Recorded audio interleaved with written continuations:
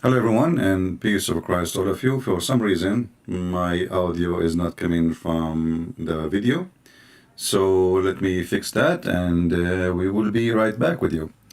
I'm not sure why this is happening. Need to fix it. All right, let us see.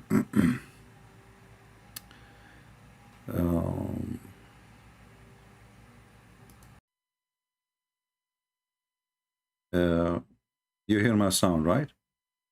Yeah, let us see if the video will work now. For some reason still the video is not working. Okay, let us see what's happening. I mean, the video is working, but there is no sound coming to you. So let us fix that. Okay. All right, I think now we can fix that. Let us see. All right. So now we will start from the zero. And welcome everybody. Please invite your friends. And this is our introduction before we start. وَإِنَّهُ لَعَلَمٌ لِلسَّاعَةِ, and he is the sign of the last hour. This makes perfect sense. He is the sign of the last hour. But someone put in the diacritical marks instead of alamun, ain, alif, lam, alif, nun, dhamma, alamun, put ilmun. And this is wrong. Human beings, when they put in the diacritical marks, made a mistake here. We killed him. The Messiah, the son of Mary, the messenger of Allah, we killed him. In fact, if you and I were there, we would also come to the conclusion that he died. And you will hear him say, according to his misunderstanding of an ayah in the Quran, Surah number 43, ayah number 61, وَإِنَّهُ لَعِلْمٌ لِسَاعَةِ, according to his misunderstanding, where he believes that if you recite it like that, it would mean that Isa alayhi salam has the knowledge of the hour. That he died. Let me warn you. And my language is sometimes very harsh, because that's the only language some people can understand. Don't come with this nonsense to say that Allah, wa na'udhu billah min hadha, Allah calls someone else to take the appearance of Nabi Isa alayhi salam, and that innocent man, innocent because he never claimed to be the Messiah, he was crucified. Wait for judgment day with that nonsense. What a brainwash ummah we are today.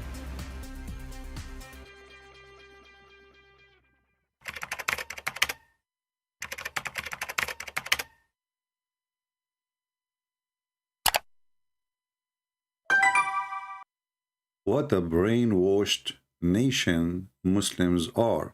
Dear Sheikh, he said. We agree. Peace of Christ to all of you. Please invite your friends. And as you see, we changed the timing. I'm trying just to have different time so we can reach more people from different locations. As you know, we go every Friday and every Sunday, morning time, 10:30 a.m. New York time. So take that into your notes.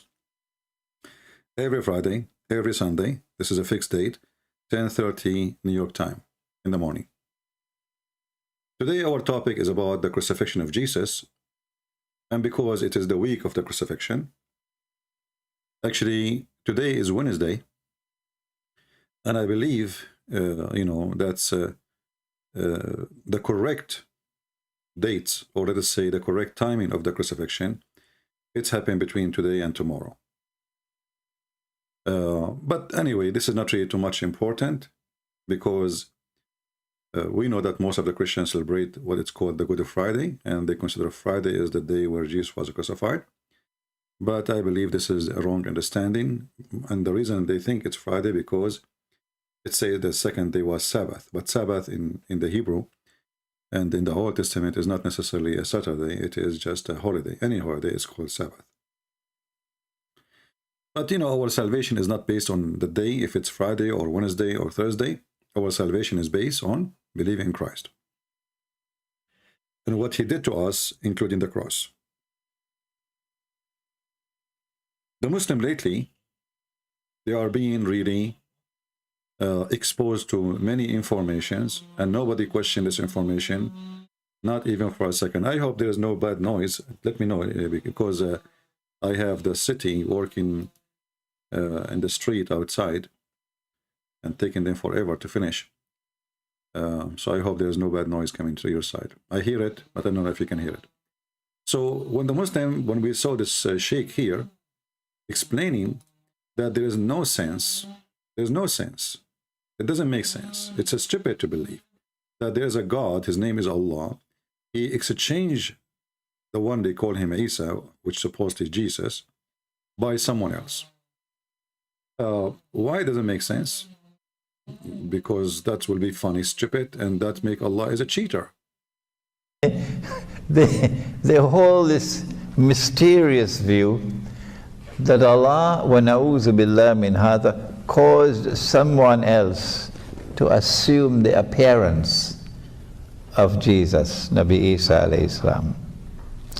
And that innocent man, who never claimed to be the Messiah, and it is irrelevant for you to come with some red herring or some cock and bull story that he did something else for which the punishment was death. That's rubbish. Take it and put it in the garbage bin. I don't want to hear it. This is rubbish. Take it and put it in the garbage. Now, this is my challenge to the all Muhammadan. Where they got the story that Jesus was replaced by somebody else? Where do you get this story from? Do we have any Muhammadan here? He dare even to tell us where this story coming from? Did even your Prophet Muhammad, he said that to you? What exactly the Muslims, they follow? Who they follow? You know, the hypocrisy of this religion is, they say to you, we follow Prophet Muhammad. And the second we ask them, where Muhammad, he says that Allah, he replaced Jesus by someone else. What they will say?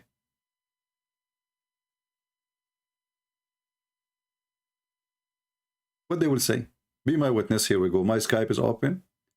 I challenge the Muslim to show me what their prophet said about this incident. I mean, at least follow your prophet.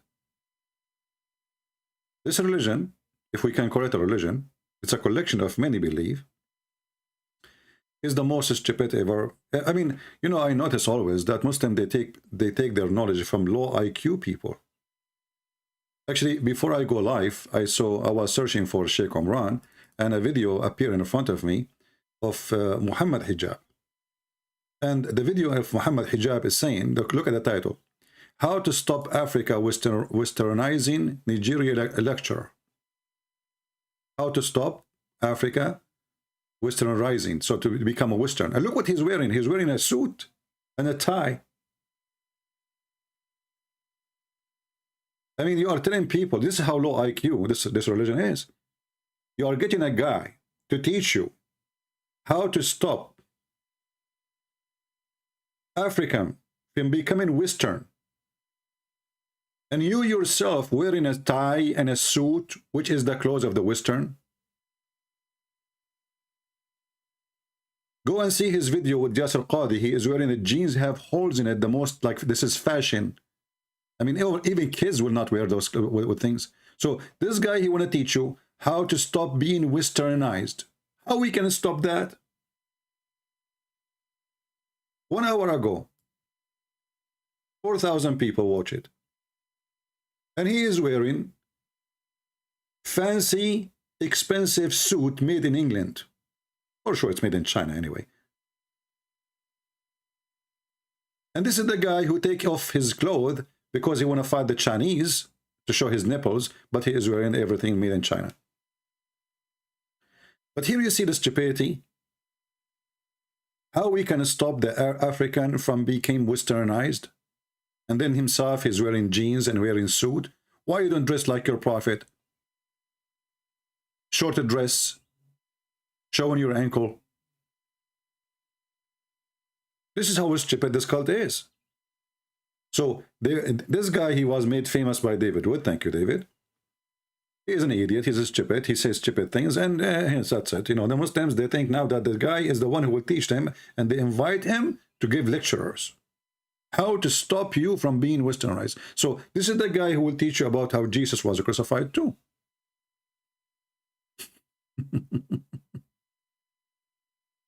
This is the same guy who said, not a single Jew believed that God have a son. And then we find in the Quran that the Quran saying that all the Jews believe in that. Not only a single Jew, all the Jews. Because the Quran says, Al-Yahud, the Jews, they say.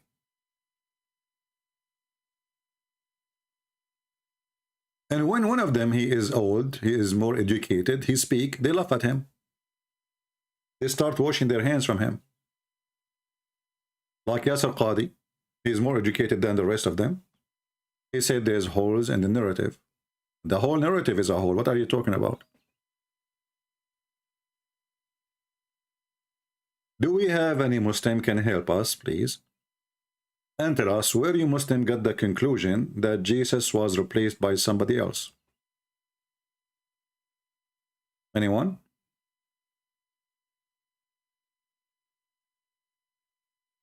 Any Muhammadan?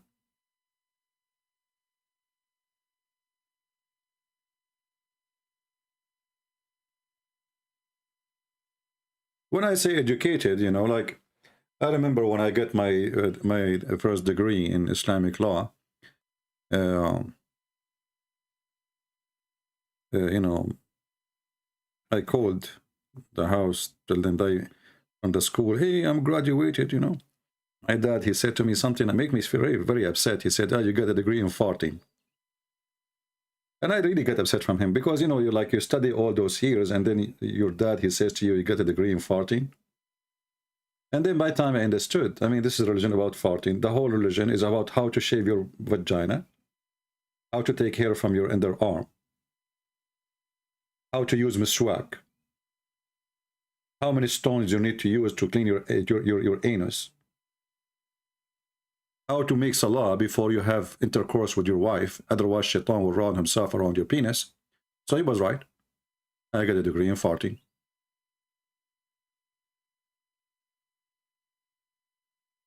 Right? Somebody saying David Wood is a fake Christian. Jeremy, I think I need to send you free shipping and handling.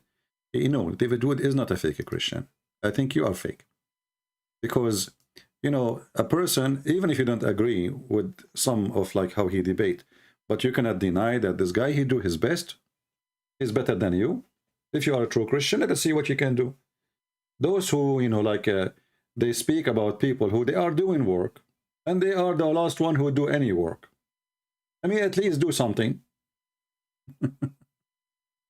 So don't come here. Again, I just block your, you know, your words. I don't want to see anyone bashing David Wood. He is doing a great job, like making short videos, exposing the Muslims in any way. And don't think you can divide us. You know, when I say that David Wood is not good in debate, I'm trying to encourage him actually to be more tough and rough with the liars. I'm not putting him down. I want him to understand that we don't debate Muslims, we get them busted. There's a huge difference between debate. Debate have to be only between two honest people. So David Wood, he go on the stage, he's honest. And because he grew in the West, he don't understand the mentality of those liars. So he assumed that when he receive an answer, he will receive an answer of a believer. Muslims don't give you the answer of the believers. Muslims, they give an answer to match your question by lying about what you said. So they can make a point. It's like somebody playing football and there's no rules, you know, in this football game. You know, I can lie as much as I want in order to make a point, about a goal. So the goal of a Muslim when he debates somebody is to put a goal, not to say the truth. If you remember the guy, you know, the one we, what his name? Perfect Dawa. I mean, the guy, everything we say to him, he denied. It's not there. We show it in the screen, it's not there. It's not there, that's it, what you can do. Anyway, my Skype is open. I would like to see any Muhammadan to tell us where you get this information from about Allah. He replaced someone. By the way, we don't believe in Allah, you know that. For us, Allah cannot be God. For many reasons. I mean, he is stupid. Have you ever heard of a God and he's stupid? Have you ever heard of a God? He say the most stupid things ever. You know, you say to the Muslims, you know, like you go to a Muslim who don't know anything about Islam yet, you know, you say to him, he's a Muslim, you know, he grew up in a Muslim family. You say to him, where the sperm coming from? He start giving you a scientific answer. He says, so this is the correct answer. He say, yes. And then you say to him, well, if somebody says that the sperm coming from the backbone, what you say to him? He said, stupid, this is disgusting. This is silly, you know. And then when you show him it's from the Quran, suddenly he's trying to explain.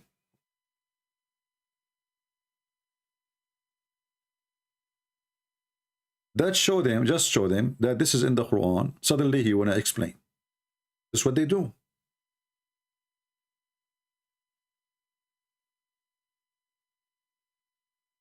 Like the guy who called me to tell me that you are teaching hate. I said, what hate? You know, you can watch the video made by Sheikh Omad, you know, just for comedy. So do we have any Muhammadan here would like to join us in a nice conversation?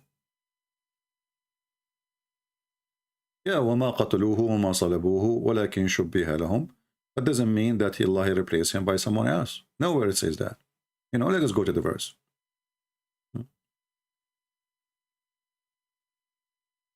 Most of people maybe like they come to that conclusion because of the translation, but the verse never say that Allah replaced him by someone else. It says Allah made it appear to them. What does that mean? How he made it appear? No details. You know what I mean? Allah, he made it appear to them. Where's the details? I mean, this God, he have time to tell us about how the ant, she told the other ants to hide from Solomon. Very silly topic. Who care? And when it's come to the crucifixion of Jesus, he give us no details, nothing. I mean, the whole Quran speak only in this place, appear to them. Okay, it was made appear to them. What does that mean? How it appeared to them?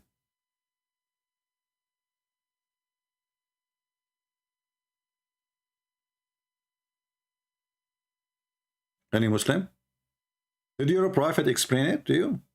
Or this is what your Muslim tried to find out or to figure out? And the funny is, this is a book, the Muhammadan, they say, that Allah, he explained it in details.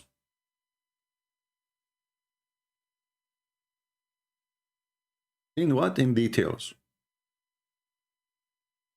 Was it really?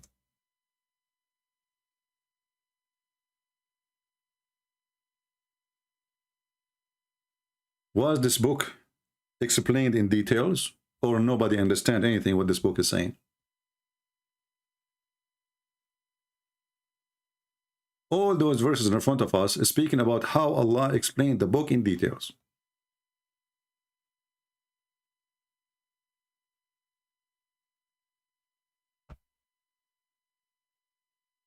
So all those sign, and by the way, it doesn't say a sign. This is a stupid translation.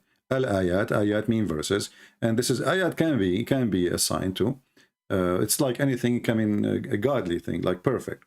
So this is how we explain things. Did Allah explain it? So why you have Ibn Kathir and Al-Qurtubi, Al-Tabari, and Al-Jalalain, and each one of them he give you his own poo-poo.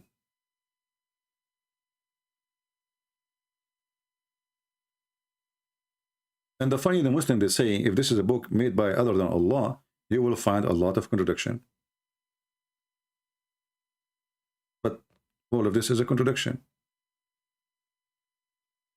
Because the Muslim, after all of this, claiming in the Quran that it's explained, we find that Muslims cannot explain anything.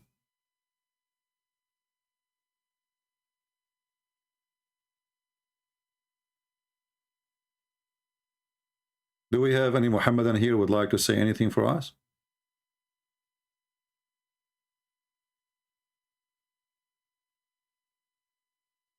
Anyone?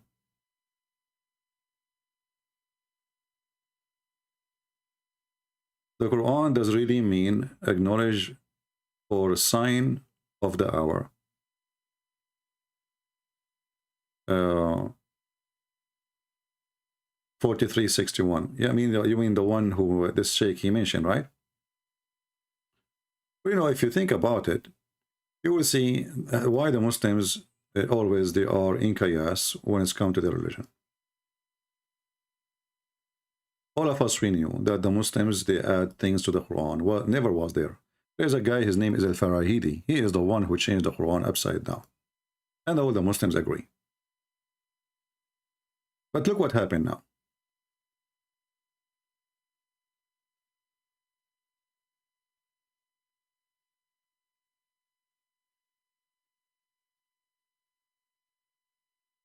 When a Muhammadan, he come to us, let us put the verse on the screen, and he tried to receive or to read his Quran.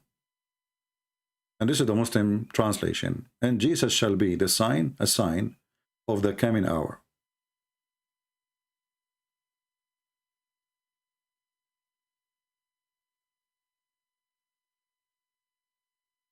Any Muslim can explain it to us?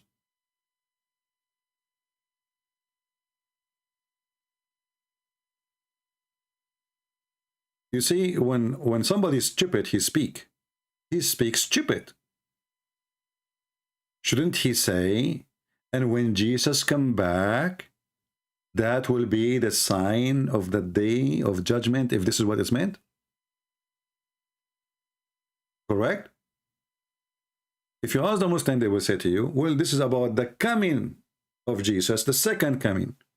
So why Allah did not say the second coming of Jesus? Where is the second coming? All what it says, the verse in front of us, according to the Muslim translation, well, this is the sign of the judgment day when Jesus come. But Jesus came already. Do you see the stupidity? People, are we listening? This is the Muslim translation. And this is the major understanding.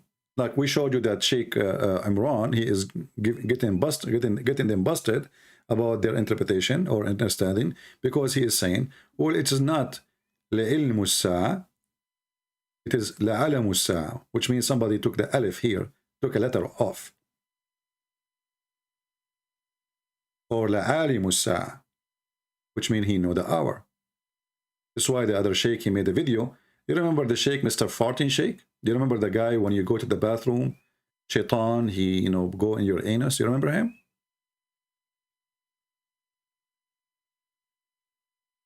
I don't know if you remember him. Let me remind you. This guy, he made a video trying to, like, he is upset from Sheikh Imran because Sheikh Imran, he made it clear that obviously Jesus, he knew the hour. Not only the verse understood wrong. This is Sheikh Mr. Fart, Dr. Fart. He have a PhD in Islamic farting. He made a video, and later, by the way, he made it private after he did use his video, but it's too late. We have it already. And you will hear him say, according to his misunderstanding of an ayah in the Quran, Surah number 43, ayah number 61, وَإِنَّهُ لَعِلْمٌ لِسَاعَةٍ, according to his misunderstanding, where he believes that if you recite it like that, it would mean that Isa alayhi salam has the knowledge of the hour. That he died. See? The same verse. Both are Muslims, both are Sunni, both are from Pakistan.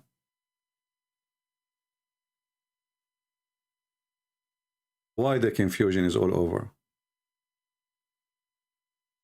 Why Muhammad did not make it clear to them? I mean, what was Muhammad doing as a prophet at that time? Having sex, busy, collecting money, watching porn? How come such a topic has zero explanation by Muhammad?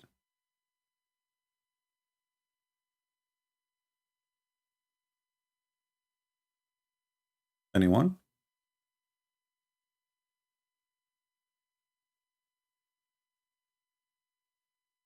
Any Muhammadan would like to call us?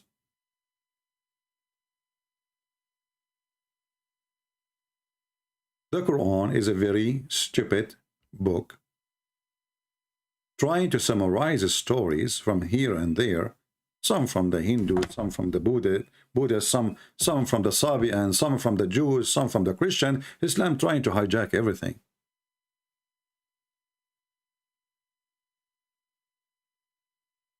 Do we have any Muhammadan would like to join us?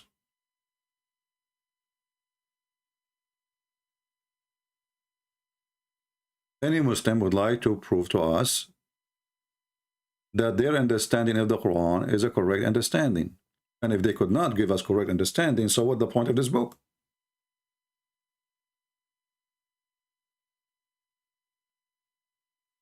This is a verse in front of us. How in the world does verse make any sense?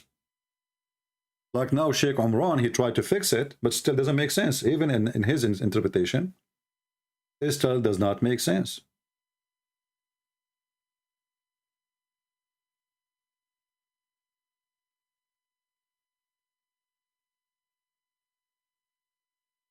If Jesus is a sign of the coming hour, the judgment day, what does that mean?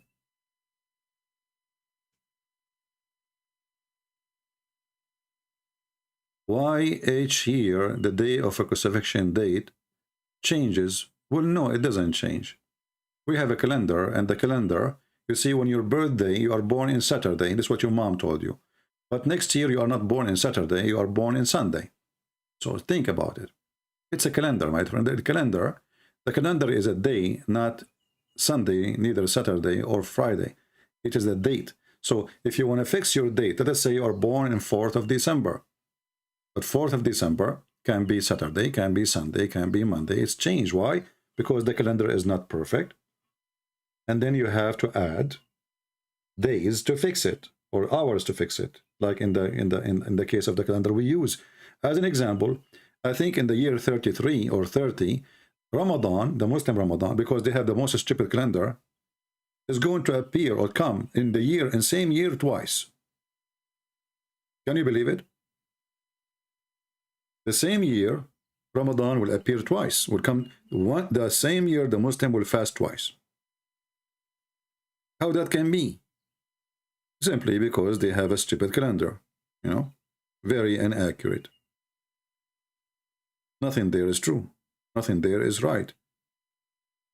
Muslim, they reject adding anything. Yeah, in the year 2030, Ramadan will be fasted twice by the Muslims. I just did my calculation, and Ramadan will come twice in 1 year. You fix that. Why? Because the Muslims, Muhammad, he told them that adding days,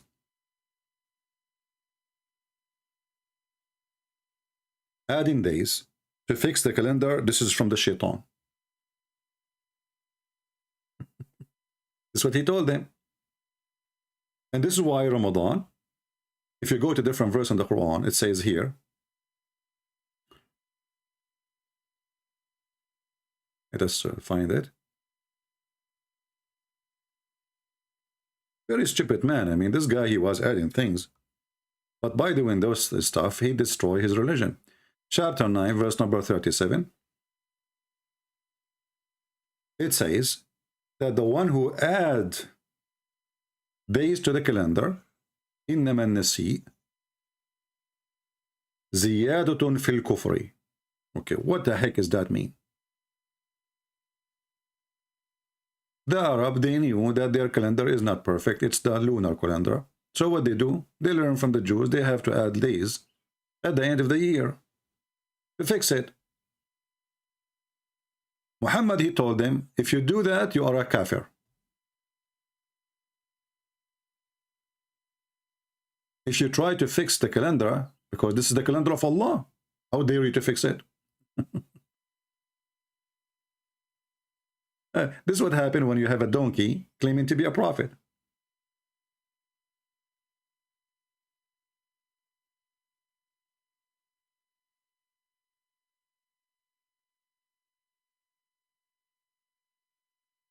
Do we have any Muslim would like to explain to us the crucifixion of Jesus? Look like we have zero Abdul who dare to call. They are not sure of their religion for sure. Muslims are sure of nothing.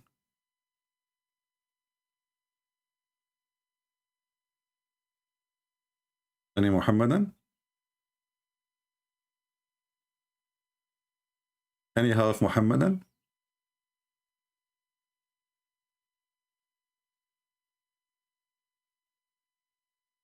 And you know, when we celebrate a day, the day they will never come back. I mean, you know, it is just a form of memory of something happened many years ago. It might be, let's say you are 30 years old and celebrating your 30 years birthday. You know, for me, I never celebrate birthday. I don't even know when I was born. You know, I asked my mom. She said the only thing I know about your birthday that it was a bad day. She don't know the date. You know, so when you celebrate your birthday, you are just fooling yourself that you are born in this day or not. That day is there, and the time never come back. It just, you know, like you are born in the, you know, in such a day. So you every year celebrate, but if you calculate the number correctly, you will find that even your numbers are wrong, because you have to add. There's a lab year, you know, and lab year is why, because we have to correct the calendar. So you have to calculate that, and then you will find that depending on your age, you are missing a couple of days, or adding, or you know, you have to add a couple of days before you can celebrate that birthday. But you are always trying to be consistent, and you say, well, you know what, I am born in this day, I will keep it in this day, but the fact it's not your day. Do we have any Muhammadan would like to tell us what happened to Jesus on the cross? And why Jesus, by the way, Muhammadan? He is the one who nobody can kill him. You know, the funny is that the Muslims, they say to us how Jesus can be God. And then we find that this is the only person who is born, but you don't have a father. He's the only person who was born, but you don't have need Jibreel. Right away, he took from the cradle 40 years, and after being squeezed and beaten by the angel, the guy cannot even breathe. He went to his wife. He was terrified, you know, almost having poo-poo and diarrhea. And then the wife, she took him from his hand, took him to Waraq ibn Nawfal, and then he told her, oh, must be Jibreel. Jesus born with the word of God. Everything about him is different. So he is born with no father. He speaks in the cradle. He speaks as what? He speaks the word of God. Not when. You know, the Muslims, they say to us, how Jesus can be God and he is born. Well, as long as you are questioning this, you need to question how come Jesus himself is the miracle. You see, God do miracle. In the case of Jesus, he is the miracle. I mean to that. Not only Jesus can do miracles, he himself is the miracle. Was Muhammad a miracle? He cannot do miracle, and he have no miracle, and he himself is not a miracle. I mean, what kind of miraculous prophet is 40 years old? He could not even write and read. I mean, this is something I can teach him in 2 days, especially if you speak Arabic already.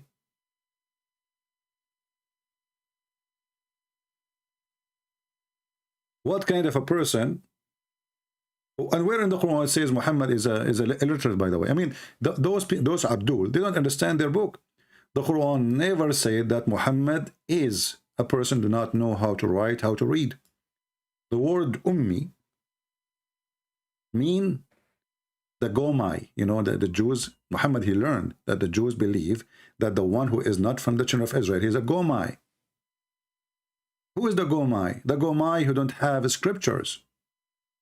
And this is what the Quran says, chapter 2, verse number 78. And there are among them. There's no Jews here, by the way. This is false translation here. Illiterate people who know not the book. So who is the one who is illiterate? Is the one who do not know the scriptures.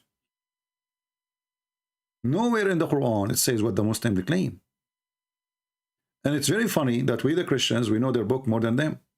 And actually, this is from the beginning. You will find that Muhammad himself was being taken by his Khadija wife, the old woman, to her cousin, and the cousin of the cousin of the cousin is the one who told Muhammad, you saw Jibreel. The prophet himself, he did not know what he saw. He did not know he spoke to who, you know. But the cousin of the cousin of the cousin, and suppose he's a Christian, is the one who told Muhammad he been squeezed by who? Even the Prophet himself, he do not have an idea what's happening. So how the Muslim can have an idea if the Muhammad himself, he have no idea? And not only that, I wish things can stop there. Even the Quran says, Allah, he said to Muhammad, if you have a doubt about what we revealed to you, go and ask the Christians and the Jews. Do we have any Muhammadan? Don't forget to subscribe, and please, I like to see people making comment, not only in the chat, like in here in the chat, we see how many people making, comment in the chat. But your comment in the comment section, it's going to reach the video. I like to see how people think, what they understand. Maybe we can learn something from you. Maybe you can say something, like smart. People can learn from you. I'm sure there's a lot of smart people here, way smarter than me, and they can teach me something. So please don't forget to leave a comment later.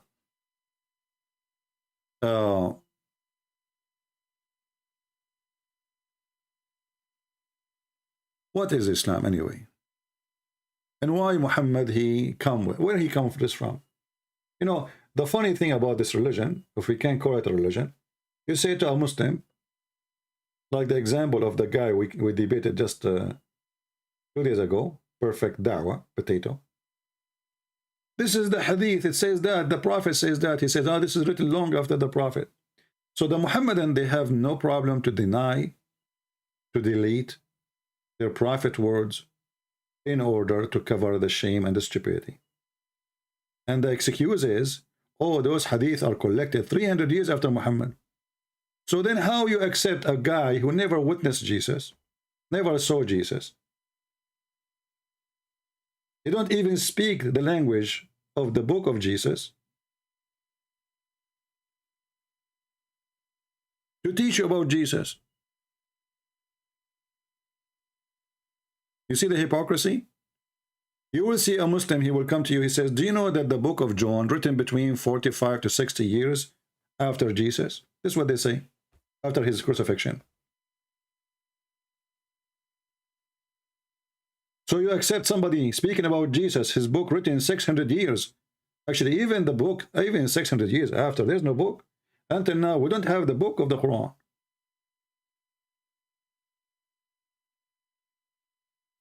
Do we have any Muhammadan would like to join us and tell us something we do not know?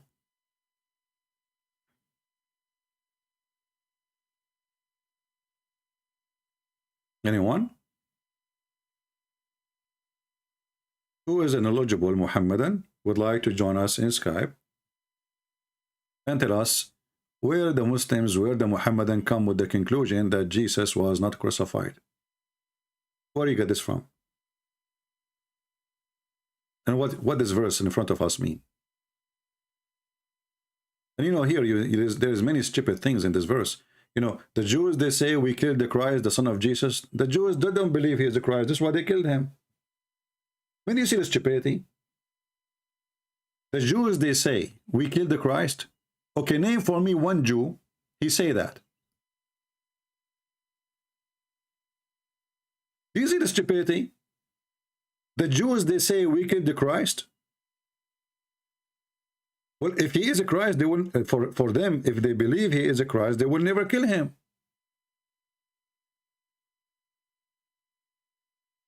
Who is the stupid here? How they believe he is a Christ and how they will kill him. The Jews until now, they are waiting for Christ.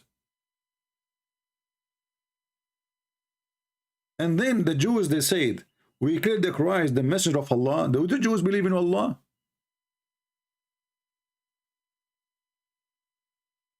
What the heck is that? This is what the Jew says.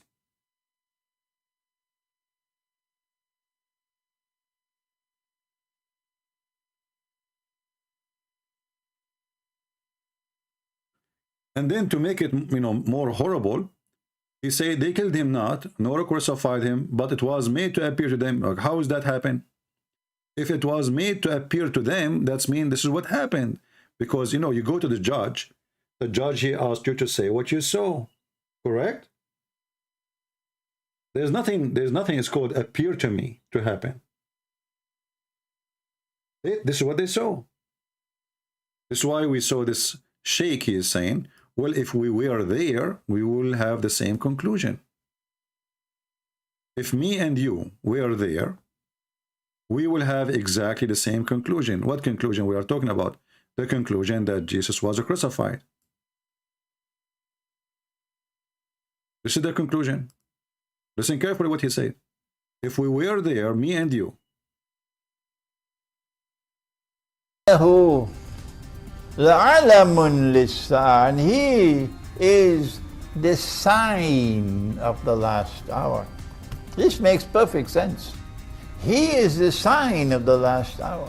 But someone put in the diacritical marks instead of alamun, ain, alif, lam, alif, nun, dhamma, alamun, put ilmun. And this is wrong. Human beings, when they put in the diacritical marks, made a mistake here. We killed him. The Messiah, the son of Mary, the messenger of Allah, we killed him. In fact, if you and I were there, we would also come to the conclusion that he died. And you will hear. Did you see it? In fact, if you and I were there, we will get the same conclusion that he died. So where is the problem? Hey Muslim, did you hear it? If you and I were there,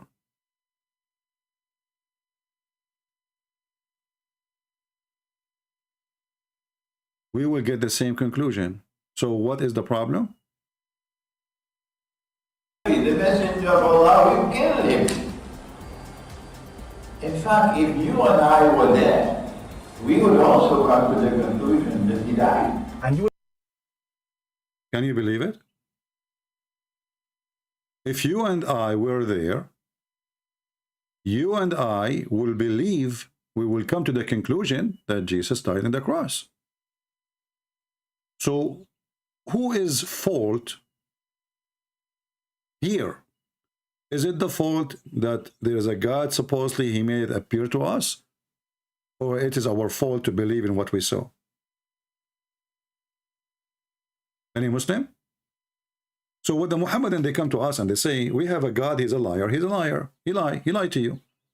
He made you think that Jesus was on the cross, as you heard the Sheikh saying. If I and you were there, we will come to the conclusion that, you know what? He died on the cross. In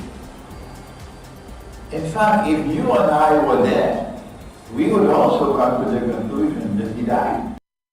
You see it?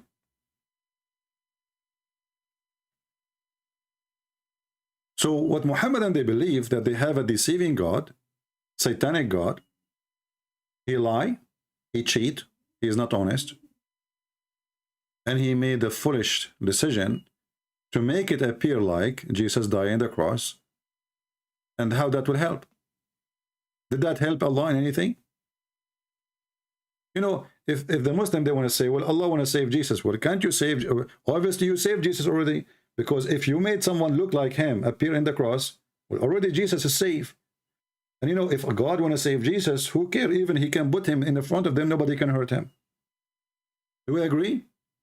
If Allah is God, and there's a billion people who try to kill me, and God, he decided to, you know, to protect me. Can a billion human being kill me? They cannot, because I have God's protection. You do not need to take him anywhere. You do not need to make someone look like him. All this garbage is a garbage.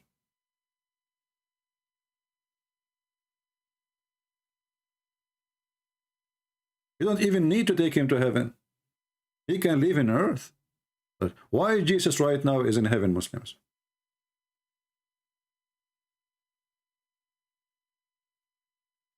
Any Muhammadan? Who is a Muhammadan that can tell us why Jesus in heaven? Why Allah did not put him like, okay, he don't want him to be seen by others. Why he don't put him in the jungles of Amazon? Make a garden for him, you know, like in Amazon. Isn't he just a man like everybody? Why he's in heaven?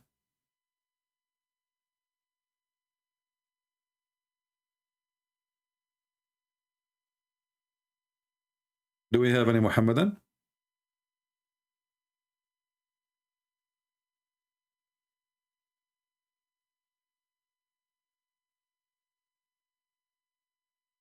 Any brave Muhammadan would like to call us and join us in a conversation about how the Muslim understand the silly Quran in such a way. Where in the Quran it says Allah he replaced Jesus by someone look like Jesus? And why the Quran did not say how that happened? And if we open the Quran, any verse to speak about Jesus, we will see how confusing, how silly it is. As an example here, you know,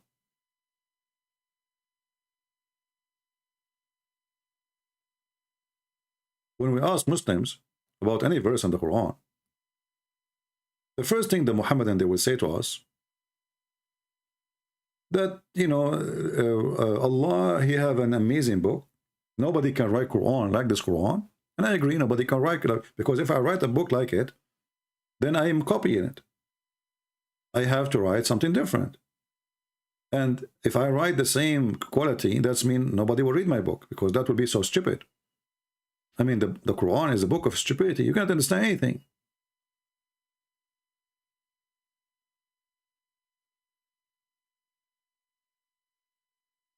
How this verse as an example make any sense?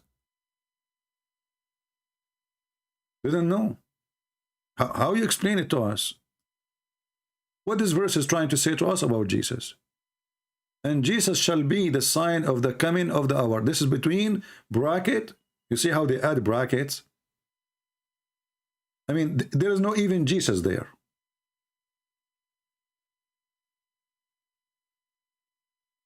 Where is the hour?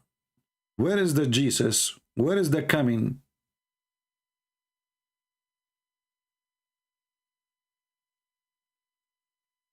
You know, when the Muhammadan, they say that the Quran is written by a great author, he is God. And then we find that the Muslim, they have to add tons of bracket between things in order to explain the clear book. I mean, how clear it is.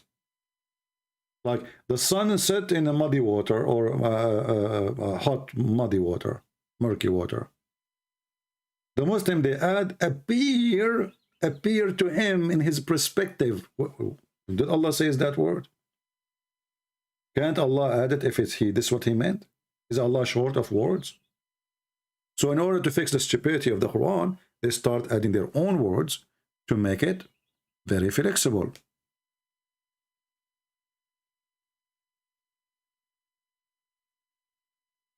Do we have any Muhammadan?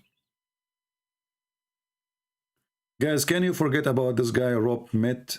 Just forget about him. I mean, what this is, it's like, you know, I want people to focus with me. Okay?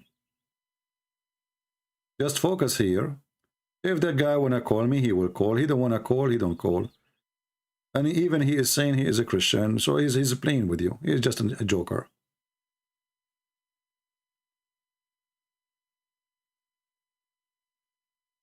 Let me block him. If you have something to say, call me. Potato. He is the kind, if his wife, she sent him to throw the garbage, he will come back with it because it's dark outside. And you speak about who's hiding. We are not hiding. If we are hiding, we will never dare to say one word about a filthy man supported by hundreds of millions of terrorists. It is you who's hiding. I write books, I do lectures, I do seminars, and I get everybody busted. The one is hiding is your prophet, according to you. He ran away and he hid in the cave of Hira. Oh, sorry, the cave where the spider was. And then we find that this story is coming from the Old Testament, and the coward is trying to copy a story which is not really exactly what it says. Muhammad, he ran to the cave and he hid in the... What kind of a brave he is? Why you hide? Oh, because they want to kill him. So I thought Allah will protect him. How come Muhammad need a spider to protect him? And the second you ask the Muslim, by the way, where we can find this story coming from? They don't know. Is that authentic hadith? They fabricate stories that the people of Quraysh, they want to kill him. He hide in a cave, and then when they try to enter the cave, they found a spider web in the front, which means nobody enter here, so they give up. They did not search the cave, but Muhammad was there. You ask them, where you get a story from? The Muslim, he will touch his nose, touch his anus, touch everything, but he cannot touch the hadith. He will touch every topic except the question.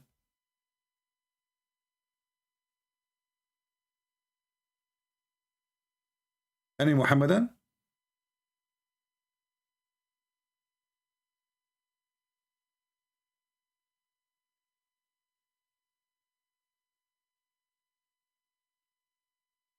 Do we have any real true believer? He is here. He can help us to understand what the Quran really is saying. Don't send me hi, don't send me hello, and don't text me if you are a Christian. I will block you in Skype.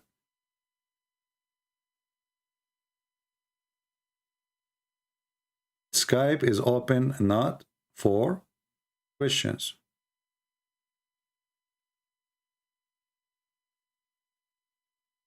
If you have a question about Islam, ask me in the chat in YouTube, not in Skype. Skype is open for the Muhammadan and Muhammadan only. We are here to show you, and the reason we challenging the Muhammadan, because we don't want to do what the Muslims do. They got two Muslims bashing Christianity, lying about it. We want you to hear the other side of the story. Maybe I'm wrong, right? And usually what we get is a kid, whatever we show him, he denies. He says, okay, I don't accept this hadith. Well, if you are a person who don't accept this and that, don't call me then. We want to debate Muslims. A Muslim is somebody follow Muhammad, accept what Muhammad teach. If you don't accept what Muhammad teach, so why you call yourself a Muslim?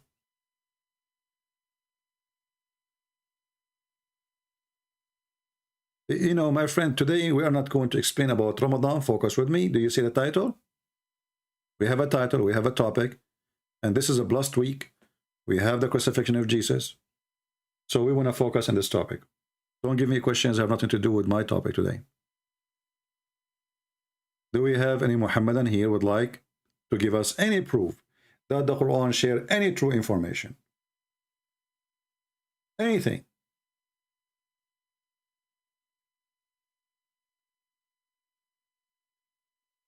Anyone?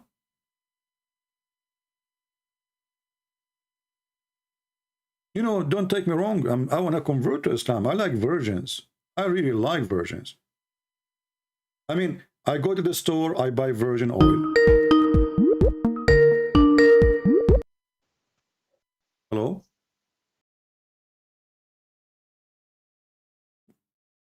This guy, he is barbing. He called. Nobody heard you anyway.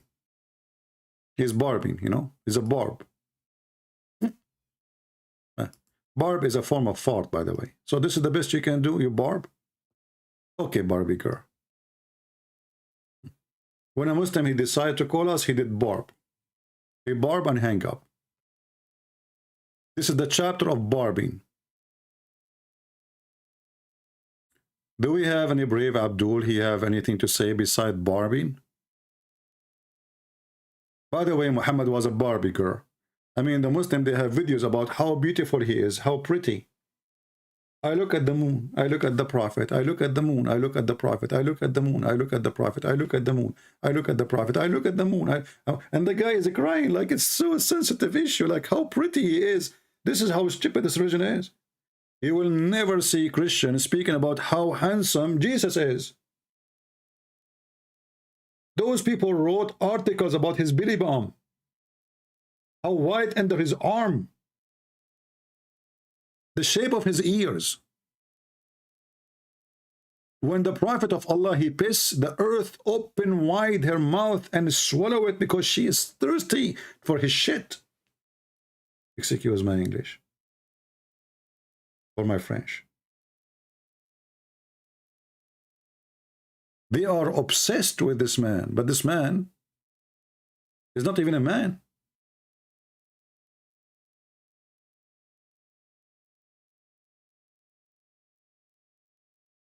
Do we have any Abdul? Who wanna lead me to the guidance of Allah so I can get the virgins? And 80,000 little boys.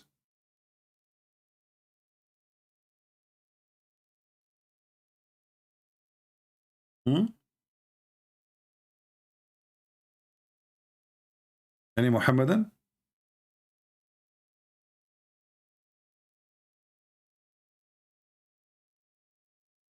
Not a zero brave Muhammadan. And then you will see later, he will say to you, well, a Christian prince, he do not debate real Muslims. He debate only weak ones. I have my Skype open. I don't know who's going to call me.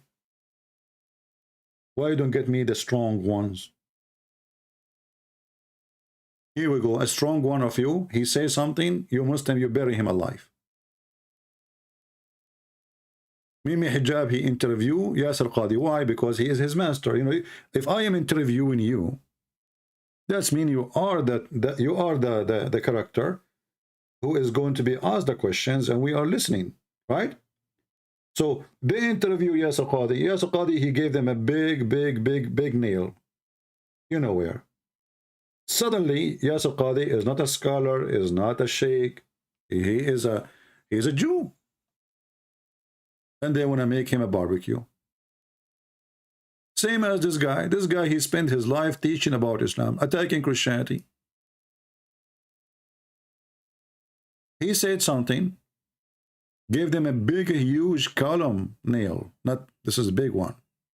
This is way bigger than even Yasir Qadi and holes in the narrative. What they say? He's a liar. It doesn't say that, CP.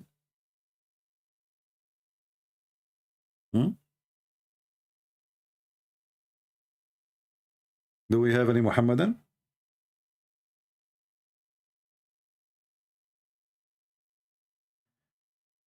I blocked you in a Skype. You are a liar. Give me your Skype name, I will call you. I will block you only if I call you, you never respond. If I call you once, twice, 3 times, obviously you are playing games. Give me your Skype now. Post your name in the chat and I will call you immediately. As you see, we need someone smart like you. Mr. Musiba. Can you post your name in Skype? And I will call you in the front of him. Give me your name in Skype, my friend. What Muhammad? Your name is Muhammad. So now if I search in Skype for name Muhammad, I will find you. I mean, guys, do you see how easy it is to find the guy? His name is Muhammad. Are you the kid who says to me, I do not have dictionary? The one is 15 years old. If you are 15 years old, then yeah, I blocked you. I don't have time for kids. Yeah, just get he's the kid. 15 years old. Get me your dad. Let me call. If you can get me your dad to call and he is next to you and he will talk to me, you're welcome. Or your mom. 15 years old. Where is the Sheikhs? Yeah, already we spoke to you and we, you know, and everybody is laughing at you already. Do we have any brave Abdul? Anyone? Any adult Abdul? Yeah, all of us, we are scared of you. There we go. I just blocked you too here. Because you are scary. Do we have any Abdul? He have the courage and the knowledge and he is adult, mature person. If we speak to this 15 years old kid, the Muslim, they will say, see, 15 years old kid. If we speak to a female, they will say, see, she is a female. That's what they do. And then when we speak to the adult, one of them, we die laughing. Let me refresh your memory about what happened just 2 days ago. This guy is adult, you know. This guy is adult.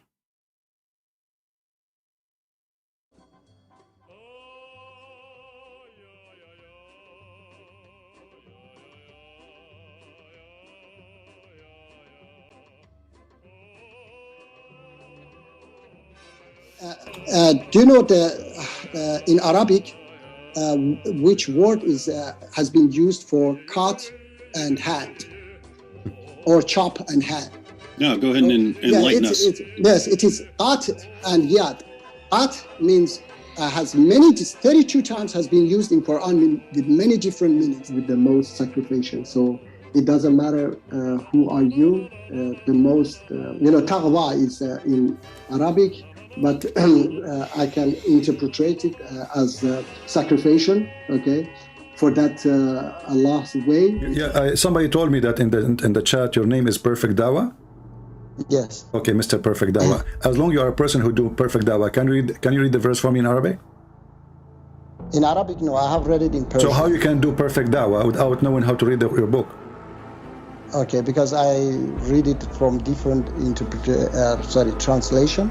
So perfect Dawa. Even if you understanding the Quran, even you understanding the Quran is based on a translation. I left you up from your tail and your head is down. You can't escape me. I'm Christian Prince. So I want you to answer. So those who believe in such a thing, are they stupid, you think? Yes, definitely. Okay, that's when you are stupid because this is in the Quran. No, this is not. It is in the Quran. So the hadith. Okay, hold on, my friend. Let's say Islam is barbarian. Perfect Dawa, my friend. Yeah. So you are saying that the one who cut hands and feet in the hadith, barbaric, he cannot be Muhammad, correct? Yes, definitely cannot. Okay, what if I show you that you are stupid and this is in the Quran? Listen, perfect Dawa. Okay. I'm going to give you a last opportunity to fix all the poo-poo you did today. You know? Okay. I want you to use the best detergent to wipe it out. Yeah, you can watch the video. You can go to Sheikh Omad page. I encourage you to subscribe to his video. He's very funny and he is very skilled, obviously, in making videos. And he have the very good sense of humor. Watch it and laugh. Everything he denied, we got him busted in the screen. It shows in the screen. And, you know, it's just a very laughable religion. And this is the adult. This is what they do. They try to wash their hands from what their prophets say, what their Quran say. So the Quran says something, it doesn't say that, CB. This is not what it means, CB. And then, okay, where you get this from? Like the sun set in murky water. Okay, where it says this is his perspective. Where is the word perspective? Did Allah says that? Did even your prophet says that? Do you see the hypocrisy? Did even your prophet agree with you? Or your prophet agree with the opposite? No dignity. Zero dignity. You know, Muslim, they write about Muhammad everything. Muhammad, he is holding 3 stones to clean his anus. Muhammad is shaking his penis 3 times. Muhammad is blowing his nose 3 times. Muhammad is blowing his mouth 3 times. Muhammad is, putting water in his hands 3 times. Okay, 3 times. And then we find that Islam is against Trinity, supposedly. But then we find that Muhammad do not even know what the Trinity is. And then we read this. Muhammad is saying, swearing by Allah, by him in whose hand is my life, the son of Mary will soon descend among you. Soon when? If you read in Arabic, it says liyushikna. Yushikna is not a soon. It's now, here, in the corner. This was 1400 years ago.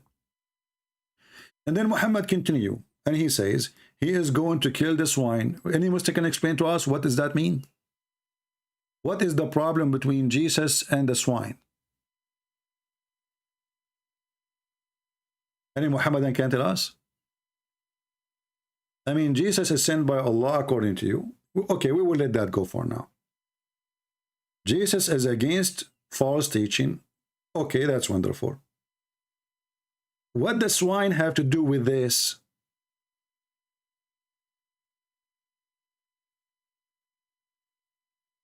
Any Muslim can tell me? What exactly this is? That like Vladimir Putin?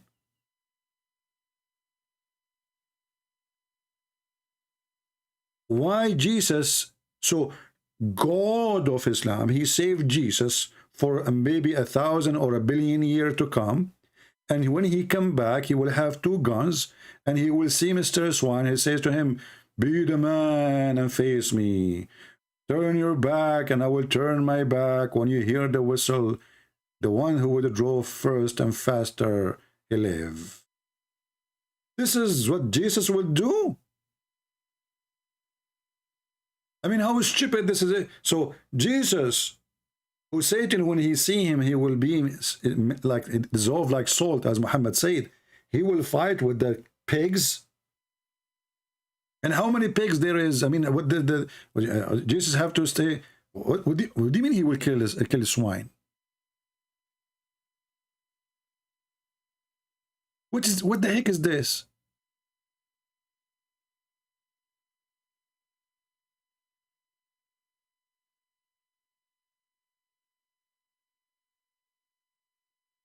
And isn't it the swine is one of the good animals who tried to put the fire down of Adam? Of Abraham? You remember the hadith? You remember the hadith where Muhammad, he claimed that all animals, all creatures, they tried to put the fire which was trying to kill Prophet Abraham? All the creatures except Mr. Lizard.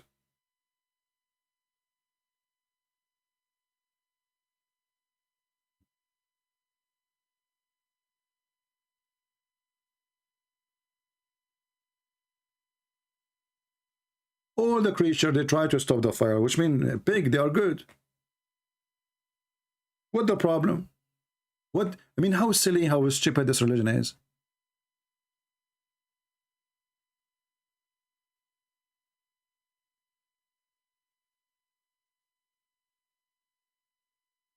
Let us find the reference so people will not say.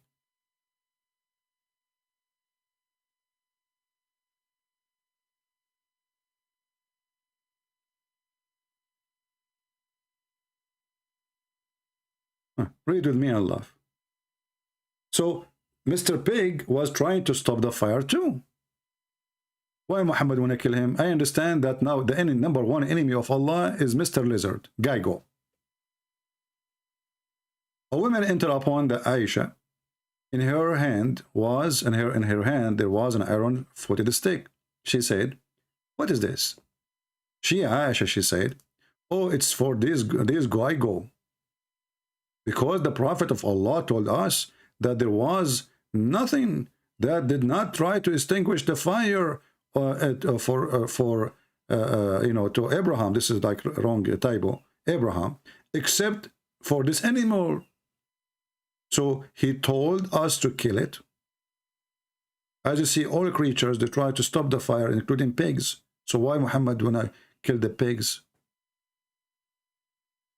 Cockroaches, flies, mosquitoes, everybody carry water to stop the fire. Chickens, turkey.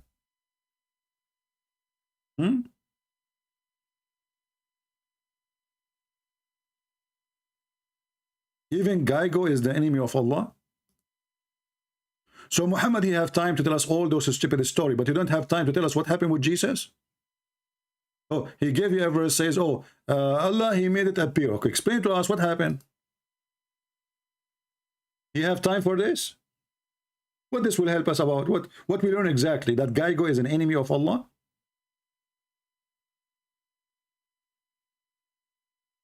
Is that really from God? I mean, you know, to be honest with you, this Geigo is really, suspicious. Just think about it. You know? Muhammad, he looked at the Geigo and he said to himself, you know what? I mean, if you look at him, you can tell that this guy is really something fishy. He is the enemy of Allah for sure. And look, he's laughing. Look how evil he is. He don't care what he have done. He's showing no sign of guilt or to repent or say, forgive me, Allah. True story. And then the Muslim, they say to you, do you know how many discovery we have in the Quran, brother? Scientific discovery, brother? You do? And this is one of them. Mr. Gago, he tried to burn Abraham.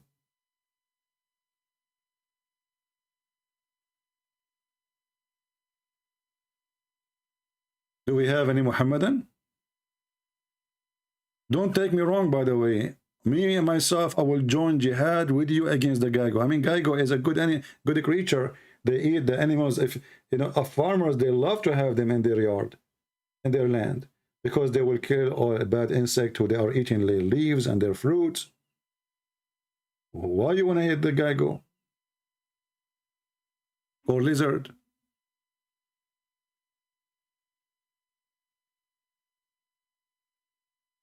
Do we have any Muhammadan?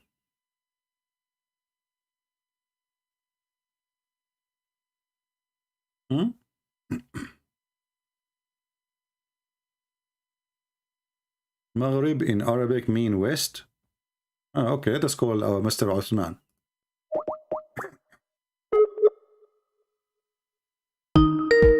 Mr. Osman is correcting me now about what the Arabic mean.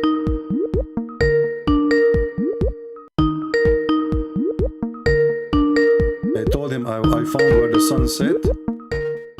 Let me mute the speaker so it doesn't bother you.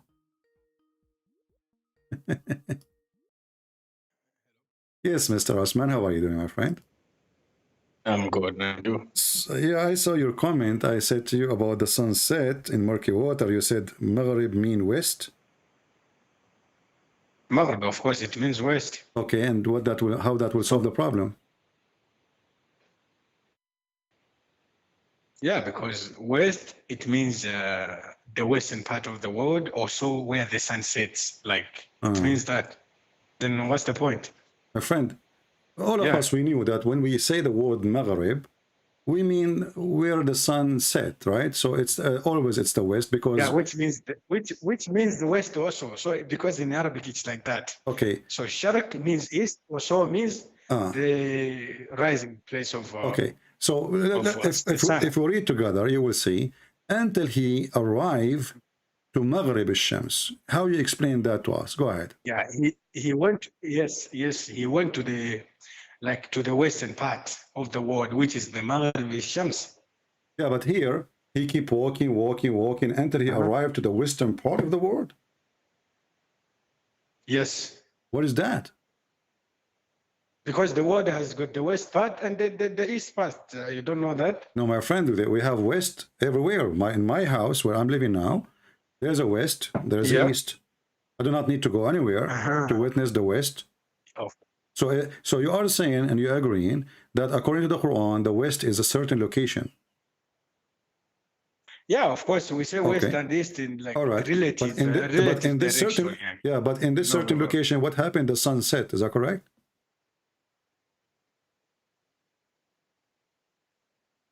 Yeah, when he went there, he saw the sun like, because he was near a sea, so he saw the sun like setting.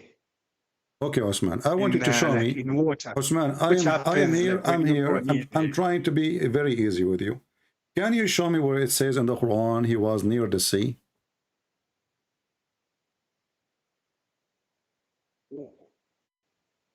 No. Like, let me explain, No, you said something. It doesn't say Osman, like are you adding? It doesn't say the words you are saying. Okay, but are you adding things now to the Quran? Are you fabricating? You said he was next to the sea. So where do you get this from? That he was next to the sea? No. I'm just trying to make you understand. No, how are you going to make me understand by fabricating? Does the Quran say? Does the Quran say sea, or you are fabricating? No, of course it doesn't use the word exactly. Okay, so where you got the word sea from? Explain to me. Go ahead. That's how the sun is like is seen when you are near the sea, the ocean, like water bodies when you are near there, like okay. big My river friend, or something like that. can you open the verse with me, and you will see that he was next to a spring of water, not the sea. He was next to a spring of water. A spring of water. A spring of water, my friend, is not even 2 foot of water.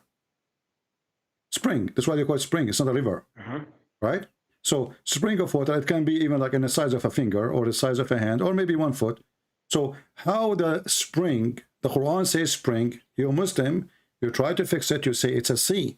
How the spring in a magical way become the sea? No, it's like you don't understand the Quran. Allah, you don't understand. My friend, you understand the Quran. I'm asking you, the Quran says spring, you say sea. No. Did Allah use the wrong word? No, but for you, like you compare the Arabic that we use right now, maybe the Fusha now, and the Arabic that is in the Quran, which is wrong. My friend, the Arabic, nothing changed with it. Aynun hamia, ayn is ayn, is a spring of water. We use it the same for the eye.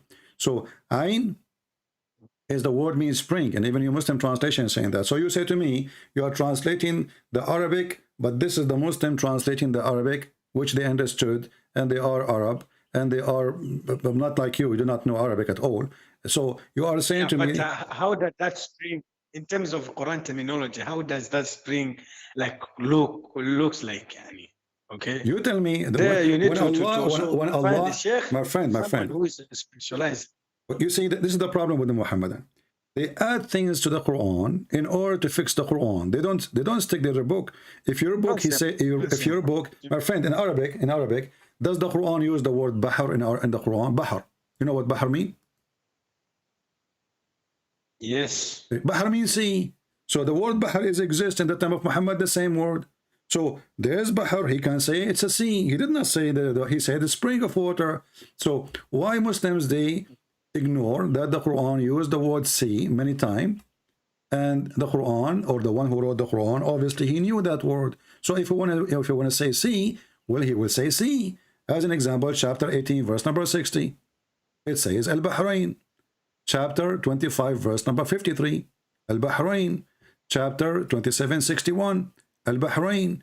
Chapter 55, 19. Okay. Al-Bahrain. No. So the same chapter we are reading from, it says it used the word sea. So why Allah there he uses spring when already he used sea? No, I can. No, I don't have like much knowledge about the. No, you see, my friend. You see, no. You have knowledge. You see, no. You are the one who have knowledge. Because if you don't have knowledge, how you replace the word spring with sea? Did you replace it based on knowledge, or you are just trying to defend? Is that was it a knowledge of you when you said to me? Sometimes there are some, because that's the problem. You don't let someone to talk. You just my talk. friend, I'm giving you all the time to talk. That's not true. I'm giving you all the time to talk. So I'm saying to you, when you say to me that the word spring, spring means sea, is that based on knowledge, or you are fabricating your own knowledge? No. I'm saying that like the meaning of the verses. Okay? You cannot just say Arabic now it says this, then the Arabic of the Quran say that. For example, now, let me just give you an example. Laban in our Fusha, like the modern Arabic, Laban is like yogurt. Milk is halib, but in Quran, Laban is milk, right? Okay. So like there might be words the way we use them now. The way they are used in Quran, like they have different meanings. I'm not saying the hamia in the Kaf it's sea or something, but it may be a water body which is not this. What hamia mean? Hot water, like hot water. So is the sea hot water? Is the sea hot? Yeah, the water might be hot or really? Cold. The sea is hot. That's deep. So let me ask you, who knows the Quran and speak Arabic very well, better, you or Prophet Muhammad?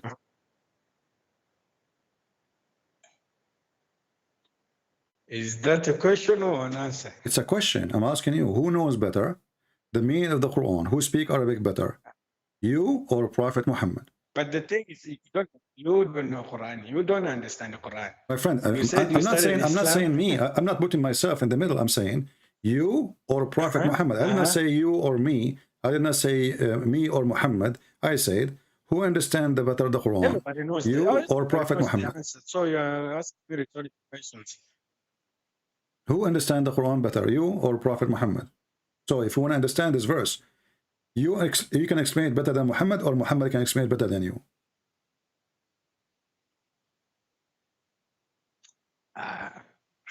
Even this one is hard to answer. you are you don't saying? understand, so Are you claiming? Are you claiming that you understand the Quran better than Muhammad? Okay. Goodbye. We will talk later. See, We'll he talk want to hang later, up. Annie. He want to hang up because now I'm going to show him. He knew. I'm going to show him what his prophet said. Not hang up. So why I'm you goodbye? forced. I'm asking you, who is the one knows better the verse meaning, you or your prophet? I mean, any Muslim should say, well, the prophet.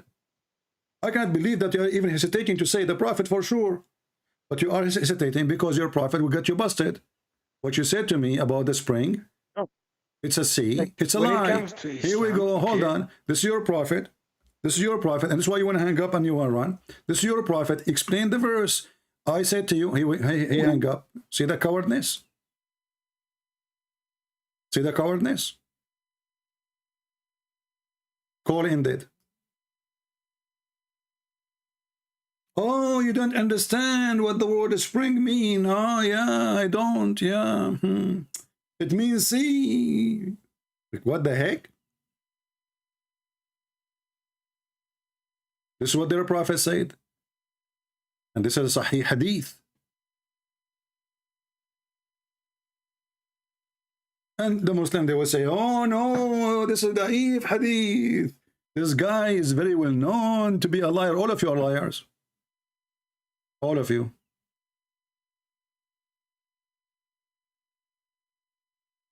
Here we go. Muhammad did not go to that place. And he is not in the front of the sea. He saw the sun setting. He said, do you know where the sun goes? Goes. Do you know where the sun set?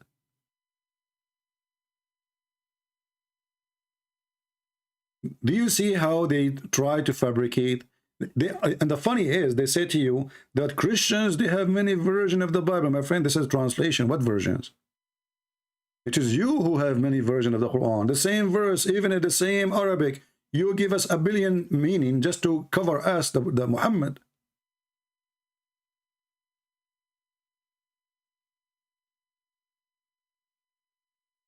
Is your prophet talking? So who knows better the meaning of the verse, you or Muhammad? They don't want to answer. If he say Muhammad, then we will show him what Muhammad said. And he was hesitating to say Muhammad.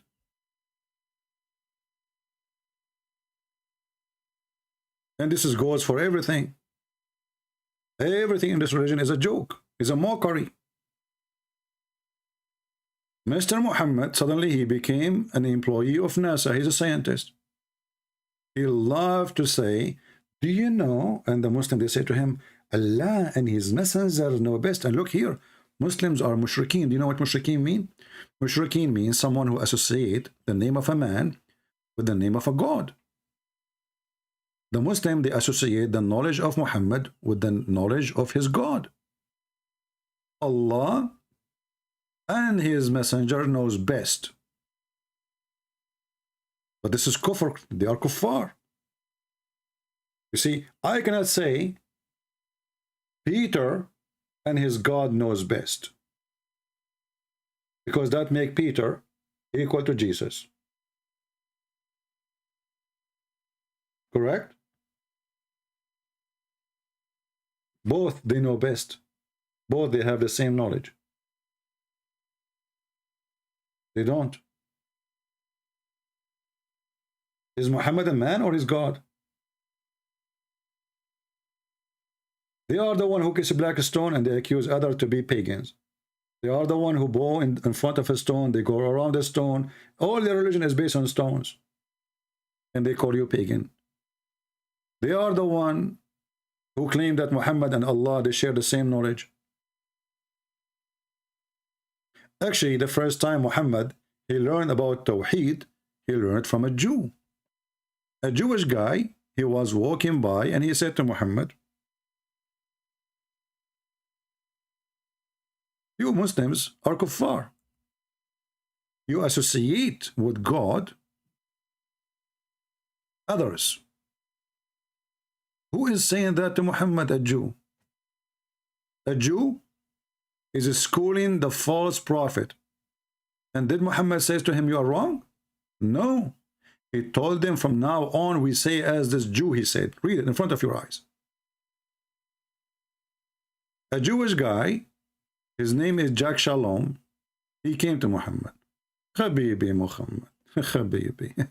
Habibi Muhammad. You are setting up rival to Allah, Habibi. You are associating with other with Allah, Habibi. Muhammad, he said to himself, what the heck? We do? Really? Oh, okay. What the heck? And then he said to them, you say whatever Allah wills and you will. And you say by the Kaaba. They swear by the Kaaba. They don't swear by their God. They swear by the Kaaba. So the Prophet commanded them, if they wanted to swear an oath, to say by the Lord of the Kaaba, and if they want to say whatever Allah will, and what you will, additional. So a Jewish guy, he gave a finger to Muhammad, and he gave him a certification of being a false prophet. You see, if the Jew is wrong, Muhammad should argue, correct? Should say to him, no, we don't mean that. We don't do that. We don't say that. It doesn't say that, CP. At least say that. He agreed with the Jew. And he adopted what the Jew, he said, word by word.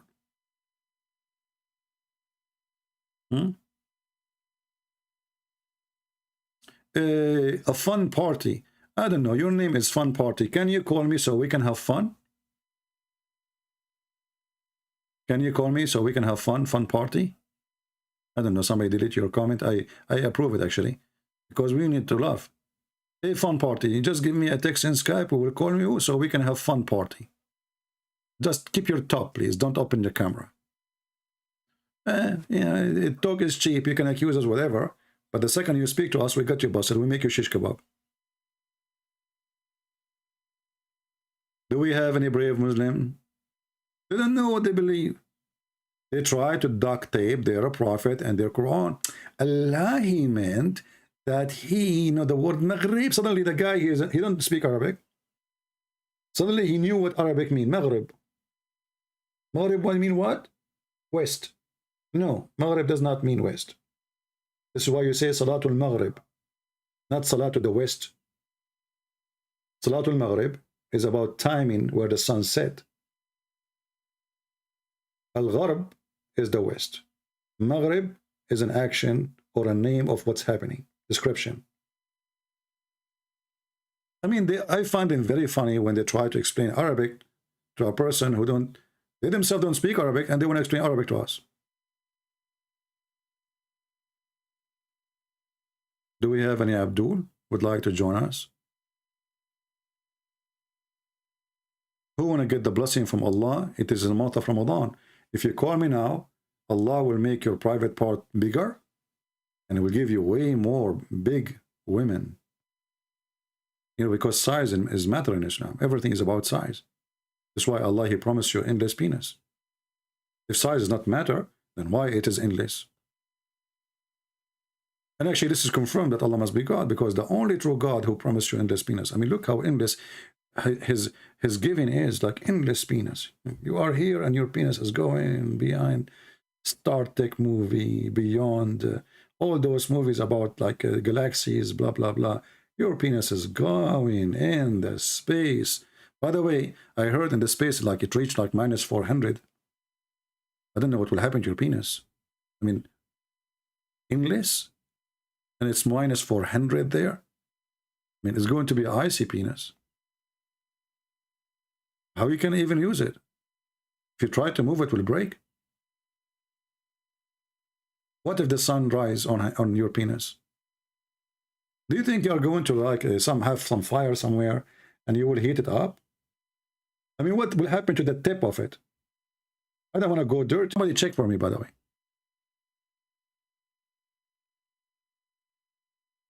Ardul Maghrib, the country in the west. Well, no, the Maghrib is called Maghrib, not because really it's in the west. It's in the west for somebody, but it's in the east of somebody else. You know what I mean? All of those phrases doesn't mean anything really. As an example, if you look at the map, you will see this country is in the east of this country, but it's in the west of the other country, the same country. I know this guy is trying to text me.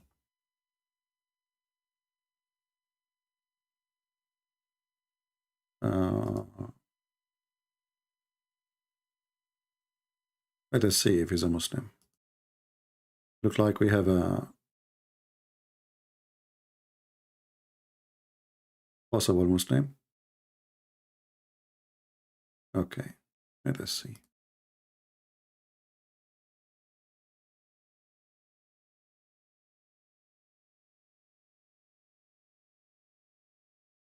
Hello? Hello? Hello? Yes, my friend, you are live on air. Hey, how's it going, friend? I'm fine. You are a Muslim? Yes, I'm a Muslim. Your name is Saleh? No, my name is Muhammad too. Okay, so what do you want to say to us? You were watching us on YouTube, Mr. Muhammad? Yes, I'm watching you on YouTube. You say you wanted to debate Muslims. All right, so if this is what you want, go ahead. Tell us, what do you think about what we are showing you? Like, we are talking about the crucifixion of Jesus. We talk about the sunset and murky water. Which one do you want to talk about? Give me 1 second. I'm sorry about that. Let me turn my TV off. I'm getting this echo noise here. All right. Be sure that YouTube is off. I mean, so you don't have double sound. I'm sorry. What was that, friend? I'm saying be sure that YouTube is off in case you have it in the background, so you don't have double sound. Yeah, I just turned it off. Yeah, Okay. thank you for the advice there. All right. Yeah, I'm sorry. This is the first time I'm calling into a show, All right. But I give you opportunity, actually. If you want to even change the topic, I don't mind. I mean, here the purpose is to see if Islam is teaching us something true or false. So feel free how you present Islam to us. Go ahead. Okay. Well, I guess the first part I would say is that you believe that the Jesus was born through immaculate conception. Is that not correct? What does that mean? No, I don't understand. Explain to me. What You believe that Jesus was made through God's will alone. Isn't that not right? We don't believe in such a thing. You don't believe that? No, we believe that God, he himself, he become a man, is born, through a human. Yeah, I understand that. I understand that he became a man. I'm asking you, how did God become a man? What was the mechanism in which this took place? Well, you want to go by your religion or my belief? I'm asking you, according to your belief, because I just told you, when I read the Bible, for example, when I read the Gospel of Luke, right? Yeah. Right. Many Christian scholars have said it portrays an incarnation Christology. I don't know if you know what that means. Yeah, but the existence of Jesus have nothing to do with the incarnation, because he exists before his incarnation. So he said, I understand. It says something different in the Gospel of John. No. This is all your fantasy. Jesus No, said, no, it's not my fantasy. It's not my fantasy. It doesn't say that Jesus was pre-existent. Okay. Let's go. You are a Muslim. How come it says something different in the Gospel of Luke than in the Gospel of John? You are a Muslim, aren't you? Yes, I'm a Muslim. Okay. I'm asking you a question and you're not answering. No, this is your understanding. This is false understanding. No. How come it says something different? You said Jesus was a pre-existent being. Exactly. Okay. But it says that in the Gospel of John. I'm here talking about the Gospel of Luke where it doesn't say that. Show me where in the Gospel of Luke it says Jesus was not a pre-exist. Where does it say in the Gospel of Luke that he's pre-existent? My friend, you are the one who's making that. What are you laughing about? Where does it say? You are the one saying, not me. When you say something, you have to prove it. You are the one who's saying to me in the Bible of Luke, it doesn't say that Jesus was pre-exist before his birth. You said it says he's a pre-existent being in the Gospel of Luke. So why don't you prove it? No, I'm saying Jesus said, why don't you prove hold it? Hold on. Okay, but you are the one who made the claim. Prove it first. You are the one who made the claim. Why you don't want to show me what you're saying? You never made the claim that Jesus is called a pre-existent being in the Gospel of Luke. You never made that claim. I am just saying. Everybody heard you made that claim just now. I did not even say where. I said in the Bible, Jesus said, before Abraham, I am. You are the one who said to me. You are the one who said to me. Listen. I'm asking you where it says it in Luke. You are the one saying to me. Hold on. This is very funny and very, very stupid. You are the one who said. You are the one who said in the Bible. In the Bible of Luke. In the Bible. Hold on. You see, we don't want to talk like kids. It is you. It is you. It is you who said in the Bible of Luke. It says different. Okay, show me. It doesn't say show me. It doesn't say he's the Logos in the Gospel of Luke. Show me, because John, he is speaking to the Greek. Oh my God. And the Greek, Dude, don't it say, says oh my something God. Different. It says now let me listen. So you failed to show me anything from the Bible. No. You failed to show how it's not. You failed because when you make a claim, you have to prove it. What? You are the one who said in the Bible of Luke. You said in the Bible of Luke it teaches something different. Man, this is ridiculous. Are you just going to talk over me or what? You are talking. You see, you are being a coward now, trying to find excuse. No, I'm not being a coward. I'm asking you a question and you won't answer for the 50th time. Where does it say he's a pre-existent being in the Gospel of Luke? My friend, for us, we have 4 Bibles. Where does it say he's a pre-existent being in the Gospel of Luke? We have 4 Bible, and this is how we learn about Jesus. You don't take a verse and you forget about the rest. So I'm asking you, can you show me from the book of Luke? You are the one who mentioned that book. Can you show me where it says Jesus never existed before his birth? Yes. It says you said that God became a man. Is that not correct? Mm-hmm. That's right. Mm-hmm. Okay, so he became a man. So he came into existence as a man. Is that not right? That's what you just said. Well, he is born from Mary as a human being in the flesh. That's so right. That's right. That's exactly what I'm talking about. Okay. And you keep acting like you don't know what I'm talking about. And you are the one who do not know, obviously, what you are talking about. No. Okay, so now I want you to show me. Abdul, listen, everybody is laughing. It says, hold on. Everybody is laughing. Can you show me? Can you show me from the book of Luke? But it doesn't say it in the Gospel of John. Listen, so what? In the Quran, it says no, don't change the subject. Hold on. Don't change the subject. In the Quran, we are not changing the subject. We are not changing the subject. You said you wanted to help me change the subject. Now you want to talk about the Quran now. We're talking about the Bible. We're talking about the Gospel of Luke. Okay, show me in the Bible of Luke where Jesus never exists before his birth. Where it says that he came into existence as a man, as you just said. You just said that, man. You see, you are the one who made the claim. And you don't want to prove it. And you're the one who followed up and said my claim was true. You said he came into existence as a man. Okay, hold on. You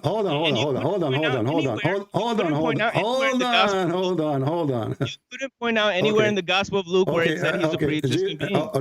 Listen. You couldn't do it, man. Listen. You couldn't point out anywhere in the Gospel of Luke where he says he's a pre-existing being. You are just like where does it say that, man? Okay, I will show you from the Bible. I will show you from the Bible of Luke. You read your own damn Bible and find out where it says he's an incarnated being in the Gospel of Luke. Go ahead. I will show you from the 4 Gospels, not only from Luke. No. Show me in the Gospel of Luke where it says he's a pre-existing being. Do you accept your Quran, what he say about Jesus before he was born? What? What? Do you accept what your Quran says about Jesus before he was born? Excuse me. I called into your show. You told me I could. I'm asking you. You are a Muslim. Right? You are a Muslim. For me, you told me. You see, in order for you to get me, in order for you to get me busted, you have to show me a verse. You're talking over me. You're telling me I have to show me a verse from the Bible against my belief. You fail. I'm saying to you now, do you agree with the Quran about the birth of Jesus? You can't show me where it says he's a pre-existing being in the Gospel of Luke. I will show you all over. It's all over in the 4 Gospels. Now, this guy's a moron. Do you agree? You are a moron. You are a moron, or you are Abdul. Look what your Quran says. This is why you are ashamed of your Quran.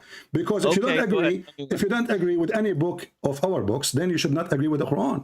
Because the Quran says that Jesus was the Logos. Where does it say Jesus is the Logos? In the Quran.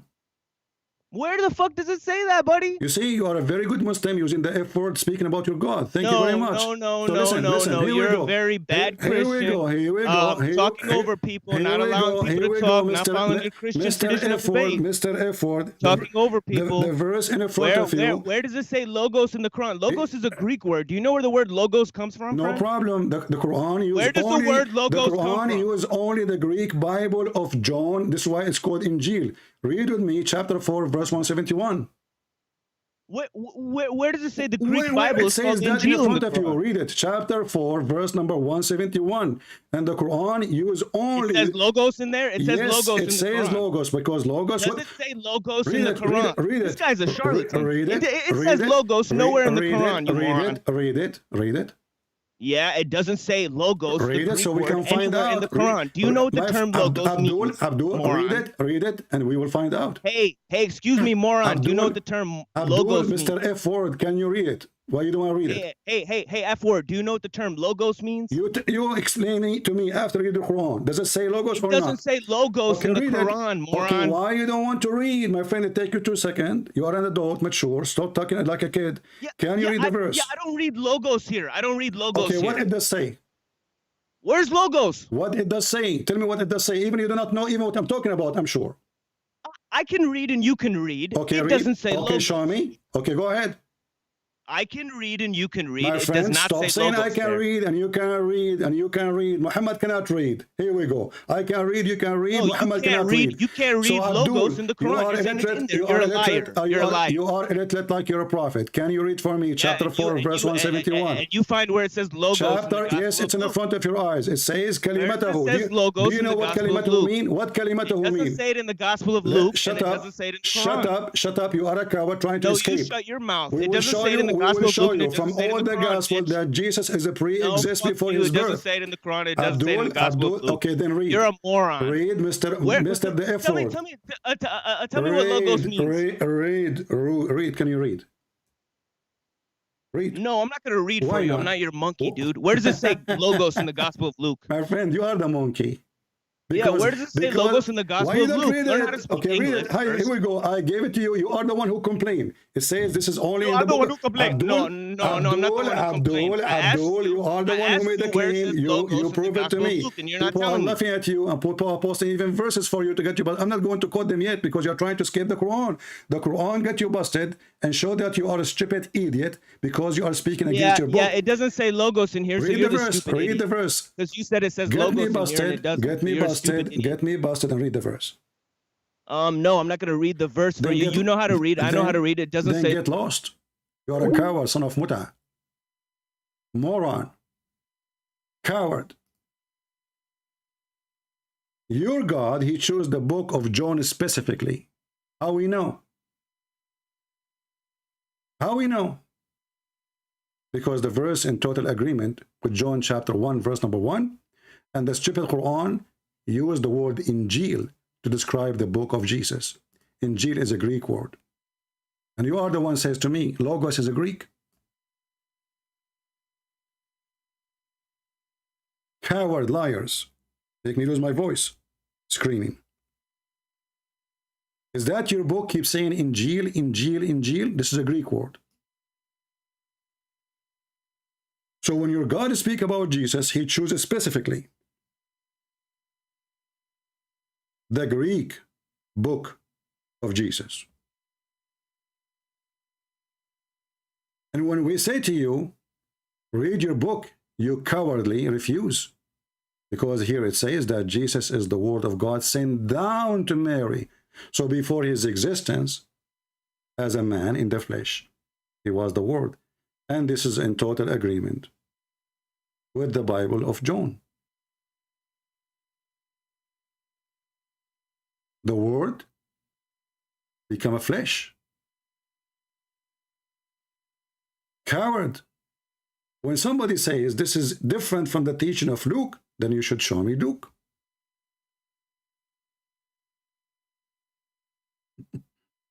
You should show me where in Luke it says, no, he is not the Logos.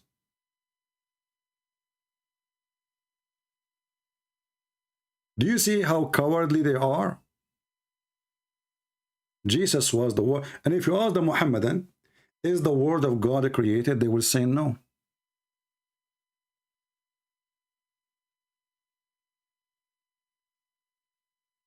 And now if we go to Luke, we will find tons of verses. I did not quote because obviously you don't want to read. You're just trying to jump like a monkey. And you are filthy like your prophet. That's why you use the filthy word. Jesus says to the Jew, what do you say about Christ? Let me open the verses. Coward. You think by screaming you make a point? You don't want to read, right? Why you don't want to read? Because it's an embarrassment. The second you start reading, people will laugh at you.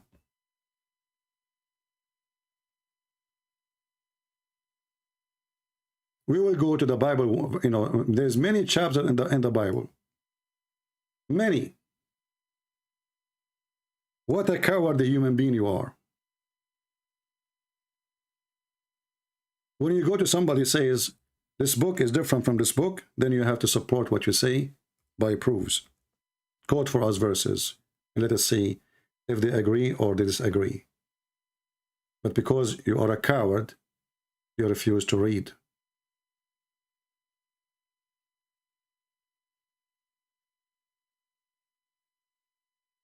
Let us go to the Bible.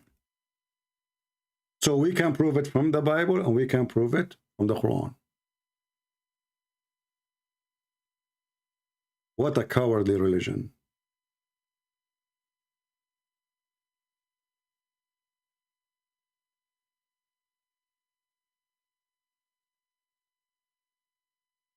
Let us see. You know, actually, each time Jesus, he speak, he confirmed that his existence is before his birth. Let us go first to book of Matthew, and then we will go to book of Luke, and then people will laugh at you.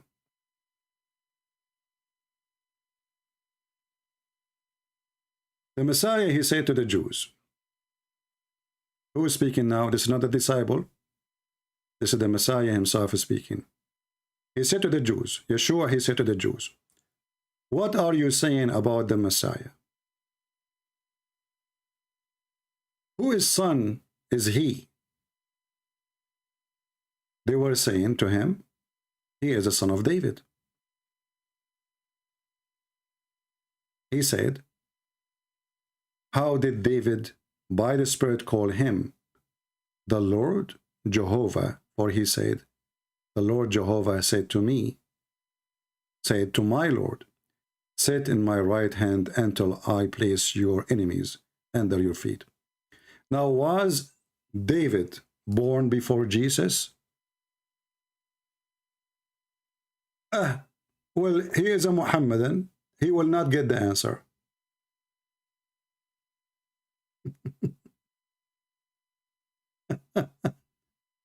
Now he will play dead. He will play dead. He will say, oh no, David actually he was after Jesus. You see, if Jesus does not exist, David worshiping Christ for what reason? Worshipping someone is not exist? Coward, like your prophet, no dignity, no honesty. I never found a Muslim he is honest. And then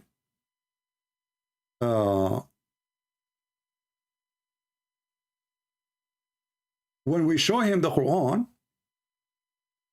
he don't want to read the Quran because the Quran confirms that Jesus is the Logos. Do you know what the Logos mean? He said the will of God. He said, not me.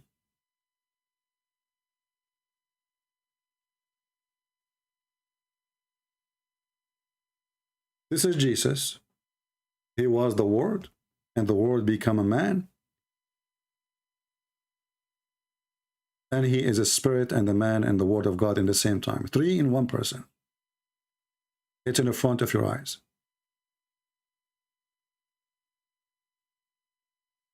Learn how those people, they play games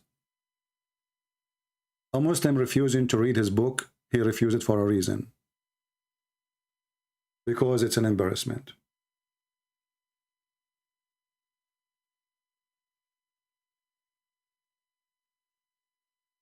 Where in the book of Luke it says Jesus was not exist? Can you show me? He said, you show me. What do you mean I show you? Show you what?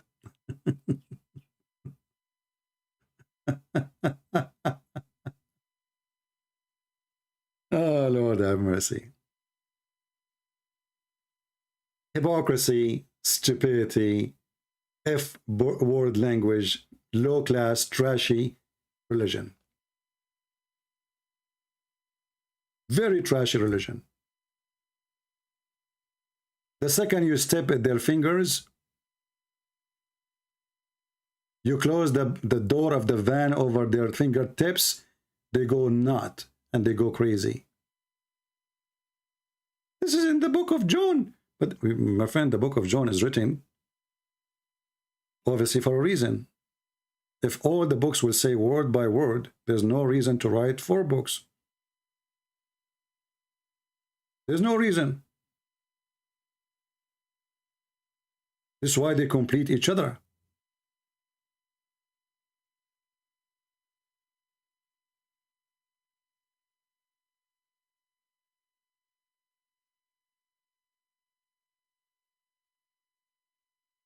A Muhammadan, because of the lack of the dignity, he will do anything he can do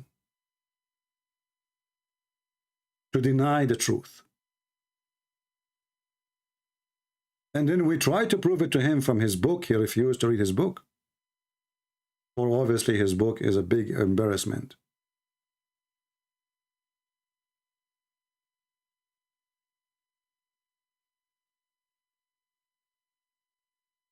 And now if we go to the book of Luke, what we will find about Jesus? Every verse in the book of Luke confirm who is Jesus and where he's coming from. Very cowardly argument.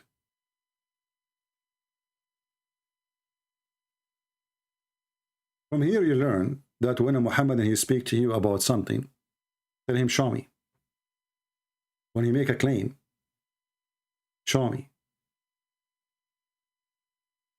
When he say something, tell him to show you. He made a claim. The coward is asking me to prove the opposite, to prove that Luke is different from John. Where? How?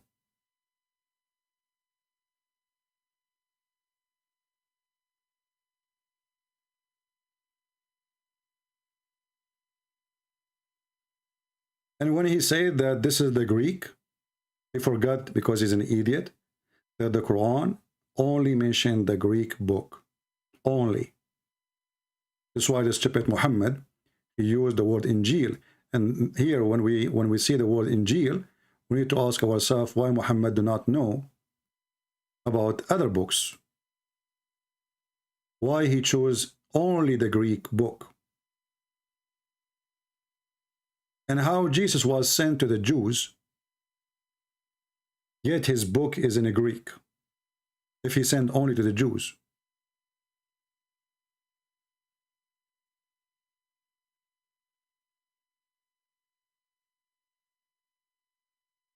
Do we have any decent Muslim? He have little decency to read for us what the Quran says about Jesus? Why Muslims are ashamed? It doesn't say logos. What logos mean? The will of God, he said. Good, here we go. Actually, just to show you how stupid you are, the Quran says that the similarity of Jesus is the same as Adam. That's what the Muslims say. He said to him, be, and he was. That is the will of God.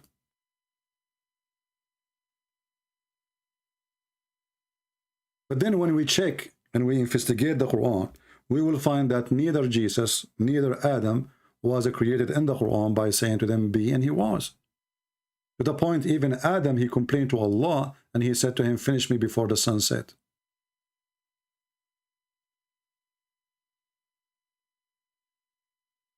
Any Muhammadan? Emery D, why you don't respond to the lies, 107 lies? Well, people who cannot find my first page and they say it's a fabrication, and then we get them busted in the book of Sex of Allah in 2 seconds. They are kids, and we always get them busted. Here we go, call me and read for me or tell me one of those lies and I will get you busted. Why don't ask your potato to call me and get me busted with one? Did you ask yourself why? Because he knew he is the one is lying. And you know what? If I said million things about Muhammad and 107 of them is a lie, that's mean Muhammad is the biggest fraud ever, because I said millions of things about Muhammad.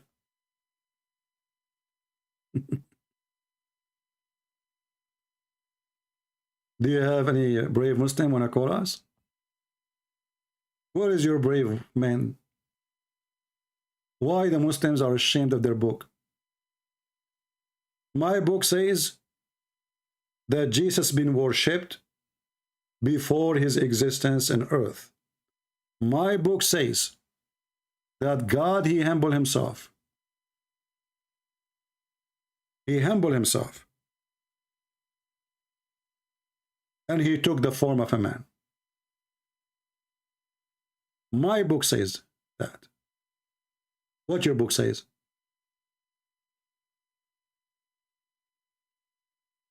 Huh?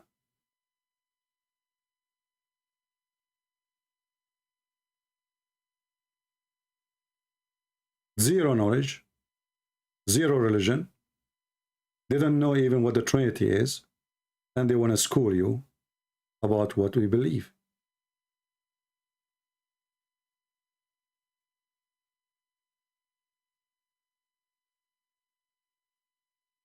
Do we have any Abdul?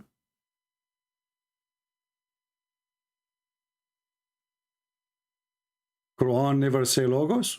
Well, you need to prove it. You refuse to read. Let me call you again. People will laugh. As long as it doesn't say logos, why you don't read it?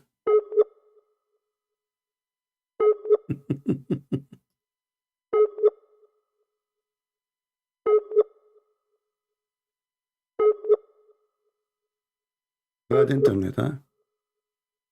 Hello? Huh.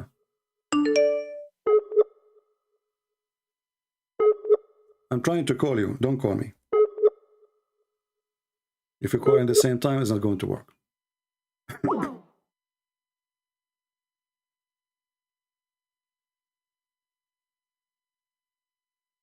Let me try again.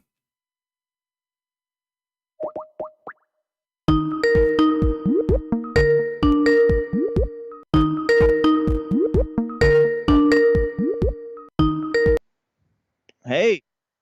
Hello. Hey again. Hey, where does it say logos in the verse you just mentioned? Why you don't read it? I did read it, my okay, friend. Go ahead. I'm listening. I did read it. Okay, read it. The similitude of Jesus before Allah. Chapter 4, chapter 4, verse 171. Chapter 4. I don't have a Quran in front of me. So what? You know, you are in the internet, you are in the computer. You can search the verse, or you can look in the screen. Look at the screen. Look on my YouTube. Okay, give me a second. Let me look it up. Since you insist, you know, but you still didn't answer me. Where does it say logos in the Gospel of Luke? Well, you see, you are an idiot. You know, John. No, you're a moron. Well, John, it doesn't say that in John, the Gospel of Luke. You are so the tell one me who where it says says me, that. You fucking idiot. Don't use the F word. No. Don't call me a moron. Don't use the F word. Where does it say it in the Gospel of Luke? You are a filthy and you are a whore. That's why you are using the word. Little bitch. You are filthy and you are a coward and you are a son of muta and you are the bitch. That's why you are using those words. You are a street boy. A person is defending his God using the word bitch, the F word, or you are the son of a whore, obviously. You learned about your God in the bar, in the nightclub.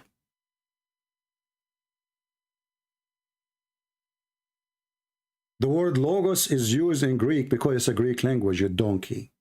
What do you want him to use? He's speaking to Greek people. Every book is written in a language and direction to a nation. It's why your stupid Quran, your son of a mut'a, says, we never send a messenger except in the tongue of his people.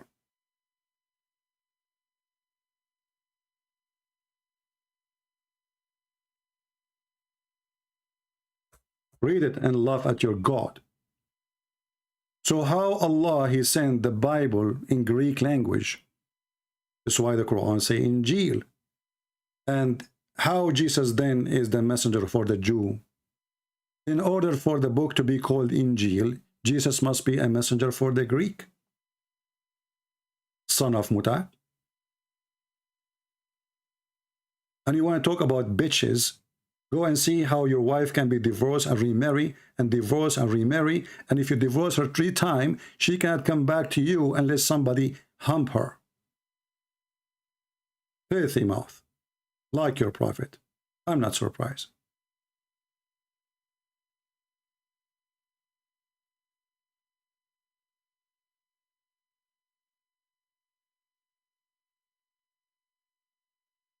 We never send a messenger except in the tongue of his own people. How you explain the stupidity of the Quran?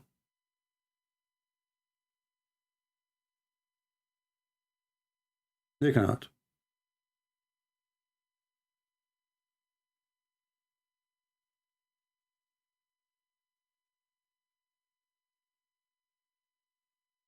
Do we have any Muslim, his mouth is clean? Where it says the word logos. Well, the logos is the word of God. And where is the word of God? Obviously, the word of God in Islam in his ass. It's not in his mind, according to you.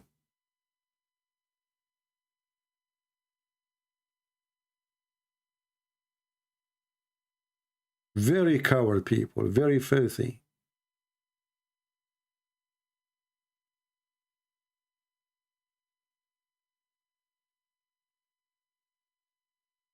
And now if we go and read from the book of Luke, do you accept what Luke is saying?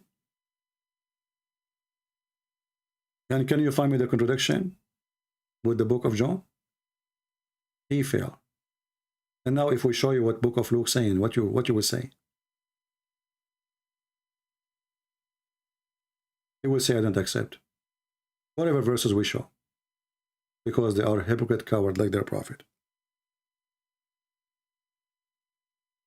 Do we have any brave Muslim? Who is a brave Muslim? He can challenge me to prove that Jesus exists, pre-exist, before his birth. Anyone?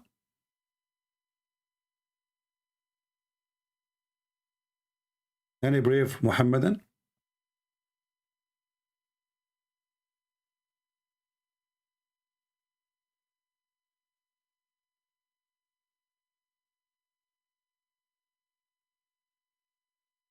Anyone? I apologize because we allow this person to speak. He have a very filthy mouth, but what you can do? We don't have a filter. The only way we can just hang up on him when he speaks filthy language.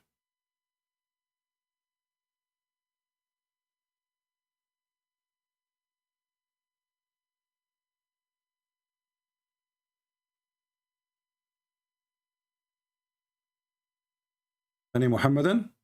My Skype is open. Just keep your mouth clean. You are welcome to call me.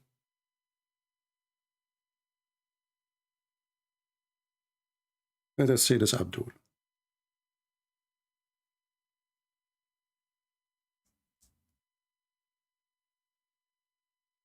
I just send you a text. If you're still there, please call me.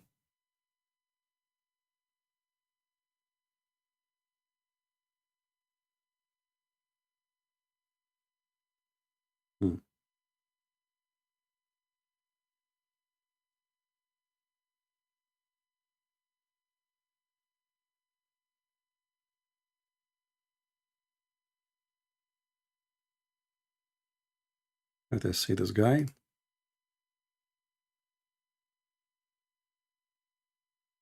Well, there's a guy, his name is Mac. He keeps texting me. If you are not a Muslim, I will block you. If you are not a Muslim, I will block you. So stop being stupid. I said a million times, if you are not a Muslim, don't text me. Let us see. Different Abdul.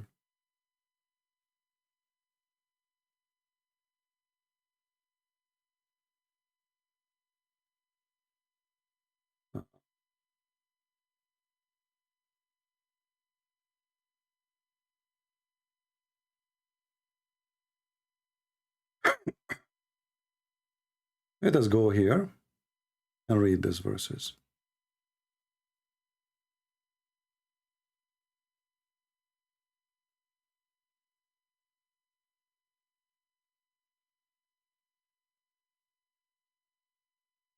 Okay.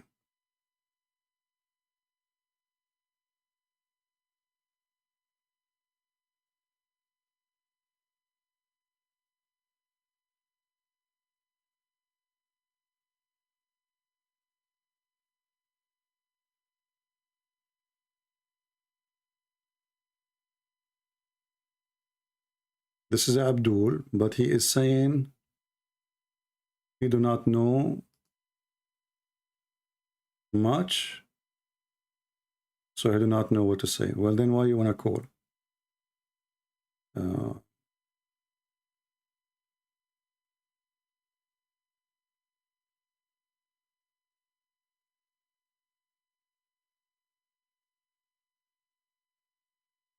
Let us see here.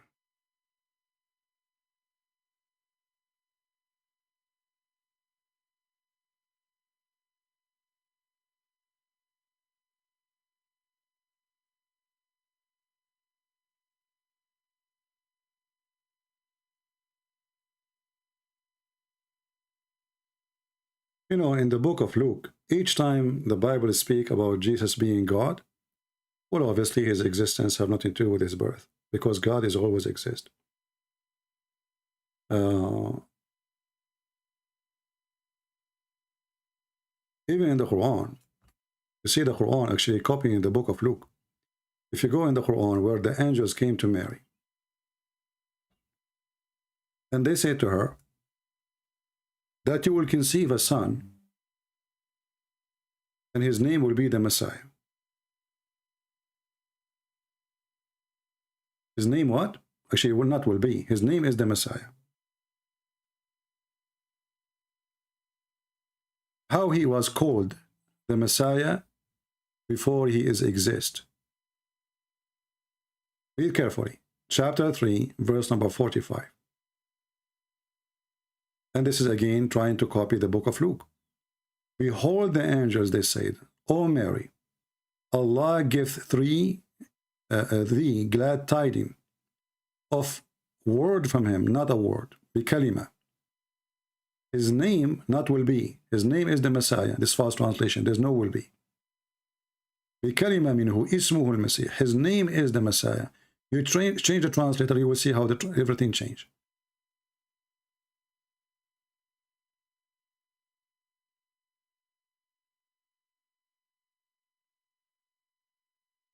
Look here, they start adding words. It's not there, you know. His name, suddenly, glad tidings of a word, and then between two bracket, be, and he was. But we know that Allah, he blew into Mary from his mouth into her vagina, and then she got pregnant with Jesus, and then she delivered Jesus. So he was not be, and Allah never used the word be. Change the translator, right away you will see different in the new Quran. For every Muhammadan try to cover the stupidity of his prophet. Let us see this guy. Behold the angels told Mary, God has given you glad news of the coming birth of the son, of a son, whom he called his word. Look at the translation, how it changed. Whose name will be the Messiah. Again, there's no will be. His name is the Messiah. So he have a name. He was the word.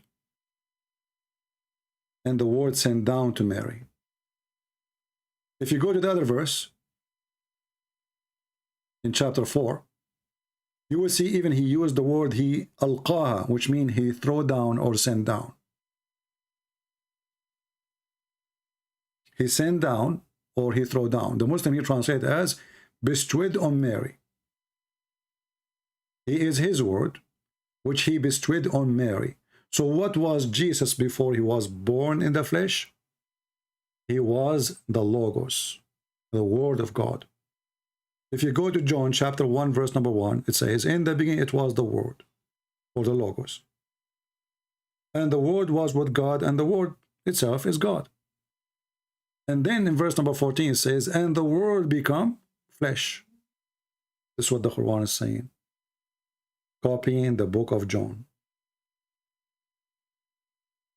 Then, if you go to Luke, you will see it says that he will be the Son, he is the Son of the Most High. He is already the Son of the Most High, not the Son of Mary. This is in the book of Luke.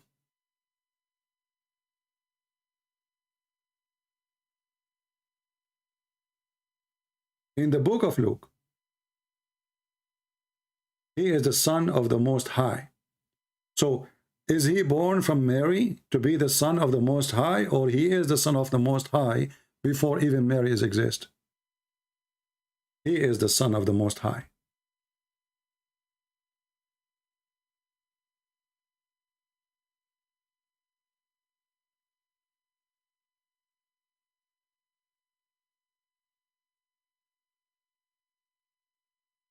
This is always Muhammad, he copy from the Old Testament and from the New Testament.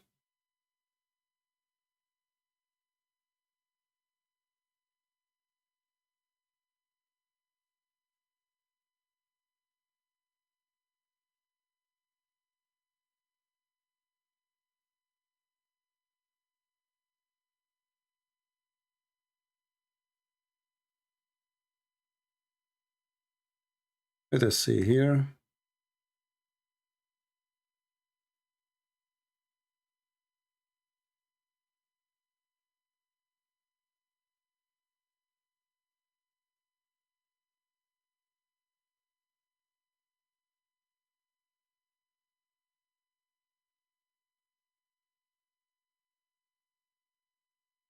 And we try to read.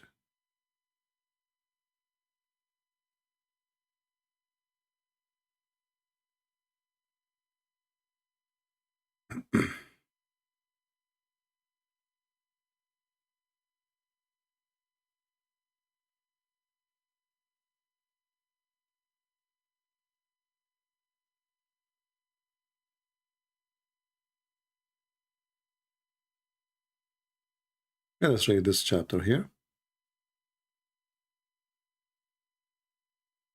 I'm just trying to find an English translation which is easy to read for me.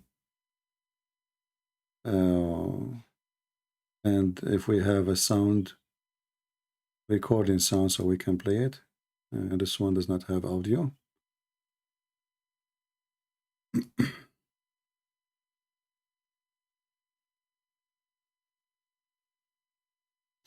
Well, let us go into the King James translation, because this is the only one have audio. Let's see here. The Gospel according to Luke, chapter 1. For as much as many have taken in hand to set forth in order a declaration of those things which are most surely believed among us, even as they delivered them unto us, which from the beginning were eyewitnesses and ministers of the word, it seemed good to me also, having had perfect understanding of all things from the very first, to write unto thee in order, most excellent Theophilus, that thou mightest know the certainty of those things wherein thou hast been instructed. There was in the days of Herod, the king of Judea, a certain priest named Zacharias, of the course of Abiah, and his wife was of the daughters of Aaron, and her name was Elizabeth. And they were both righteous before God, walking in all the commandments and ordinances of the Lord, blameless. And they had no child, because that Elizabeth was barren, and they both were now well stricken in years. And it came to pass that while he executed the priest's office before God in the order of his course, according to the custom of the priest's office, his lot was to burn incense when he went into the temple of the Lord. And the whole multitude of people were praying without at the time of incense. And there appeared unto him an angel of the Lord standing on the right side of the altar of incense. And when Zacharias saw him, he was troubled, and fear fell upon him. But the angel said unto him, Fear not, Zacharias, for thy prayer is heard, and thy wife Elizabeth shall bear thee a son, and thou shalt call his name John. And thou shalt have joy and gladness, and many shall rejoice at his birth. For he shall be great in the sight of the Lord, and shall drink neither wine nor strong drink. And he shall be filled with the Holy Ghost, even from his mother's womb. And many of the children of Israel shall he turn to the Lord their God. And he shall go before him in the spirit and power of Elias, to turn the hearts of the fathers to the children, and the disobedient to the wisdom of the just, to make ready a people prepared for the Lord. And Zacharias said unto the angel, Whereby shall I know this? For I am an old man, and my wife well stricken in years. And the angel answering said unto him, I am Gabriel, that stand in the presence of God, and am sent to speak unto thee, and to show thee these glad tidings. And behold, thou shalt be dumb, and not able to speak until the day that these things shall be performed, because thou believest not my words, which shall be fulfilled in their season. And the people waited for Zacharias, and marveled that he tarried so long in the temple. And when he came out, he could not speak unto them, and they perceived that he had seen a vision in the temple, for he beckoned unto them, and remained speechless. And it came to pass that as soon as the days of his ministration were accomplished, he departed to his own house. And after those days his wife Elizabeth conceived, and hid herself 5 months, saying, Thus hath the Lord dealt with me in the days wherein he looked on me, to take away my reproach among men. And in the 6th month the angel Gabriel was sent from God unto a city of Galilee, named Nazareth, to a virgin, espoused to a man whose name was Joseph, of the house of David, and the virgin's name was Mary. And the angel came in unto her, and said, Hail, thou that art highly favoured, the Lord is with thee, blessed art thou among women. And when she saw him, she was troubled at his saying, and cast in her mind what manner of salutation this should be.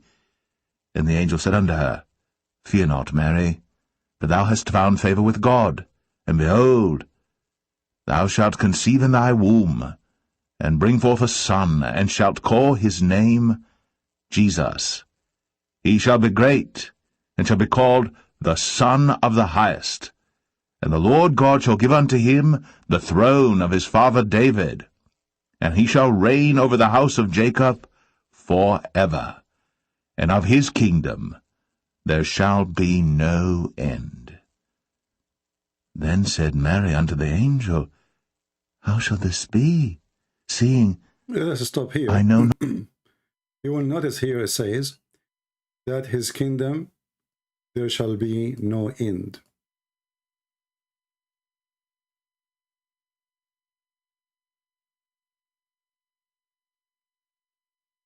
Well, is that something will happen, or something already is exist? He have the kingdom. He is the king of the Jews. He is the king of the world. He is the king of the kings, and his kingdom will never have ends. That's why Jesus says, before Abraham I am. That's why he said, I am from above, you are from below. That's why the Bible says that the whole world is created by him and for him. And then Abdul, he says to us, it doesn't say that, CP. We as a Christians, we don't believe only in one book. We believe in 4 books. So when you speak to Christians, you speak to them about their books, not one. And the book of Luke confirm all over that Jesus is God. And the second you say God, that means he is always exist. For God, there's no point of existence for him. This is what the word God mean. If God, there is a point of existence, that means he was not God. Because what was before him? Who was the creator? So this is what we believe. And the Muhammadan, he tried to play games. And the Quran, when the Quran says that the similarity of Jesus is the same as Adam, the Quran made a stupid mistake. Because Allah, neither when he created Adam, he said to him, be, and he was. The Quran says that Allah, he made the mud, he fashioned the mud, and then after he fashioned and he complete partition, he breathed into the mud. And actually, he created him by his two hands. And this is a clear contradiction. You see here, this is the same book, not book number 2, not book number 3, not book number 4. This is the same book, cannot maintain its own language. This is Allah. He created the human being out of a pure mud, molded clay. So he made a mud, chapter 15, verse number 26. He made the genie from a smokeless fire, which is fiction. Then the angels, they say to Allah, are you going to create someone?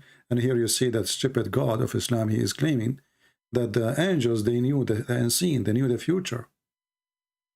You know?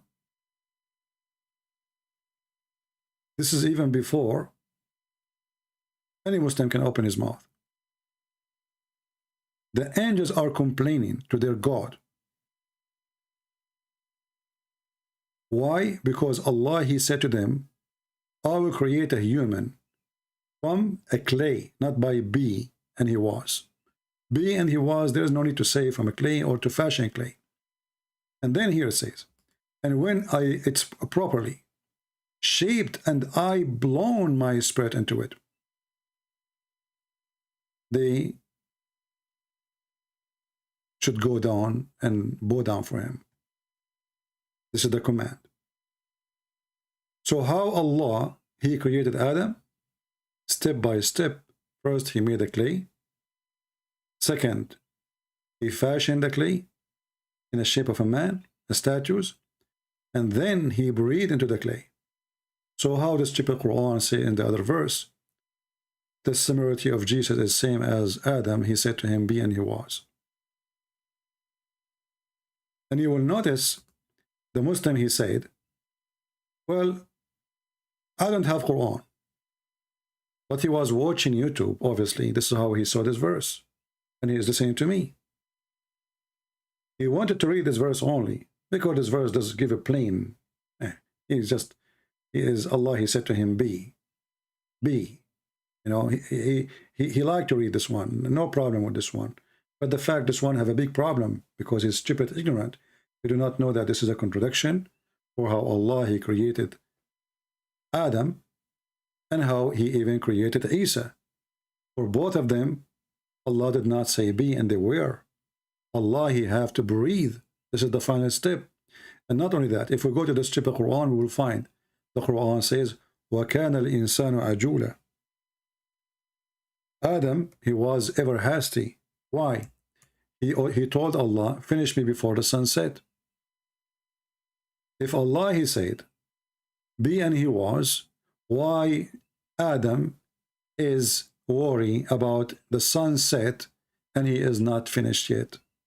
So even after he breathed, and you can open the Islamic interpretation so you can read and laugh. You can go right now to Ibn Kathir and you will see that Allah, when he created Adam, he asked him to finish him before the sunset.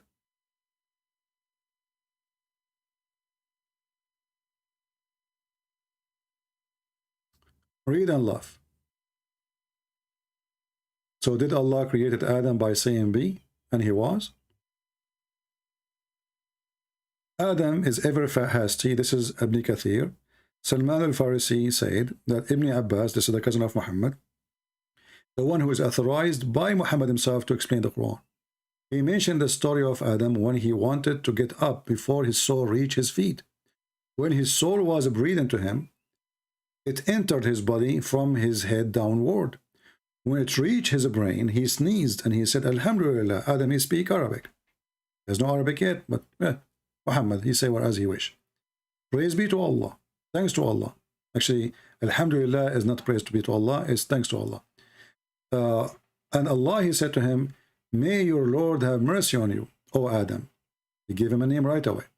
When it reached his eyes, he opened them, and when it reached his body and his limbs, he stared to stare at them, or started to stare at them in wonder. He wanted to get up before his spirit reached his feet. He could not. So he said, "Oh Lord, make it happen before the night come." So where Allah, he created Adam and he said to him, be, and he was.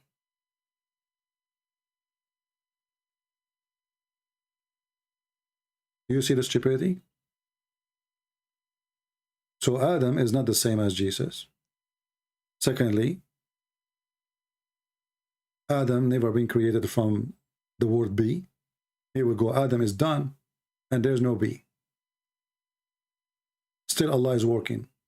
So when he said be, after he finished everything, what the point of saying be? After you make the mud, the clay, you breathe into it, and then you say be? And then Adam is worried that Allah could not finish him yet?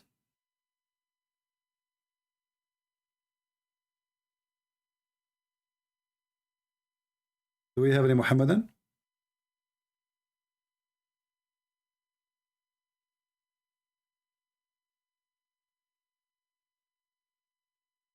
Anyone?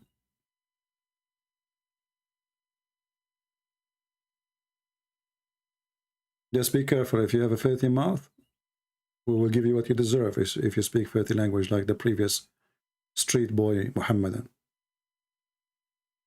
This is how you know what kind of a person you speak to. You know, children, they learn from their parents, the language they speak. What this man, he said to me, is what his mother, she say at home, and what his father say at home. And this is the language of their house. Very filthy, very trashy.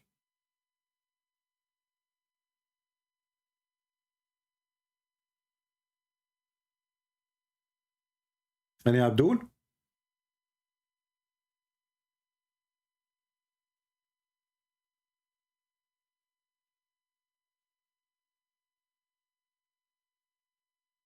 Anyone?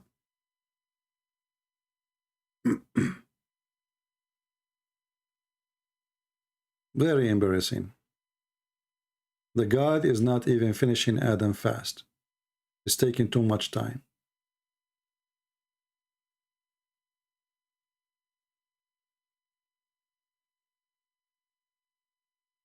Anyone?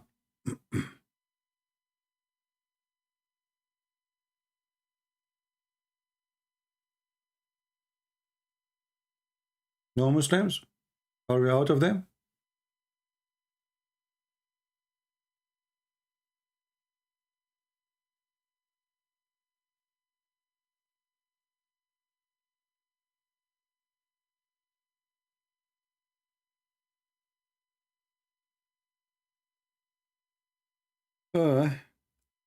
I was expecting more Abdul to call us.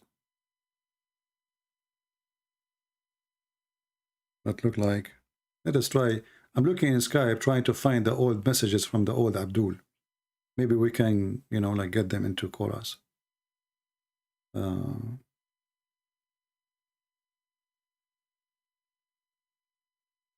Sending them messages.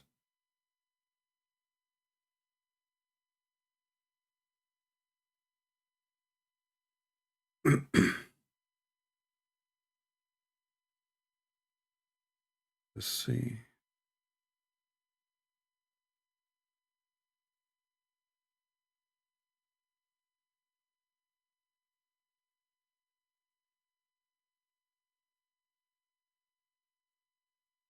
You know, in the book of Luke, as an example, in chapter 10, where it says that no one really know the Father except the Son. So if Jesus is just a person who is born like us, And this is before he go to heaven. You know, if he was not in heaven, he is just born, as you are born and I'm born. But we know that Jesus' birth was a miracle. But if he is just, his existence was the moment where he was born, then how he say, no one knows the Father except the Son?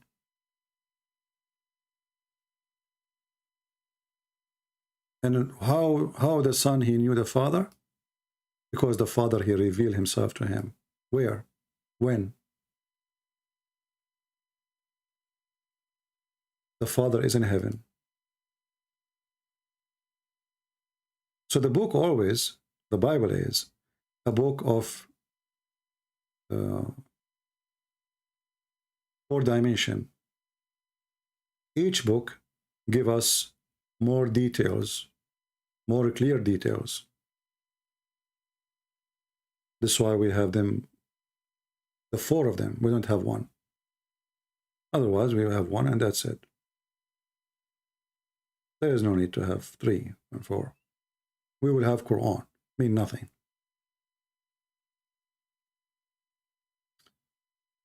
If we go to Luke verse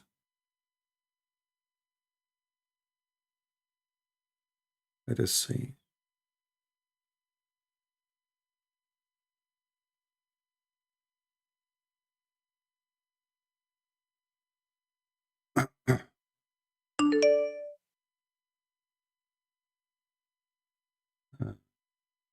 I see your name is a Christian name, so don't call me, my friend. Don't call me.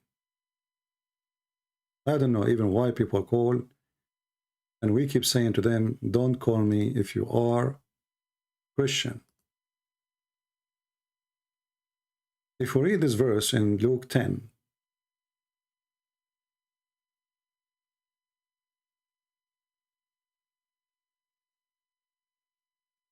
let us go there.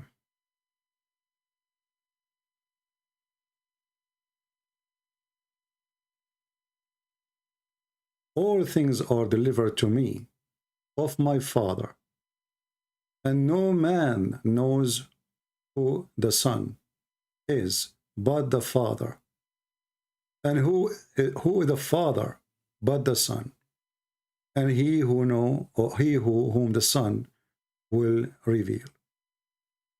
Speaking to who? Speaking to his disciple.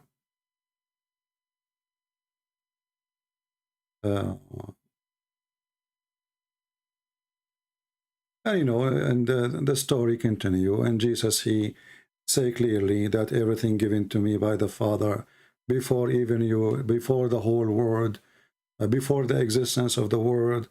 And then the Muslim, they say to you, this is only in the book of John. We laugh. Literally, we laugh. And even the Old Testament give us many, you know, prophecy about Jesus.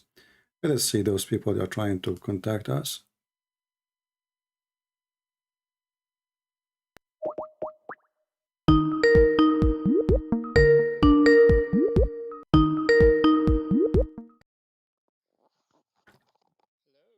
Hello. You are a Muslim, my friend? I'm an ex-Muslim. Am I still allowed to talk? Okay, you are an ex-Muslim. Okay, we will, let us, what do you want to share with us? Oh, thank you so much. It's been nearly 1 year. I tried to call you, CP.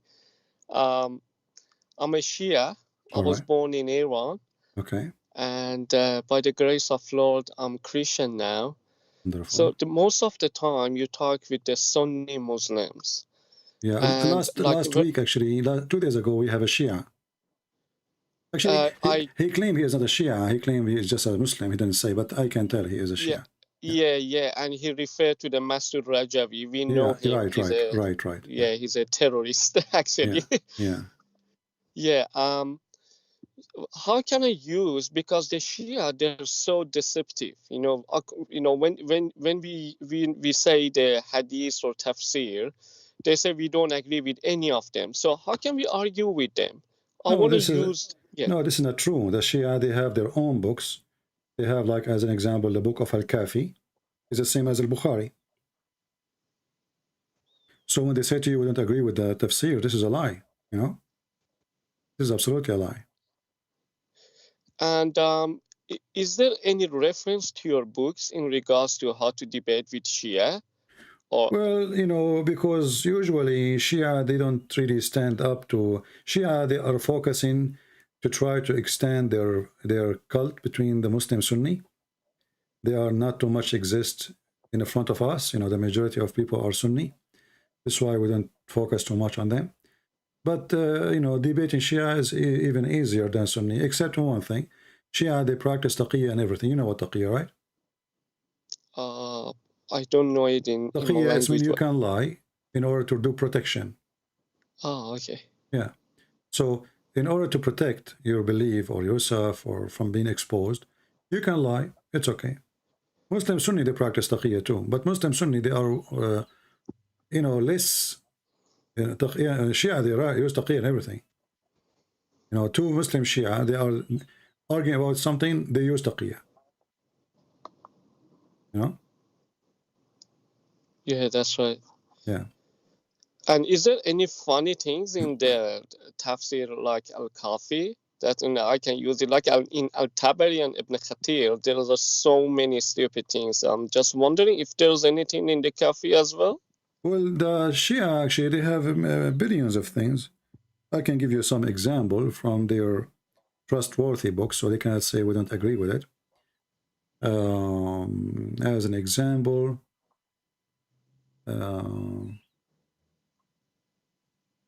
let us go and see.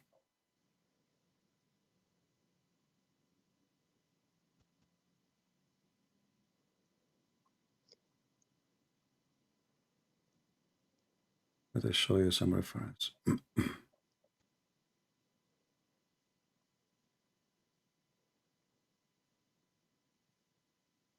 Okay, let us see about Al-Kafi, as long as you mention Al-Kafi. As an example, they say, they speak about the sign of an imam. You know what imam is, right? Yes, that's right. Okay, the imam is a person who don't scratch his, like he don't stretch, sorry, his hands. And he see his front and he see his back. And his farting smell like musk. This is in the book of Al-Kafi, volume number 1, page number 319. Let me find it for you.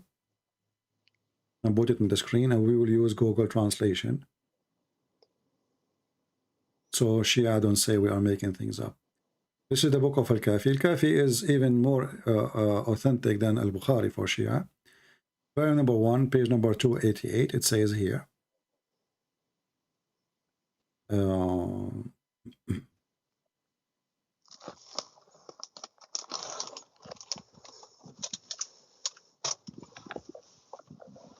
Yeah, there's tons of stupid things. As an example here, it says, Abu Ja'far alayhi salam, he said, the Imam have 10 signs. First of all, he is born circumcised already. Born with circumcision. And then, if he fell in the ground, he fell only on his ass. Only, in his butt. And the second his ass touched the ground, he say Shahada. And he don't get dirty from sexual intercourse. And when he sleep, his eyes never sleep, and his heart never sleep. Sorry, his eyes sleep, but his heart never sleep. And he don't do yawning, and he don't stretch his body. And he can see his back and his front. And when he do fart, his fart the same as the musk. And the earth will eat his poo-poo. Let us see here, use translation, Google Translation. You know, Google Translation not too much accurate, but, you know. So here it says, the Imam have 10 signs. He is born circumcised, not a clean, circumcised. If he fell in the ground, he fell in his ass. And he said the Shahada. No, the Shia, they have 2 Shahada, supposedly. And when he sleep, his eyes sleep, but his heart never sleep. And he never yawn, and he never stretch his body. And he see in the behind and see in the front. And when he do fart, his fart smell like musk. And again, this is the book of Al-Kafi. part number 1, page number 388. No? So, you know, what make you leave Islam, my friend, as long as you were a Shia? To be honest, I didn't want to become a Christian, but where I live, you know, my English at the time wasn't good, so I went to the church to use the free English class, because the church provide the English lesson for the people who are not English spoken. And then it was once a week, and they were just so kind, CP. They accept you no matter, you know, what your previous belief is, what your skin color is, what you're thinking. They just embrace you with any idea that you have, regardless. So slowly, I was like so curious to see what they believe. You know, why they're so kind with no exception. They love everyone, and then is unconditional love. And I said, and slowly, you know, I start attending the church, not for the English, but for the Bible study and these kind of things. And I realized they have the all reading from the same scripture, which is the Bible. And in the Bible says, you know, even love your enemy, love your neighbor like you love yourself. I said, oh, that's why, you know, the roots of the Christianity is all based of love, not the hatred like Islam. And that was the reason. So, but what made you first, like, you know, I mean, like, did you find Islam is to be stupid, or? Oh yeah, I was born Muslim. You know, the military service in my country is compulsory, so they even in the school, you know, when I was kid, you know, they force us to pray in public in the middle of the summer. You have to stay in sun and pray for nearly half an hour or 45 minutes. You know, they force you, you know, to be fasting, and you know, we just sneak out, you know, go somewhere in the toilet, eat, and come out. If they see you eating, they beat you. And everything was compulsory. You know, you can't find a job if you're not a believer. Even if you're not, you have to pretend. Yeah, pretending is the way always. Yeah, that's right. You know, they force you to go to the mosque and they pray. Everything is forcefully. But nowadays things change in my country. Unfortunately, people becomes like atheists. They don't believe in anything because they try to force people to practice Sharia law, and this is so bad. But people, I can see from like I'm in the clubhouse as well. It's like so many people live in Islam and become Christian. I can see, but they're doing like an underground activity. They can't do it in public, obviously, but so many people live in Islam. Well, yeah, I saw, actually, I used to have a friend when I was in the army. His name is Ruhi, you know, and he is from Iran.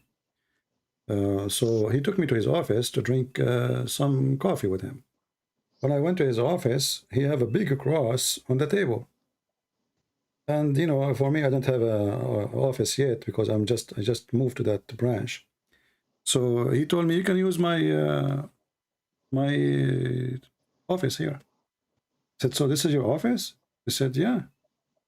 I said, but you are from Iran, right? He said, yeah. So this cross for who? He said, oh, this is my cross. You have a big cross, not only cross, it's a big, huge cross on the table. And then he says, this is the cross and this is the Bible next to each other. I never move anywhere without taking the Bible with me. So I became interested to know. And then he told me that him and his father and his family, all of them, they become Christians. And he is serving in the USA Army, you know. And then, you know, I remember once another officer, he come and he says, well, sorry, we are giving you this office and you are a Muslim, right? He don't know, you know, I'm Arab, so he think I'm a Muslim. So I said, no, I'm Christian. He said, oh, okay, so the cross doesn't bother you here. I said, no, absolutely. Leave it as it is, you know? Yeah. So I was surprised, actually, about the number of Iranian leaving Islam. And I remember once I saw in the park, like thousands and thousands of Iranian, and they have a big sign in Arabic. So I stopped. I said to myself, man, this is really bad. All of those are, you know, Muslims here. You know, this is trying to fool us about Islam. So let me go in the park and see. Then I found that every single booth in the park, it was a Christian convert festival. Only convert. All of them are Iranian. And I believe that the Iranian they are the biggest converted church in USA. Yes, yeah, even here. Yeah. Yeah, there are so many. Anyway, my friend, if there's anything else you want to say, maybe we can. Oh, the last thing, I'm not gonna waste your time anymore. Right. In Shia, they make Ali as a hero, and I remember in one of your debates says Ali burning people alive and kill so many people. Do you know any event, any war that he killed so many people? Well, you know, Muslims they have their own stories, and we cannot confirm if it's true or not. But what we have that Ali was a very aggressive criminal to the point he burned people alive for no reason. Actually, even he group of people, they praise him so much he burned them alive. Let us see where we can find the hadith, and this exists in the Shia and the Sunni book.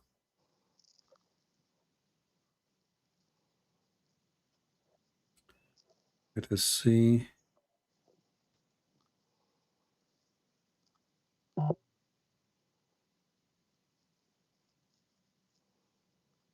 Here I see Muhammad burning people are burning trees. We want to find where Ali burned. Here we go. This is Sahih al-Bukhari. And the Shia agree with this. Ali burned some people. And this is news reached Ibn Abbas. And he said, had I been in his place, I would not have burnt them. As the Prophet said, don't punish anyone with Allah punishment. No doubt I would have killed them. For the Prophet said, if somebody, a Muslim, disgraces his religion, kill him. So obviously Ali is a very, very aggressive criminal. Now about him being a hero, I don't know what hero mean. I mean, being a fighter, maybe. It might be. Aggressive criminal, maybe. But that will not make him a good man. You know what I mean? Yeah, they say in the night time, Ali went out and, you know, just start feeding the orphan, put their food behind their door and these kind of things. Well, those stories, there's no, I mean, the Shia, they have endless stories. The Shia, they believe that Ali is light and Fatima is light, and the light marry from the light, you know?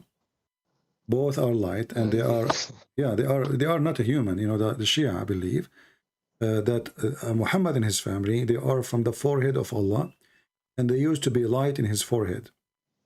And they took the look of a human being, but they are not a human like us, you know? Yeah. Yeah, that's why they say Ali and Fatima, النور تزوج من النور. The light married from the light. You know, both of them, they are light, and they married each other. Yeah. Well, I'm happy great. for you, my friend. Maybe you can invite some Shia to call us, and then we can use Shia reference in order to teach about Shia. You know, I like always to mention things if I am debating someone is a Shia. Yeah, sure. Yeah. Thank you so much, CP. What you're doing is priceless. It's priceless. I really appreciate it. I don't know how to thank you. You're doing amazing job. I learned a lot. It's been nearly 2 years, I guess, I'm listening to you. It's so knowledgeable. At the same time, honestly, it has a little bit of fun as well. I really enjoyed. I see the comment. They really enjoyed. Thank you so much. You're welcome, my friend. Take care. God bless you. Thank you. Bye. Yeah, the Shia have a lot of crazy stuff. As an example, you know, the Shia believe if you wear black shoes, your penis will not work. If you go to the book, it's called Al-Hur Al-Amili, volume number 5. Let me find the reference. Here we go. The chapter of hating wearing black shoes. why we cannot wear black shoes? If you wear black shoes, it hurts your vision. It's going to damage your vision, and your penis will become limp. And it's more expensive than other shoes. No? Let us use translation. Now, many men now they will throw their, many women maybe they will go and throw their husband's shoes in the garbage if they are black. He advised them to wear yellow shoes. It says here, he said to him, why, he said to the, he looked at the companion and he said that they have a black shoe. Translation is not coming right. He says, why you have a black shoe? Don't you know that it harmed the eyesight and relax the penis? And that it's more expensive than other shoes? And no one wear it except he, like he becomes so proud. So the Shia, they hate to wear black shoes, and they favor the yellow shoes because yellow shoes will make your penis strong. Well, I mean, Shia, they have way more stupid things than the Sunni, but doesn't make any difference really. Both of them, they have stupid things. But I think the Shia, they beat everybody in their madness. Like Al-Hassan al-Hussein speaks 70 million language, something like that. I mean, crazy stuff. Do we have any other Muslim? We have here.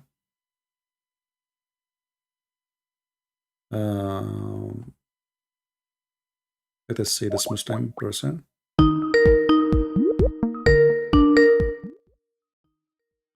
We will mute the microphone and the speaker. Hello?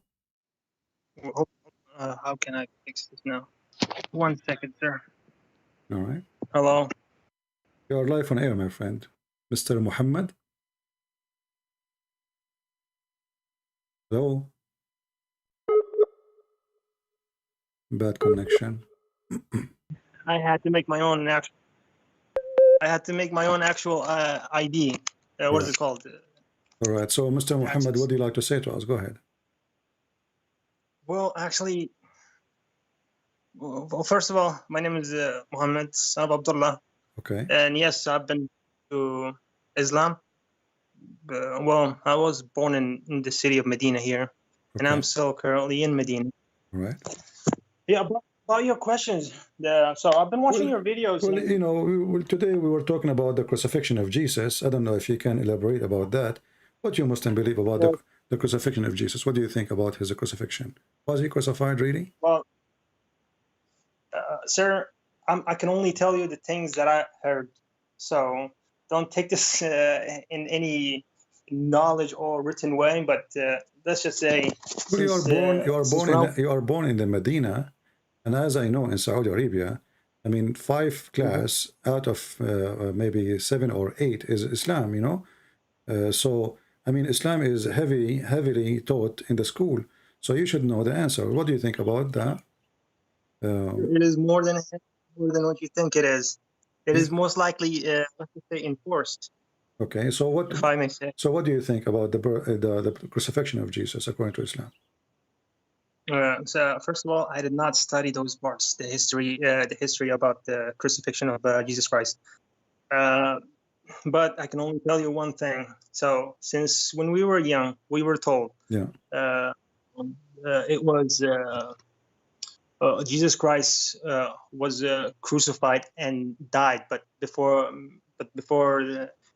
his death comes in, his soul was taken by Allah, and it was replaced by someone else. But where is this story coming from? Exactly, that's what I'm trying to explain to you. So these stories were told to us, but I cannot find that story myself, even though I did the research. I mean, it's let's just say the Google has very some amount of research talents, but it did not find that. But you see here, Muhammad, what happened, that now what we are discovering, me and you together, that the Muslim, they don't follow their religion really. They follow somebody's, he said, she said. Who said? Why they said that? Nobody asked the question. I've been watching your videos like for let's just say from the start of Ramadan month. So this is the 8th and 9th. Yeah, and to be honest, I did do the research myself, and you are correct. And yes, I did ask. Well, what is it called? What do you say? What do you guys say? Mullah, Sheikh, Sheikh, yeah, Sheikh. Mufti. Yeah. One of them. I just hinted the question about verse 33, chapter 33, verse 50. Okay. Then, in the answer, like the other guy said, not very satisfying answer. But yeah, I mean, even though I mentioned the Qurtubi that you also mentioned about the 16 privilege of the Prophet. Yeah. All those things, and the answer that I got was not what I was expecting. So yeah, you are correct. But the main reason that I'm trying to call or trying to deliver the message to all the Muslims who are trying to prove they're part of the story, like the other brothers from Pakistan or UK, they're trying to convince you with whatever they have without having any let's just say backdoor or knowledge, any evidence, anything, right? Any evidence. Yeah. So what do you, so what do you think now? Are you like I feel like you are now kind of, maybe you want to leave Islam or something like that. I don't know if I'm wrong. To be honest, you do make a lot of points, but you know that what you're asking is kind of a suicidal mission. I'm not asking you to do anything. You know, you are smart. You know what you are doing. You're adult. So are you like suspecting Islam to be truth? Sir, look, as a Muslim, and I'm also in Medina myself, currently in Medina right now. All right. Okay, you can hang up if you don't want, I don't want you to risk your life. You know, we are live on air, as you know. So if you think that will risk your life, you can hang up. Well, at least let me say one thing that I wanted to share from the beginning. Okay. To all the brothers that are listening, Muslim brothers and sisters, fathers or mullahs and sheikhs, if you study or trying to research all the questions that has been asked by Christian Prince, it is literally written down there. Like whenever a topic or a conversation about age of Aisha, hiding it is useless. It is true. Whatever that was mentioned in the hadith, that is true. Also, it's written Sahih al-Bukhari. So yeah, before jumping into any conclusions, try to understand the actual knowledge itself. So you know why Muslims, they defend like in a I don't know if you heard the person who called me and he started calling me names. Why the Muslims, they are very aggressive, but yet they have zero knowledge. I mean, based on what? Where is the aggression is coming from? You know, when somebody, like if I am sure, I will speak as sure. A Muslim, he do not know what he's talking about. He do not know my book. He do not know his book. And then he shouted at us, claiming that we are the wrong. Yeah, well, also, don't forget about the guy that says, I do not believe in hadith. I only believe in the book. Yeah. You heard about that guy? Yeah, all of them, actually, all of them, they do that. All of them, the second you show them the hadith, they try either to say, we don't accept any hadith, or they say this hadith specifically. It's just to get rid of it. It's just a way to escape. So according to the Islam, okay, the religion of Islam, those people who actually say that they don't believe in hadith, that means they also don't believe in the Prophet himself, which means they are not Muslim. So they just revoke their Islam at that point. Do you have any idea about that? Well, you know how somebody can follow Islam without believing in what Muhammad said, right? I mean, isn't he exactly? Isn't it he is the teacher? So the Quran is a book. It's coming from Allah. So what is the duty of Muhammad? Just to recite the Quran? If this is the duty, then Allah can recite the Quran by the angel, and that's it, you know. So the Quran, even the Quran itself says that you have to obey those who obey the messenger. They obey Allah. So Muhammad, you have to give orders, and those orders have to obey. And then if you ask the Muslim, do you practice muta? They say to you, no, it's forbidden. They say, okay, then you have to accept the hadith. Because it's forbidden by who? By the Quran? No, the Quran approve it. And then you ask how the Quran can be deleted or disapproved by hadith. The Muslims always lie to us and they say, well, if the hadith contradict the Quran, we take the Quran over the hadith. Then we find the second we ask them about the muta, they say, well, you know what? We don't accept to do muta no more because the Prophet, he forbid it. But this doesn't mean hadith is more strong, a statement of Muhammad is more strong to follow than a statement of their God. So which one the Muslim they follow? Yeah, let me add to that if you don't mind. Go ahead. You know the Shias, this Shia side. Also, in the Quran, it's only mentioned the 3 prayers, not the 5. Exactly. Okay. Yeah. And one more thing. There was one more thing about the Shias that you mentioned, and I did research, and it turns out to be truth. That was also written in the Quran, and it actually did approve, but it's been added as an addition through hadith. Everything is. I mean, everything is. You know, the issue is Muslims, they collect those books for centuries, and now we read them for them. They get upset. How come you did not get upset for having those books all those years? And if they themselves read the book, they don't complain. As an example, there's a guy. He have a video. I don't know if you saw it in Suku Film channel. He was saying, "Sound like Allah. He gave us permission to do prostitution." But when I make a video says the Quran teach it's okay to do prostitution, they say it doesn't say that. CP, you're a liar. You know. But when they speak alone, the video is there. When they speak alone, Muslim together, you know, they say, look like the Quran give us permission to do prostitution. If I read it for them, if I read it for them and I am the one who say it, they say you're a liar.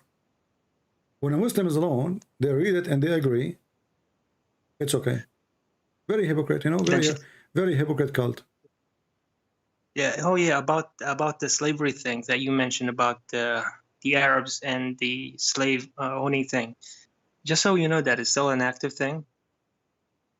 Well, I know what Saudi Arabia is. Until now, they have slaves, and the biggest slavery country in the world now is Mauritania, as I understand, and never been forbidden by Islam to not to have slaves. You want to count about 5 million. Yeah, the whole country in Mauritania, almost in the 70% of population is slaves until now. But you see, slaves is not really what make me refuse Islam or not, because Muslims, they try to explain like, Islam came and there's slavery already, and Islam encouraged people not to have slaves. By what? By freeing a slave. But if you read carefully, you will see Muhammad, he made to free a slave, but he did not forbid him from capturing a new slave. So now it's like you have to sacrifice a turkey in the Thanksgiving Day in America. Oh yeah. So what you have to do? You have to buy a turkey. Video. You have to buy a turkey, right? In the Thanksgiving Day. So what Muhammad did, in order to flourish the slavery market, you go buy a slave, you free the slave, and then another Muslim, he need a slave now because he want to be forgiven. So he go and buy another slave, and this is what make the market of slavery go crazy.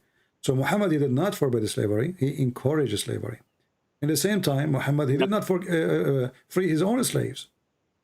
Even Bilal, the most famous slave, which is bought by Abu Bakr, Muhammad, he died, and he come to Abu Bakr and he said, Bilal, he said to him, well, if you bought me for the sake of Allah, free me for the sake of Allah. They keep promising him, you will go to heaven, you will go, okay, but free me,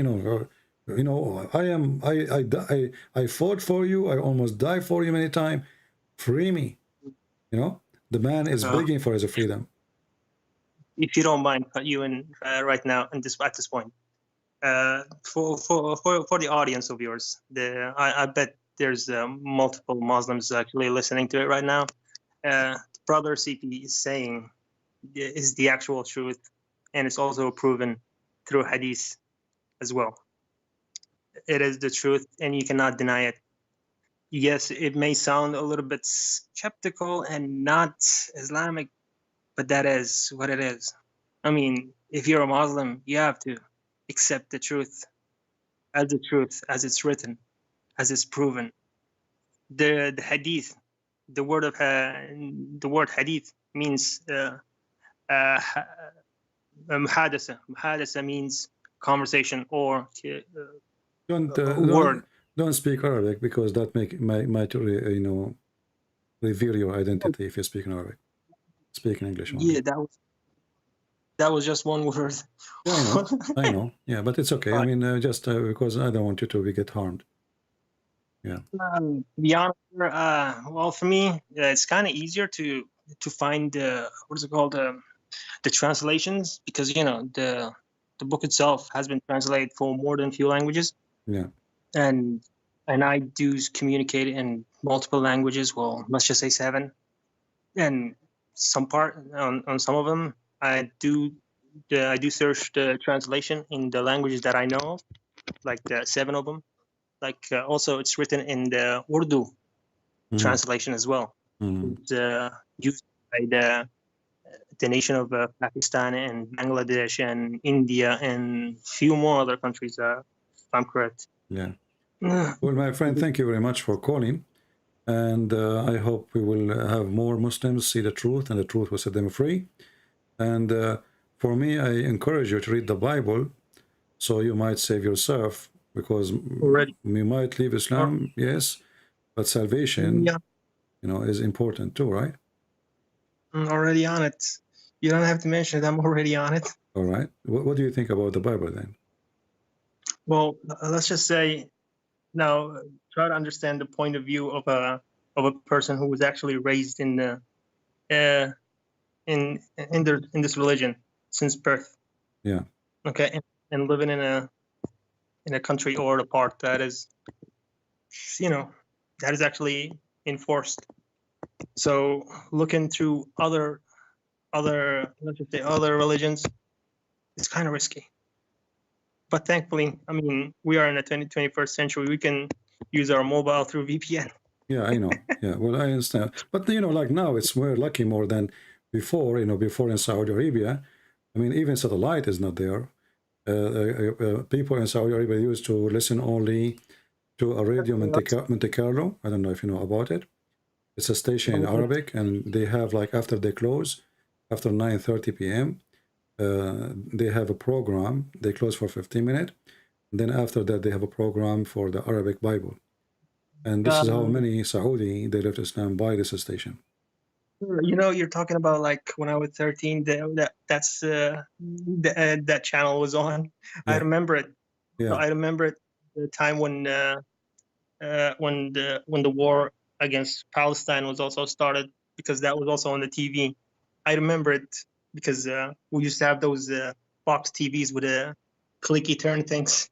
Yeah, well, the Muslims, they are even like, once there is a Saudi, he was watching a TV news, and he saw, like, Israeli soldiers and Palestinian, Hamas, etc.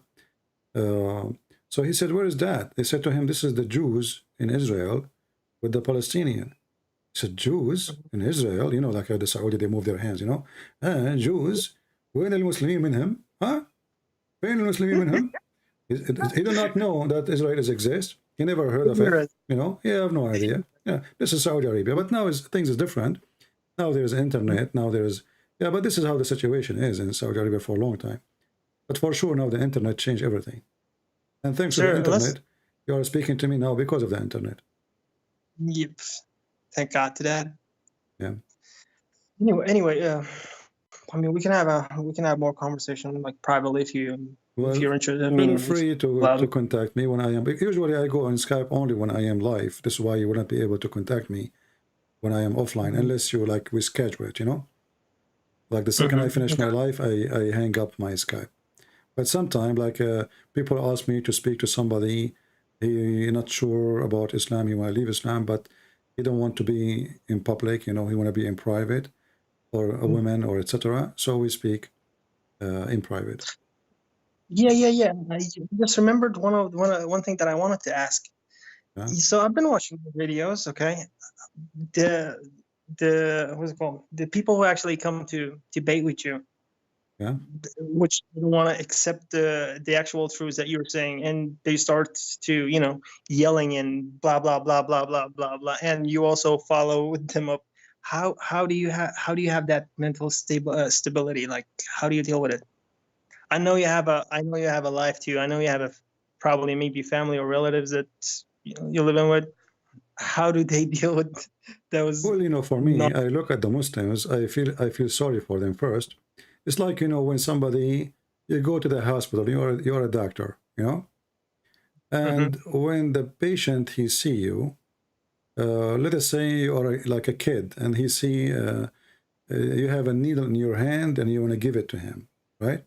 The kid, he hate you because you are going to give him a needle, and this needle will have pain, and not only that, the medicine might be, you know, like very painful, or when you drink a medicine, he forces you to take it. It have a very bad taste. This is what the Muslims, they do to me. So they, you know, they get upset. They shout. They move their legs and their feet. They hit the ground. They curse me. They call me names. But you know, I understand that this is because of their foolishness. You know, so I forgive them. Like the guy who, you know, like they provoke you. But I learned too. You know, the Quran. The Quran says that the Muslims. He told the Muslim, the Quran, that the reason the Christians are nice, not because they are nice, because Allah, he cursed them and he made them subdued to you. So the Muhammadan, he learned that when a Christian, he is nice to him, he think that this is because Allah, he cursed me and made me nice. So the Muslims, they are like superior, you know? Wow. So this is what it says. Yeah, this is what it says. In many verses in the Quran, actually, in chapter 2, verse number 61, and chapter 3, verse 112. So the Christians are nice, not because they are nice, not because they are following Jesus, but because Allah, he put a shame on them, you know? Wow. So they put, yeah, so the humiliating will strike on them, whatever, you know. So always, ضُرِبَتْ عَلَيْهِمُ الذُّلَّةِ. So wherever you see them, always they are, you know, they act like you insult them, they don't beat you up, they don't fight you. You insult them, they say, may God forgive you. That because simply Allah, he cursed them. Oh, sir, don't forget, while everyone is listening, don't forget about the part that in the religion of Islam, saying assalamu alaikum to a non-Muslim is forbidden. Yeah. Because you have to insult them, you have to humiliate them, you have to make fun of them, you know? Oh, wait, just one more second. Like, have you, I mean, I bet you already saw those big stage debates, like sexually staged questionnaire about the, you know, the big muftis, or whatever you call them. The first thing that they stand on the, let me just call it a table at the moment. I'm not good at English that much. Oh, well, I do, but I just forget the words because... Anyway, they start... Like a Zakir Naik. Nabiyina Muhammad. You know the starting points, right? Yeah. Like the greetings. Yeah, like, you know, Uqdatan min lisani, blah, blah, blah, blah, you know, this thing. Supposedly, this is Musa, what he said. Musa, he said that. And 99% of the audience are non-Muslims. Yeah. That means Sheikh, the Mufti. By the way, the word Mufti means, let's just say, the master. It's higher than a scholar, higher level than a scholar. Yeah, even those people start with the salam greeting. Yeah. I mean, hypocrite, you know, when they, in order to win people, they say assalamu alaikum, peace to you, and they call them brothers and sisters. But we know that the Quran forbid them from calling us brothers or sisters, but for the sake of, you know, fooling people, taqiyya, this is taqiyya, you know? Yeah. There's a video, I don't know if you heard of it. It's called the chapter of the apple. Did you hear about the chapter of the apple? By Al-Urayfi? Al-Urayfi. Well, I need to read that. Yeah, no, this is not a chapter in the Quran. This is Al-Urayfi. Let me see if I can find it in YouTube. It's in YouTube. He have this conference, the one you are talking about, this kind of conference, and they have like Western, and I don't know where in Europe this was. I think it was France. So he asked, he want to show them that the Quran is different book, and the Quran is an amazing book, and just by hearing the Quran, you will notice that this is an amazing book. So he said, he have a translator translate into French. So he asked if somebody can come to the stage volunteer, you know, and he said, I will recite for you 2 verses. One is true Quran and one is false Quran. And he claimed that right away you will find out which one is true, you know, and which one is false. Because Allah, this is what Allah, he said, you know, Allah, he will show you which one is true. And then he did recite the verses, the one he made up, and the one which was true Quran. And he asked the French guy, after he listened, he said, just listen, we want to translate for you. Listen to them and tell us which one you like more, the first one or the second one. The French guy, he liked the one which is the fake Quran. Yeah. You told me the story, but I haven't watched the video. Yeah, I will find it. You know, people, they make fun of him. It was a very, very bad embarrassment. You know, like, yeah, because, you know, like supposedly now he will prove that the Quran is a book of God, and how your heart will tell you, your heart will show you. Let us show you, and then, you know, you will see, you will notice right away. I'm not on YouTube. I'm looking for it actually right now. I'm not a much tech savvy kind of person, so yeah, it's all right. I also open a YouTube channel and Skype thing. Yeah, I will try to find it. Actually, the look here, I found. Oh boy. Let me mention it again. I'm not watching YouTube. I'm just on Skype at the moment. It's all right, my friend. Okay, we will talk about it later. Well, thank you for calling, my friend, and God bless you. And I hope you will accept the Messiah as your Lord, as your Savior very soon. Seriously, sir, it's been a delight to communicate with you about it. So all right. Thank you for your time. All right. God bless. Appreciate it. Take care. Definitely. This is the chapter. It's called the chapter of the apple. Maybe I should use it from now on when I speak to Muhammadan. Somebody made it look like it's part of the Quran. Actually, I just copy it because this is very wonderful. We can use it. So he did read this verse to the French guy. And he said to him, I will give you 2 verses. One is from the Quran and one is a false Quran. Which one is the Quran? Allah in the Quran, he says, Allah will show you. You will see the difference right away, you know. And he recited this chapter. I'm trying to find the video actually, but I could not. Let me see. I hope they did not delete it. Let me see.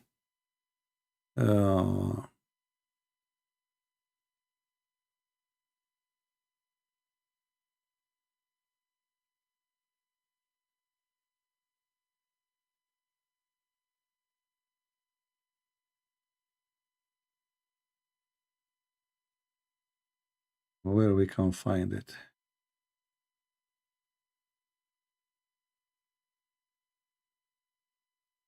Big conference, a lot of people in the stage. A very bad embarrassment.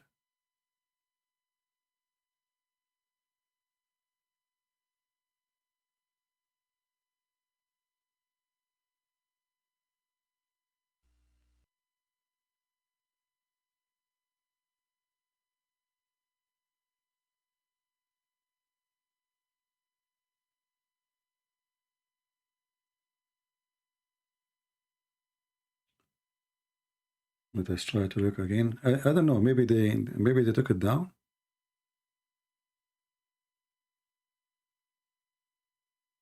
Here we go. I found it.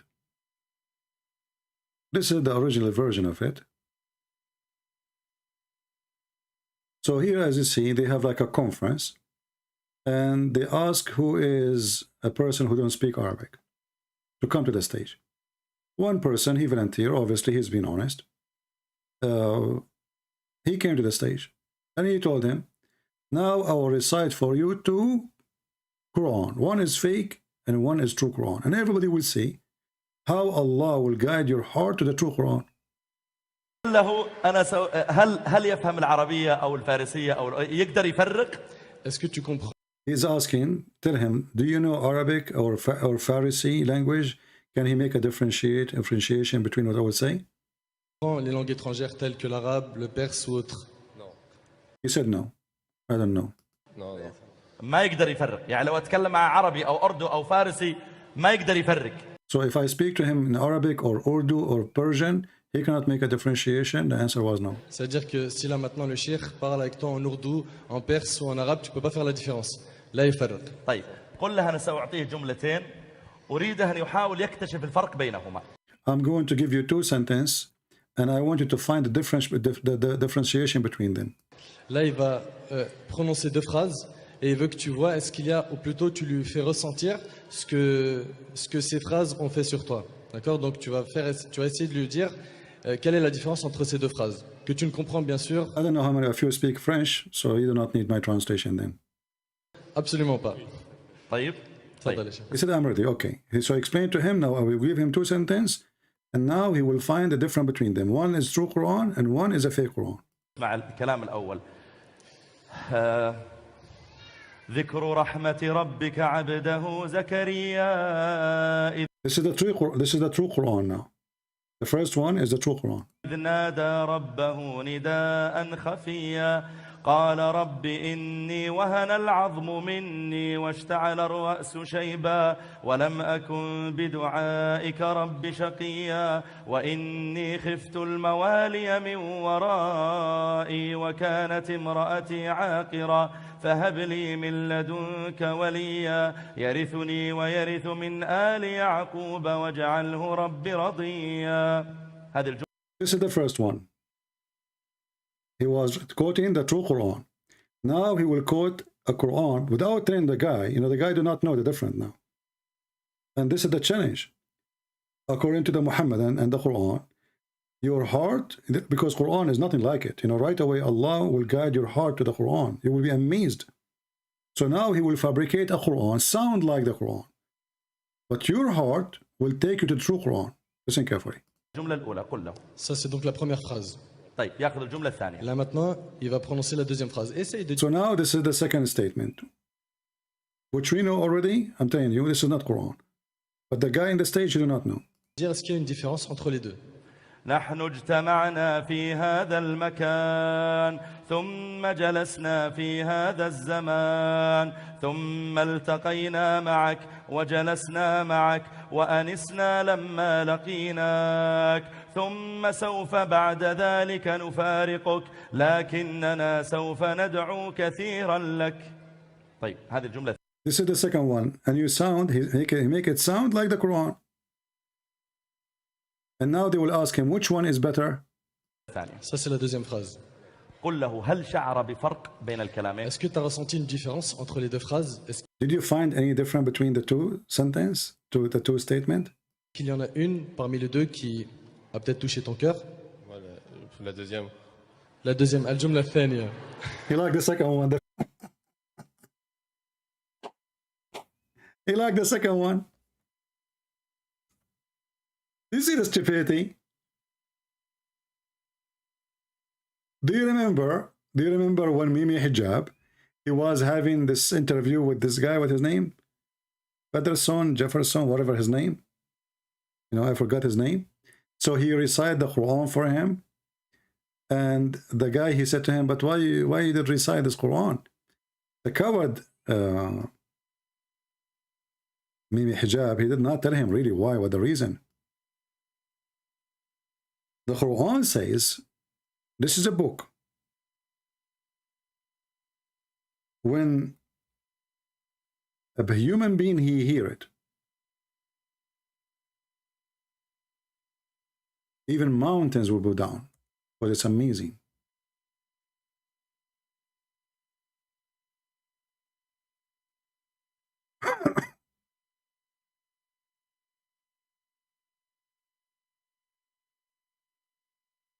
So he said to himself, I will read the Quran for this guy, you know, and then right away when we say the Quran, right away he will worship Allah. Right away he will be amazed, you know, because it's what the Quran says. Let us see the verse.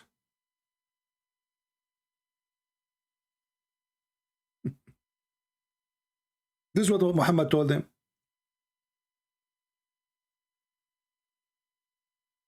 And they thought this is true. If you read this Quran, even to a mountain, the mountain will bow down.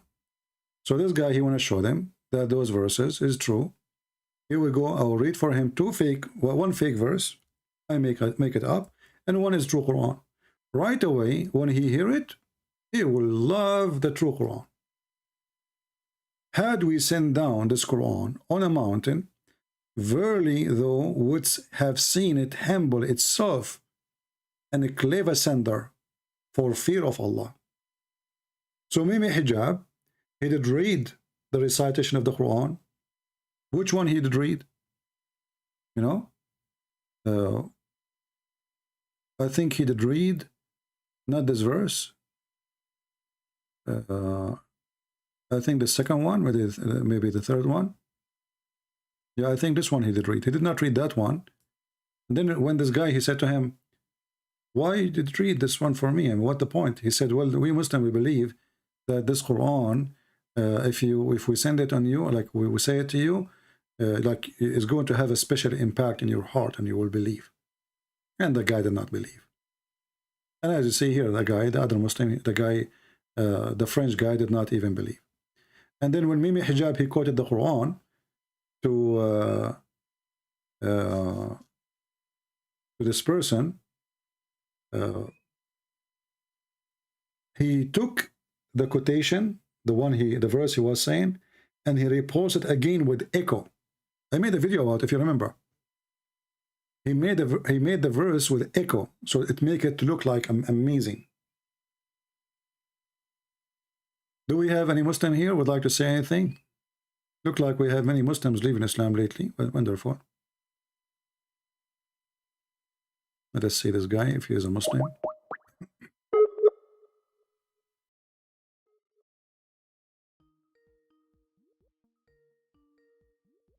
Yeah, Jordan Peterson, yeah.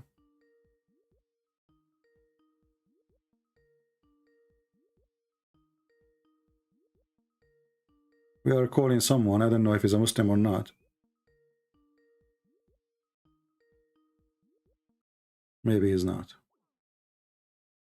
If you are a Muslim, please only text us and I will call you. Any Muslim? Any Muhammadan? Actually, this verse here proving that Islam is to be false, because if this is true, then everybody should believe. I mean, if this Quran, if you recite the Quran to a mountain, even a mountain, it's a rock, it's a dirt, the mountain will collapse and believe. So how come we are laughing at it?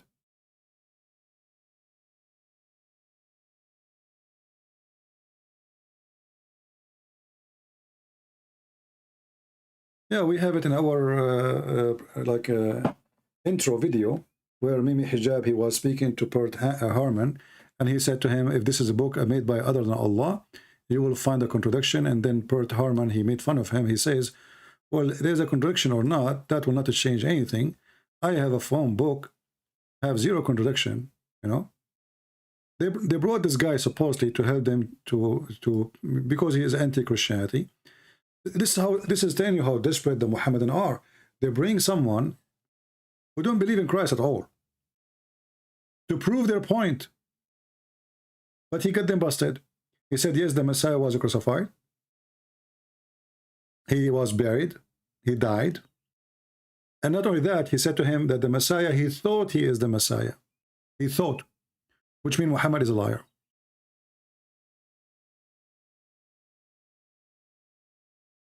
If you remember here, and you know, I find it very funny how Herman, he'd get him busted in 2 seconds, even though this guy, for me, he looked like a joker. When he said, well, I have a phone book, does not have any contradiction, doesn't mean it's from God.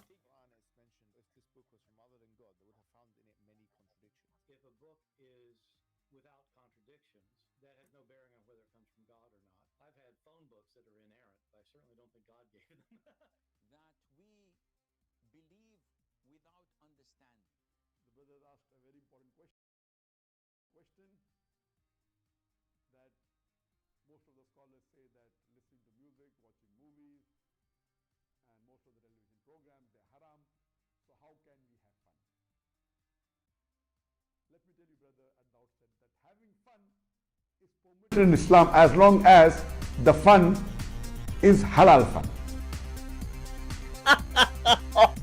That the standard narrative has holes in it. The Prophet tells us because Satan or the devil sleeps over our nostrils. Those who oversleep and not pray Fajr on time, Satan urinates in their ears. I really do think Jesus was crucified and that he really was dead and buried. He thought that he was a son of God. And so imagine they got the interview and they were so excited, and then they got a guy, he told them in their face, well, you know what, Jesus was crucified and he was dead and he was buried.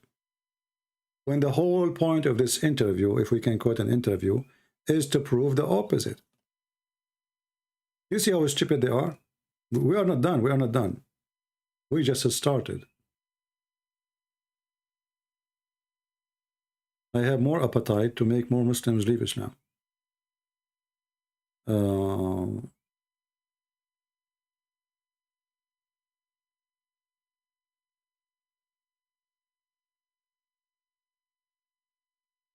You communicate with me in other account.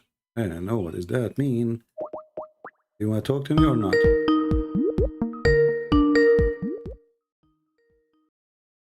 Hello? Hold on. Oh, 1 sec. Hello? Yes? Hey, how you doing, Are sir? you, I was trying, are you a Muslim? sir, I think we just had a communication earlier. Oh, okay, so this is like different account or what? I don't know. This is the same one? I'm not sure. I think this is the same one. I'm trying to add you on a Okay. different All one. right. Sorry, I thought this is the different one. I apologize. All right. Like I said, okay. Yeah. See ya. Yeah. Okay. I don't know. I don't know who's calling me. You know, I see text. I thought maybe this is a new person. Let us see if there's any other person.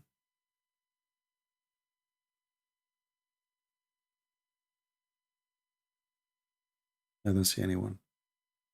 Do we have any Muhammadan would like to call us?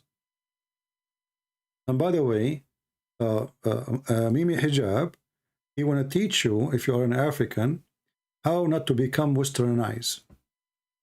He just posted a video, says, how to stop Africa westernizing. Nigeria lecturer. So Mimi Hijab, it was in Nigeria. And look what he's wearing. I mean, have you ever heard of a stupid religion more than this? You brought this joker to teach you how to stop being Western, and he is wearing a tie and suit. I mean, he is asking you not to be Western. I mean, do you see the stupidity?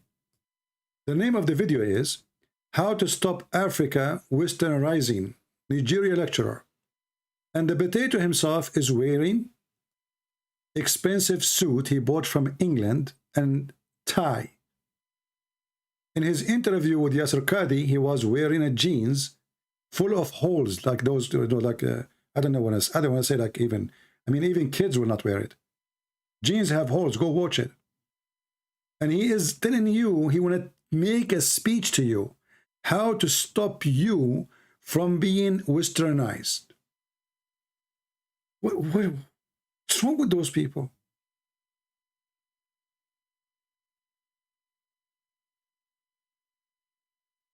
The guy is wearing bikini and he is teaching you how not to wear bikini.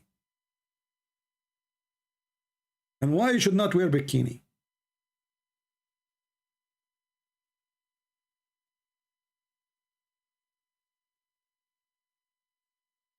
Do we have any Abdul? By the way, I don't watch his videos, but you know, YouTube suggests them for me because sometimes we, like 2 days ago, 3 days ago, we play his video for fun, you know. So YouTube suggests the video, and right away came in front of me. How to stop Africa westernizing Nigeria lecturer. And the idiot is wearing what? And now he will claim that this is the clothes of the Prophet Muhammad before Islam. And the Christian, they hijack it from them. The kuffar, they hijack it from the Muslims. This is the true Muslim clothing.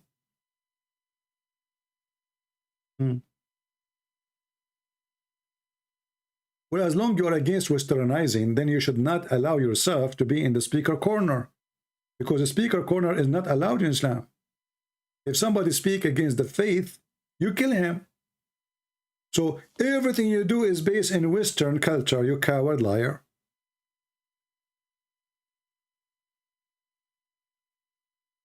Do we have any Muhammadan?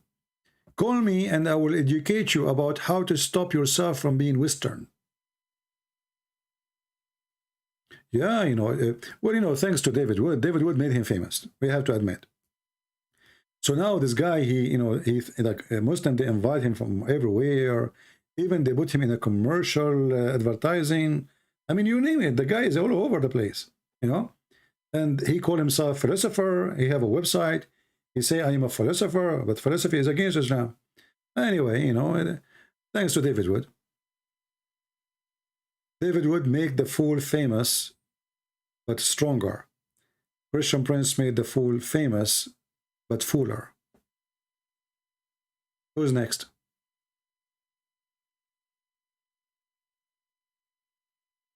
Do we have any Muhammadan?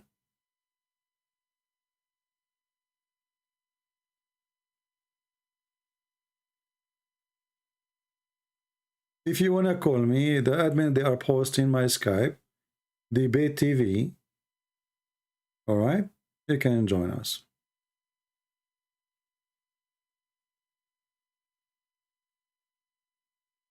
Yeah, you see, my problem with, you know, some Christians who debate Muslims, like, I appreciate their work. I'm not speaking against them. Some people, they think I'm putting them down.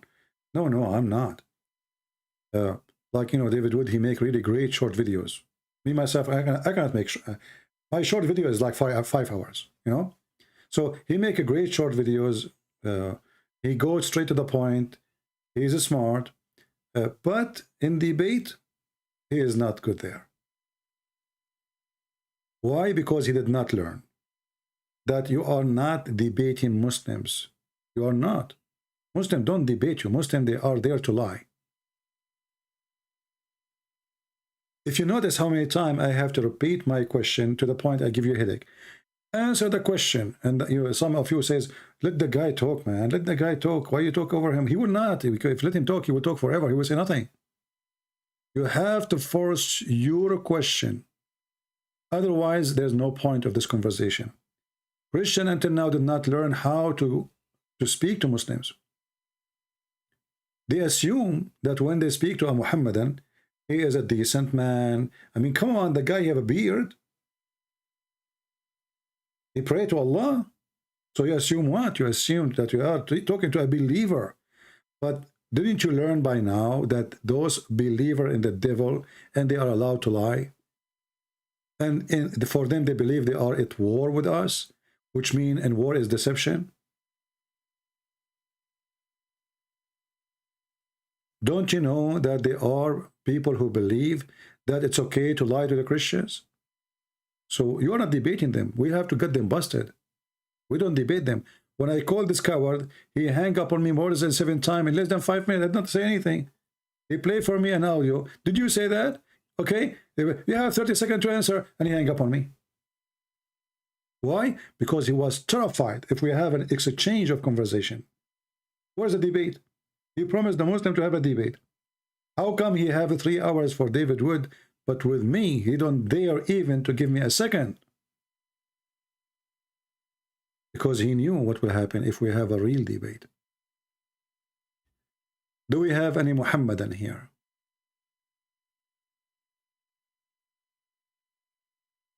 Anyone?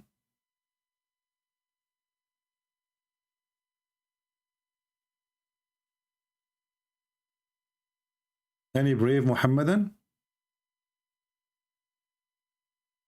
But you know, we are so happy to see that Muslims now, they agree that Islam is nonsense. Muslims, they don't even believe in what's written in their book. They don't believe in even what Muhammad said. They believe in he, she said. Or maybe they don't believe at all, but they say what he, she said because they have no answer. Make it appear? What did Allah do to make it appear that he died? Let me warn you.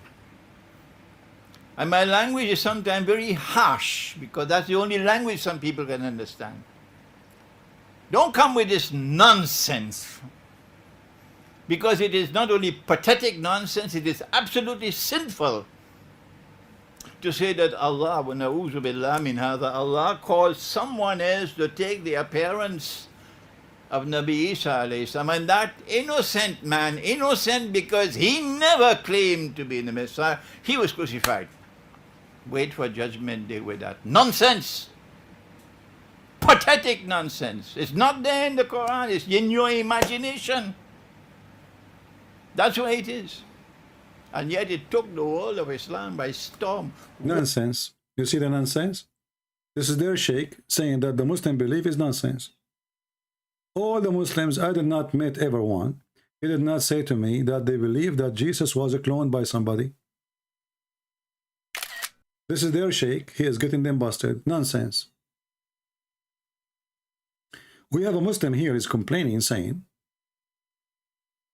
his name is Batong Orange Otan. Christian Prince, you must prove the Muslims that call are not paid. I see your ads for fake Muslims on Indeed and Craigslist. I have ads there, me? I will not waste a penny to pay an ad for Muslims. Secondly, potato.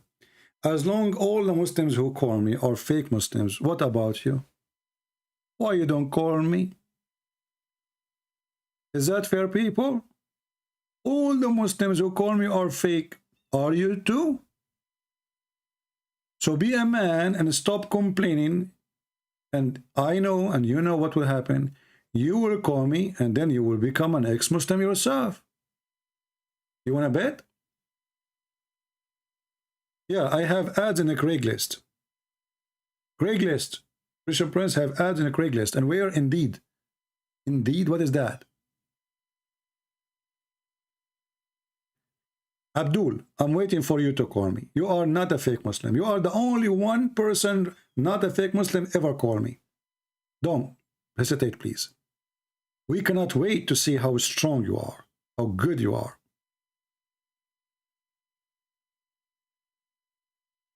Anyone?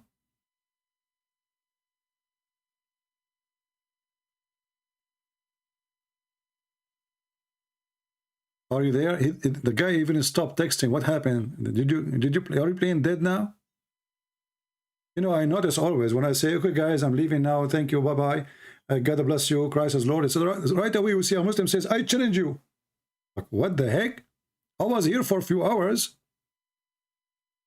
And now I said, okay, and I close my microphone and we are leaving. Suddenly a guy in the chat, he says, I challenge you, Christian Prince, you are running.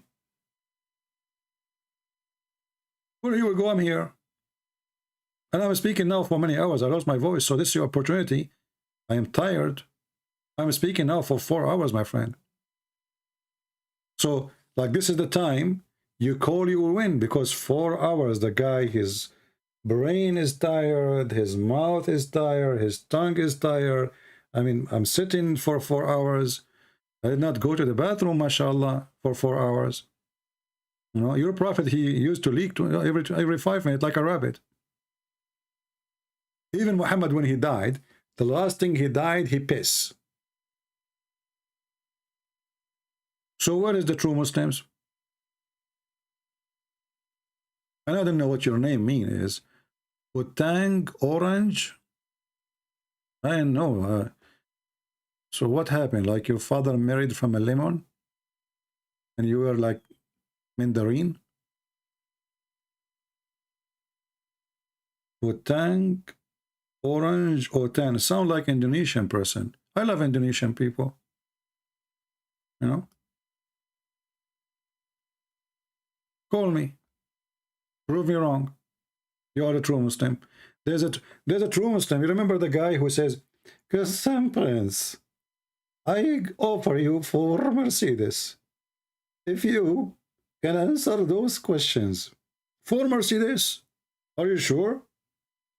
And we made him shish kebab. He don't dare to call me. He don't dare to speak to me. He make videos to refute me. And then we die laughing at him. Christian Prince, I offer you 5 hamburger. Who said to you I like BMW? Anyway, they are expensive to fix. They take too much gas. Offer me something I can afford, because it's not only having a car, you idiot. Who's going to pay for the maintenance? I don't have Khadija here. Yeah, I know he's Indonesian. I can tell, my friend. I speak all languages, as you know. I am Al-Hassan. 70 languages I speak. You know? And look, he stopped texting. What happened to him? He went dead. Somebody get some water. He is not texting even in the chat no more. Here we go. We made you famous.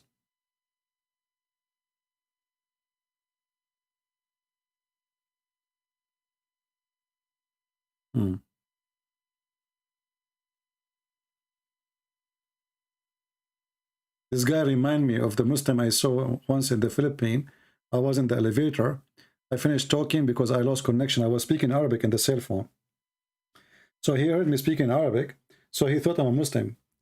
So he said to me, "Assalamu alaikum." You know, you are going in the elevator up. You lost connection. So we hang up. He said, "Assalamu alaikum." I said, "Wa alaikum assalam, Abdul." He said, "MashaAllah, you know my name?" You should see his face. You should see his eyes. His eyes were coming out like, how in the world he knew my name? You know? When I said to him, "Wa alaikum assalam, Abdul," his name is like a frog coming out. Like, what? MashaAllah, how you know my name? I said, "Don't worry about it, Abdul. All Muslims are Abdul." You know? He said, "You are a Muslim, right?" I said, "No. Thank God I'm not." You should see his face. He could not believe it. I'm saying to him, "Thank God I'm not. I'm not stupid." He said, "What?" You know? And then I took him. I changed my direction. I was going up in the building, me and him. And I said, "What about me and you? Let us, you know, I don't know where you're going, but if you have time, we can go right now, me and you, to the park." We sat there, and I can show you why I'm saying, thank God I'm not a Muslim. So, Mr. Botang, orange, lemon, mandarin, chocolate, whatever your name is, do you look? You are holding your shin. You are a thinker. Wow.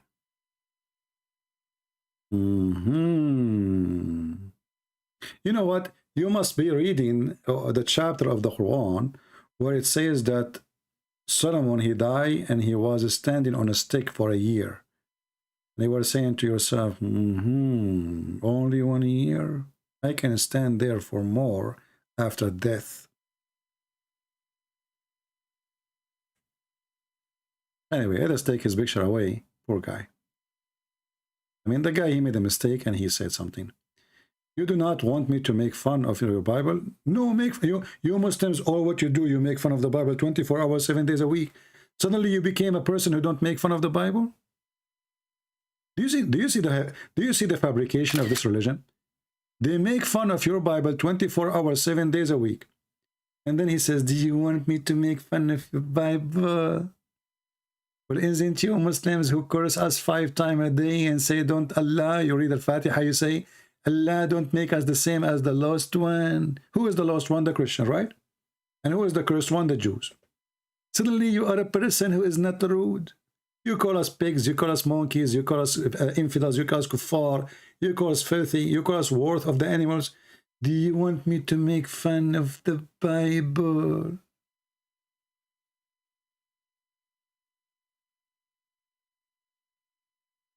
You know what? You should put some ears in your ears. should somewhat they call it earring.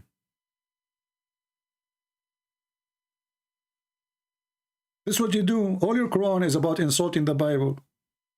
And now suddenly you want me to... So you are not a rude, huh?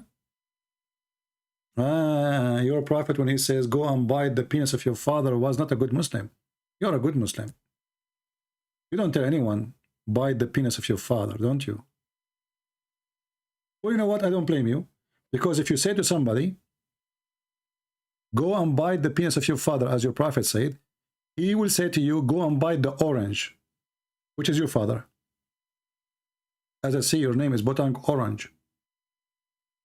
So orange is your father name. So go and bite the orange. You say to him, go bite the penis of your father. He says to you, go and bite the orange.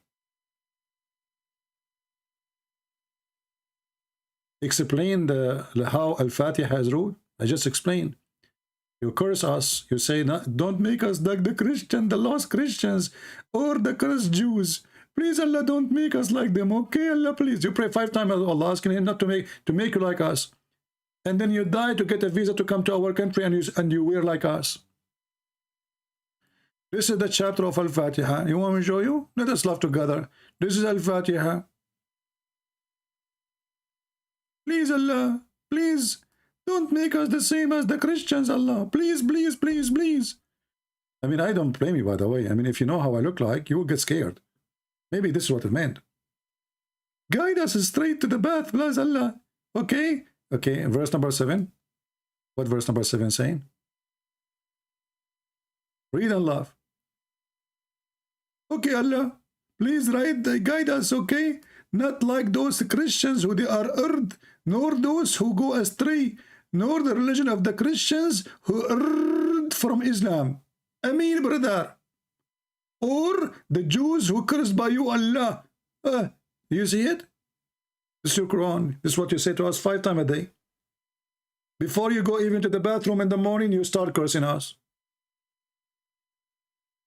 5 times a day. You know what? You don't sleep with your wife 5 times a day, do you? Do you see how important we are in your life? I mean, your wife, you cannot, and I don't think you can do it, you know, unless you are a prophet of Allah.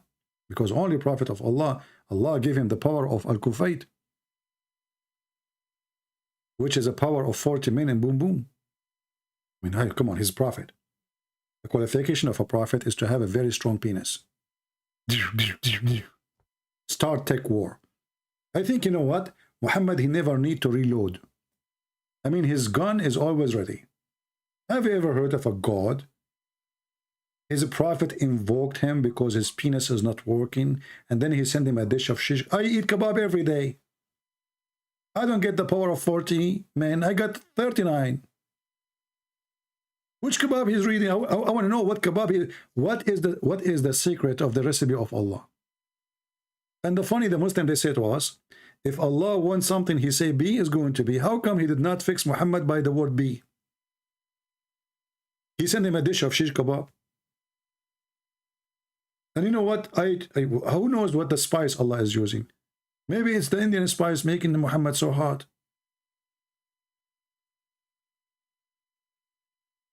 Do we have any Muslim? All his religion is about cursing, insulting. The Quran says that the Christians, the Jews, is worse than animal. There's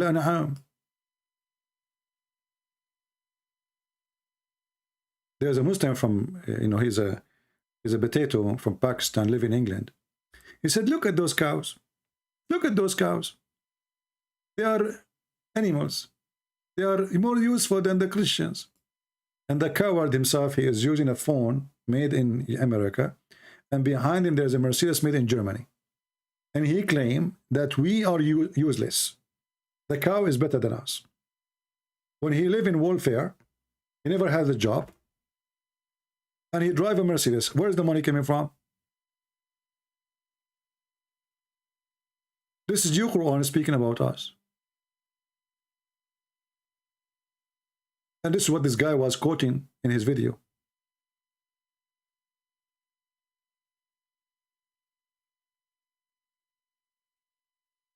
If I say the same thing for Muslim, they will say he's racist. But reality is, what we get from Muslims?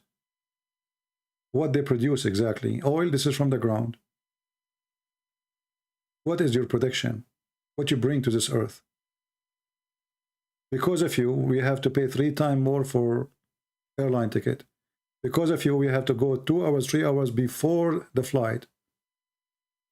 Because of you, we have security check everywhere. Because of you, because I'm an Arab, I am suspicious wherever I go.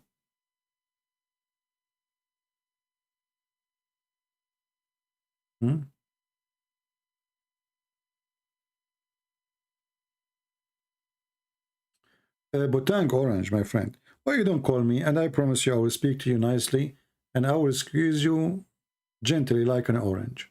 Usually I squeeze hard, only lemon. So instead of complaining, why you don't call me? You know, let me tell you something.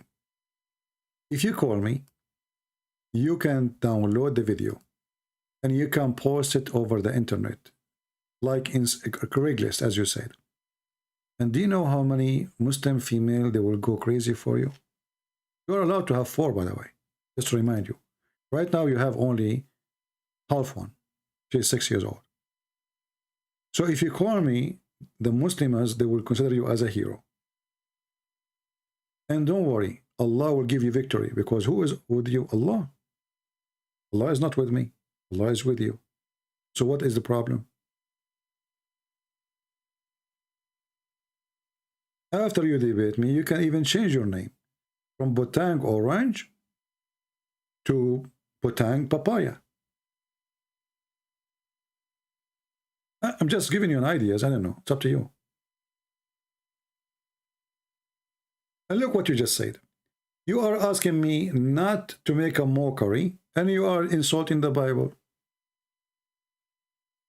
Because you cannot change it as you did to the Bible. Okay, just to show you how stupid you are. But isn't it your Quran says that this is the book of Allah? So Allah, his book, changed. This is not my book.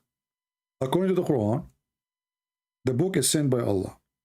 So you, idiot, saying that Allah, he sent the book and he could not protect his book. So how you say this is my book? It's not my book. The book belonged to the one who made the book. Who is the one who made the Torah? Muslim, they say Allah. Who is the one who made the Injil, the Gospel? They say Allah. So you are saying to me, I change my book or I change your Allah book? In the top of that, Abdul, isn't it the Quran says that the Quran confirmed the book with us? And believe in it? I mean, how stupid this religion is. The Quran says that Allah, he agreed with our book, which is supposed to be his book. The Muslim, they say we changed the book. Which one of you is saying the truth? Why you lie, Muslims, huh? Confirming what is with them. Do you see it? It's your Quran, chapter 2, verse number 89.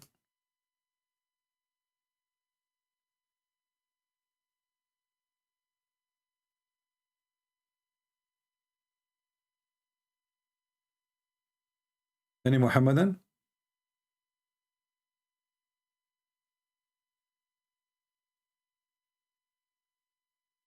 Is that the only Muslim left in the drawer? I mean, you people, what's wrong? Come on, invite some Muslims here. From all the Muhammadan in the, you know, like refugee, they coming from around the world. You get me only one guy from Craigslist? I mean, obviously this guy, he spent his day in Craigslist. You find ads from a Christian Prince in Craigslist? Doing what? What the heck?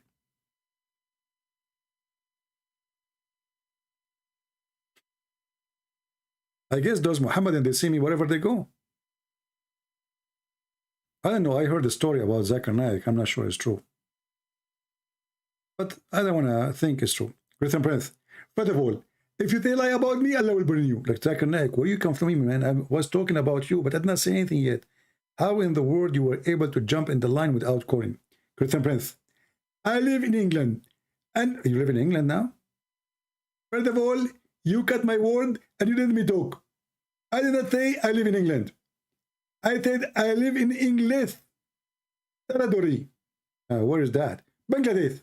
Okay. So how that can answer the question? How in the world you jump in the conversation without calling me? Britain Prince. I am a Briton. Who read the Quran. And the Quran give us the ability to go over you. What the heck is that? I understand nothing. It's not supposed to understand the Quran. Allah said the Quran have two parts. One is mutathabihat and one is not mutabihat. Exactly. What mutashabihat mean? Mutabihat mean they look like the same. They look what? They look the same. The Quran verses, they look the same? So what does that mean? The Quran said the mutabihat. Okay, well, I get that.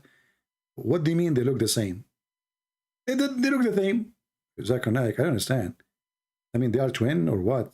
And why we cannot understand them if they look the same?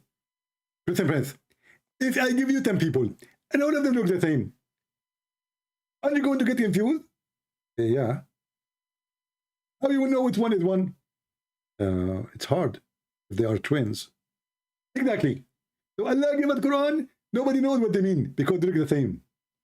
How they look the same? They are different words. Exactly. But at the end, all of them, they are confusing. I mean, have you ever heard of a God? He sent the book and he said to you that the book full of verses, nobody knows what they mean save Allah. So why he sent you the book? And which verses are those? The one about zucchini or the one about orange? What is this? And not only that, the one who they are mutashabihat, the one allegorical. What? Allegorical. What the heck is that? Those verses, the one who follow them is the one who have sickness in their heart. What the heck? Allah, he sent verses. So those who have sickness in their heart, they will follow them. So he's deceiving us.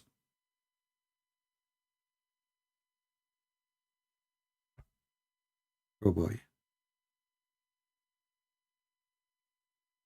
Which verse now is the verse we are talking about? How we will know which ones? This goes for all the Quran.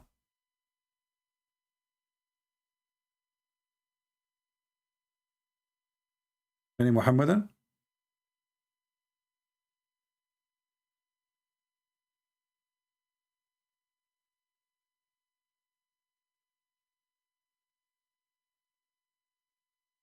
Anyone? Any half one? Your book is made by a man. You are applying this verse incorrectly. Why do not read the Gospel of Barnabas? Well, why you don't read the Bible of Barnabas yourself then? Let me show you the stupidity of those Muhammad. If you ask them, do you accept the Bible of Barnabas? They will say no. So you stupid, why are you asking me to accept it then? In the stupid book of Barnabas, your donkey, it says that the Messiah is Muhammad. Do you agree?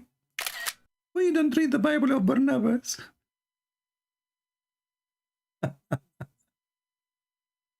Do you accept it yourself? In that book, the Messiah is Muhammad. Certified idiot. Let us see this Abdul here.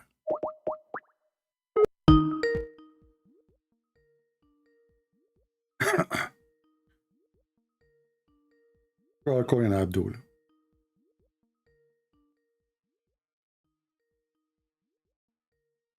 He is not answering.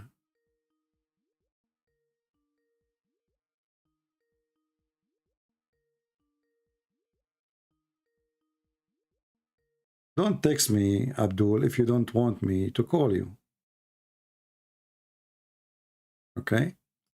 This guy, he says, I am here to prove that the Bible is all edited for fascism. Okay, no problem. Why you don't answer?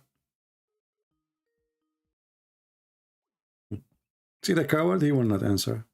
Call decline. Potato. If you want to talk about fascism, let us see the fascist Muhammad. The fascist Muhammad, he believed, he told the Muslims that all non-Muslims are dirty. Let us call him again.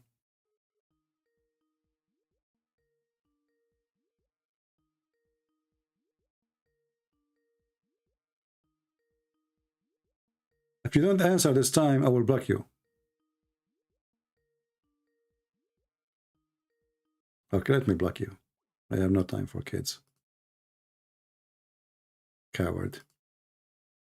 Fascism. Look who is talking about fascism.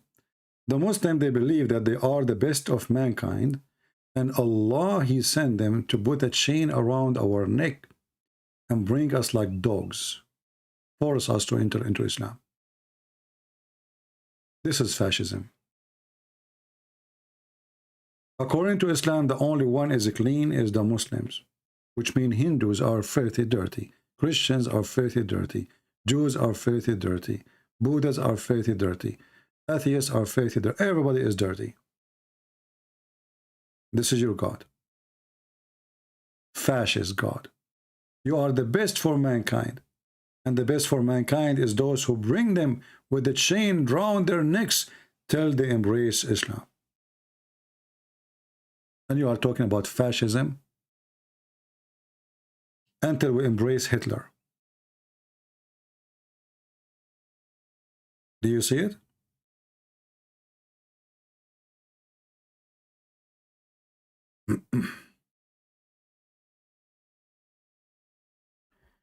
Do we have any Abdul?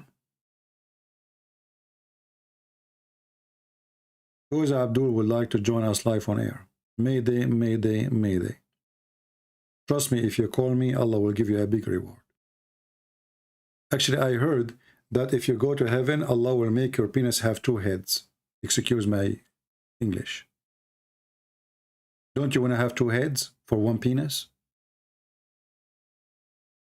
Huh? I mean, even your God is, all of him is about penis. Your God is a penis. Because the God who all his promises is about your penis, he must be a penis too. Because his head is just in the penis. Why not 7 heads? Why only 2 heads? Are you going to have 2 eyes there or 1 eye? Just a question. Any Muhammadan?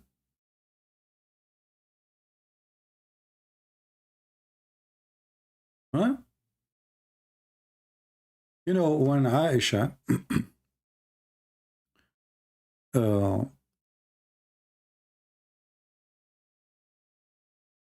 if you have my book, Sex and Allah,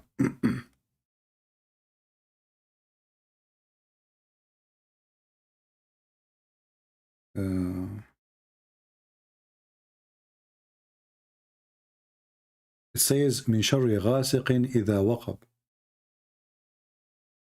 I challenge the Muslim to call me and tell me what this verse means. And look at the Muslim translation. From the mischief of the darkness as it overspread. What is that? What if I show you that this is about the penis? Any Muslim want to take a challenge? And this is a false translation, trying to cover up. Aisha, she come to Muhammad. She want to have fun. You know what I'm talking about. Most of you over the age of 7, so you are mature, like Aisha. She put her hand on the hair of Muhammad. She did not have it for a long time, because Muhammad is not functioning. Muhammad, he answered her, trying to get away from doing intercourse with her, giving her this verse. Who is a Muslim when I say it doesn't say that, CP, and you are lying?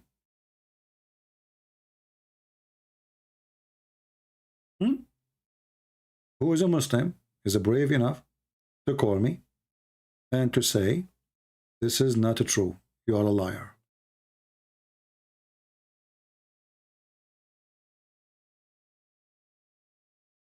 Any Abdul?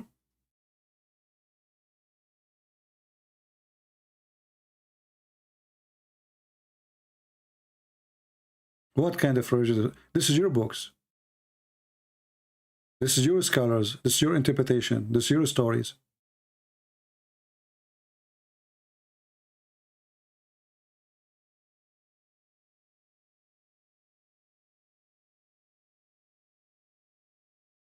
And here, actually, if you read this story here, you see how what is this? What this chapter mean exactly? It's a chapter of 5 verses. They are not even 20 words.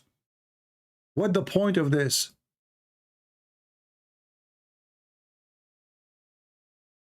I seek refuge with the Lord of the dawn. Who's talking? Allah. How Allah he say I seek refuge by the Lord of the dawn? Did Allah says to you pray like this? No. Then from this mischief of created things, okay, we will let that go. From the mischief of the darkness as it's overspread, what does that mean?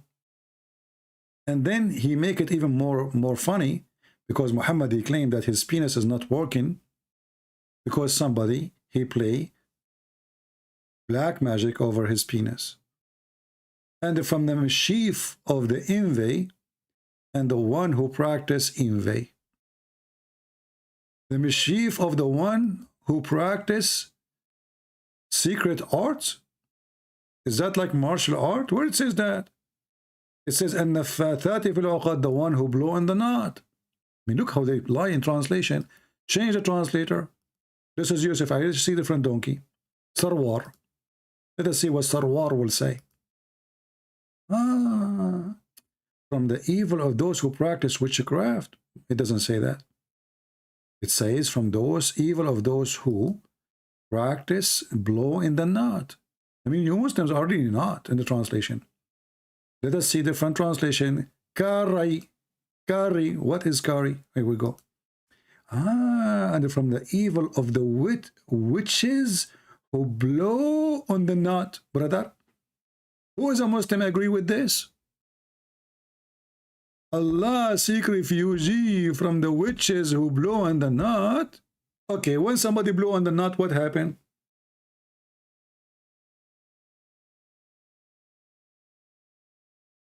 Any Muslim can tell me?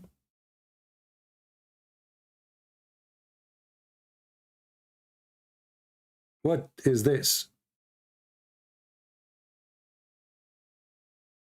You Muslims are going not.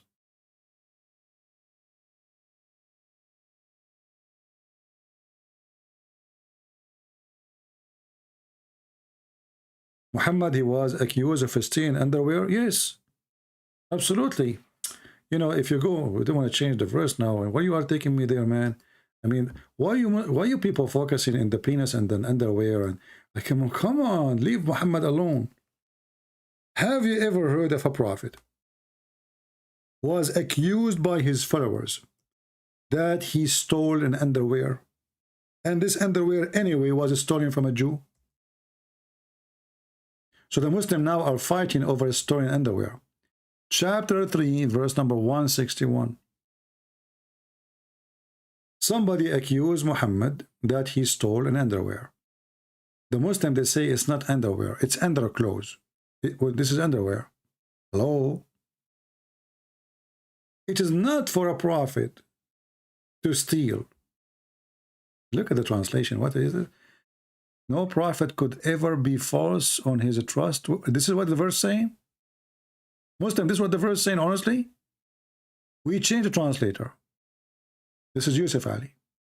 I mean, Yusuf Ali, I think he was using Google translation, maybe.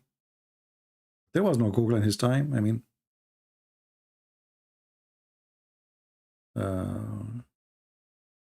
what the heck is that?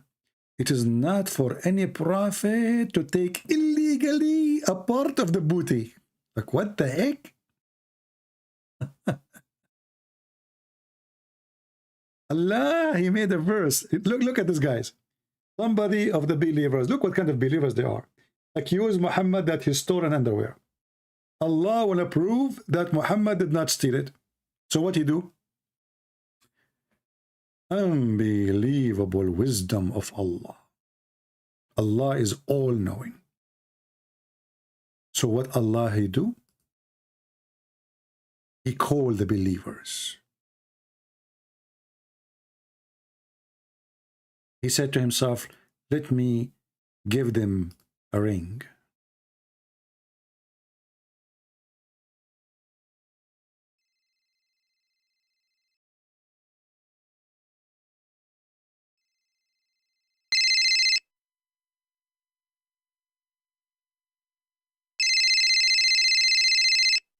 The believers did not answer. Simply, Christian Prince is not telling you the truth. For at that time, brother, there was no cell phone. And Christian Prince is lying, and we get him busted. Cell phone did not exist before 1985. So how he lied to you and he say Allah called him and he play a ringtone? He's lying. Lying. Uzu billah aman rabbi aman. This is what they do. Can you show me Imam Murrah? Like, what the heck? I challenge you to show me Imam Murrah. Abdul, come on. Imam Murrah. How I know who is this guy? I mean, it's your book says Imam Murrah. What's my problem? So look what happened. Muhammad was accused that he stole underwear. If we go and read the interpretation, chapter 3, verse 161,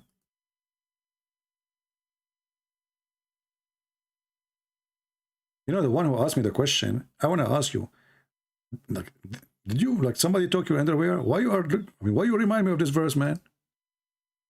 I mean, something fishy about you. I mean, from the old verses in the Quran, you could not find anything except this. Like, come on. So,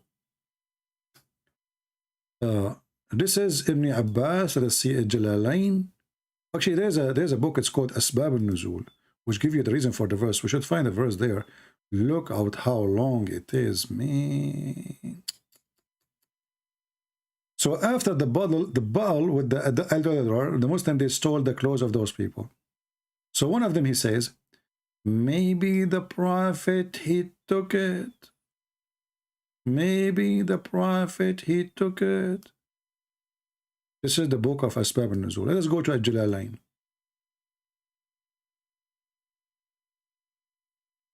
You know, Batang, my friend, you don't know what's happening. Don't you know that the Muslim, they found Muhammad in Ezekiel chapter 23, verse number 20?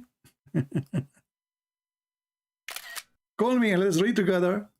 And the funny is, your prophet, he put his hand on the book of Ezekiel and he took an oath with it. Anyway, listen carefully. When some red velvet cloth went missing in the day of Badr, some people began to say, perhaps the prophet took it. I mean, look, what kind of a bunch of thieves. Imagine, God forbid, we are not comparing, but just to show you how the difference is.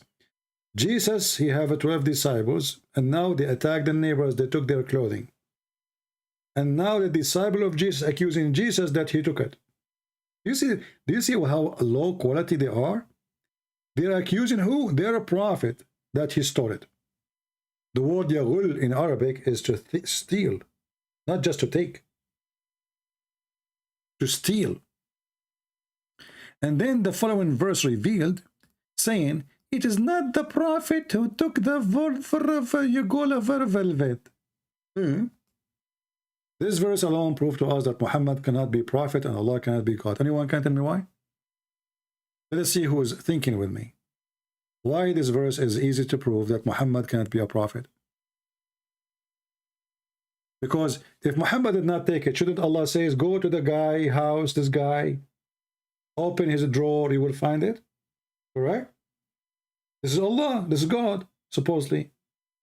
So what do you mean you send the verse says he did not take it? Shouldn't you tell us who took it then? I mean, imagine you have a detective and he is God. He want to prove that Muhammad is not the thief. So what he say? It's not Muhammad who took it, okay? You? What the heck? What is the proof?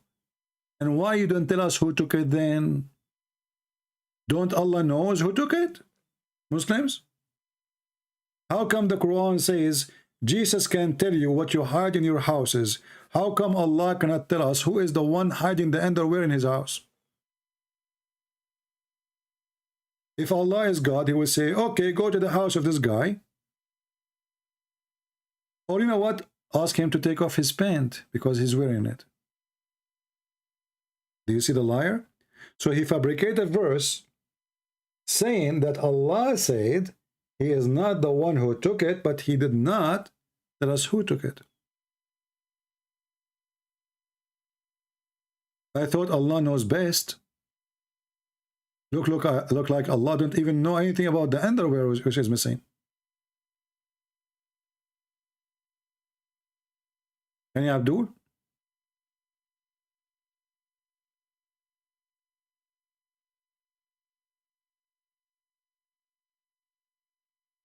But anyway, I don't believe Muhammad he took it. I believe it's Allah. And I will tell you why. Do you remember the story when Moses he decided to go and take a shower? To wash himself, you know, in the water. He placed his dress over a rock. Allah, he have a history of being a thief.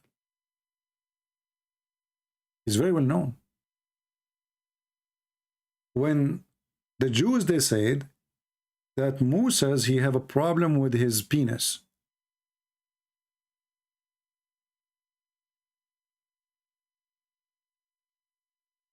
I mean, come on, the Jews, they look at the resume of Moses. Okay, he is 6 foot tall, he's fine, okay. He have big eyes, He have dark hair, okay. He have his skin is like fair color, that's good. His penis, something wrong there. Now, Muhammad, he heard that the Jews, in their tradition, that the priest, he have to be perfectly clean from any disease. So Muhammad, he decided to come to us with a true story. The Jews, my friend. They notice that the Prophet Moses don't take a shower with other men. They ask themselves, Habibi Moshe, Habibi. Habibi Moshe, why you are hiding yourself, Habibi? Huh, Habibi? Why you take a shower behind the wall, Habibi, behind the curtain? Can you explain to us, Habibi, why Moshe you are doing that, Habibi? Moshe, he's still doing that. He take a shower behind the curtain. Allah, he heard what the Jews are saying about Moshe, specifically about his penis and his testicles. May Allah bless them and keep them big and nice and round. I mean, his penis is not round, his testicles. So Allah decide to practice what he do best. What is that? Thief. Thief. He hired one of his rocks. I mean, everything worship Allah. And rocks, they pray and bow down and, you know. So he hired one rock. The rock, she went and she stood next to the place where Moses, he take a bath usually. So normally, you know, people, what they do, you want to take a bath and the floor is muddy, wet, you put your clothes in the rock. I do that all the time. All the time, brother.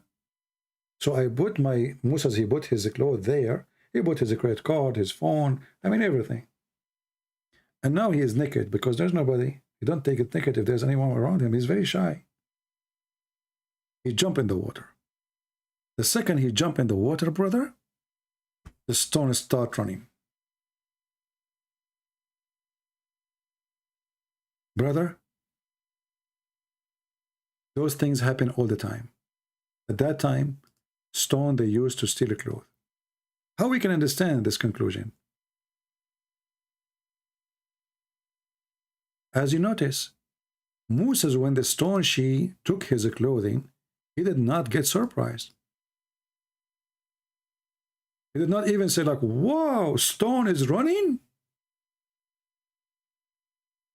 It was like, oh, okay, stone is running. Now, this is normal, you know, it's happening every day. He did not feel for a second there is a mystery behind this.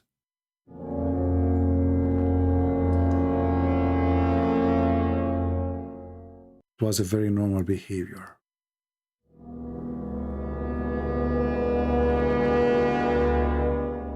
In the time of Moshe, stones used always to steal clothing. Very well-known stories.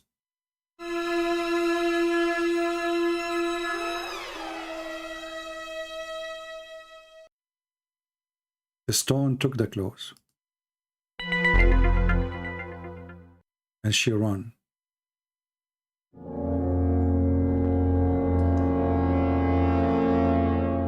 Moses, He was putting shampoo.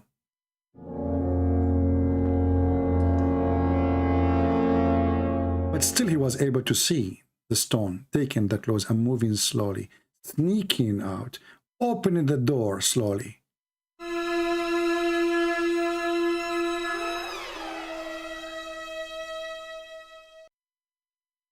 When he saw the stone, he did not move automatically. He said, let me sneak on her. But the stone started running. And the stone is so fast. Extremely fast. I mean, how in the world you can even chase a stone is running? They are round, which means they will run like a ball. I don't know if they have legs.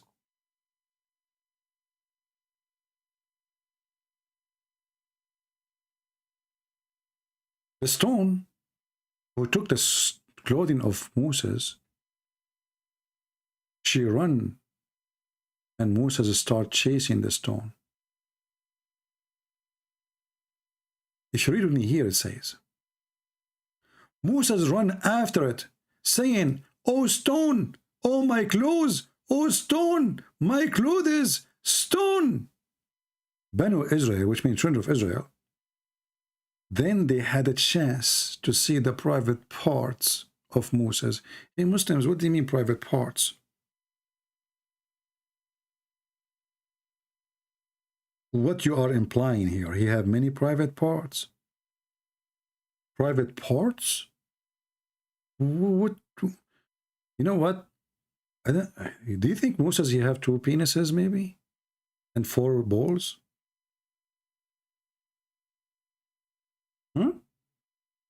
Private part?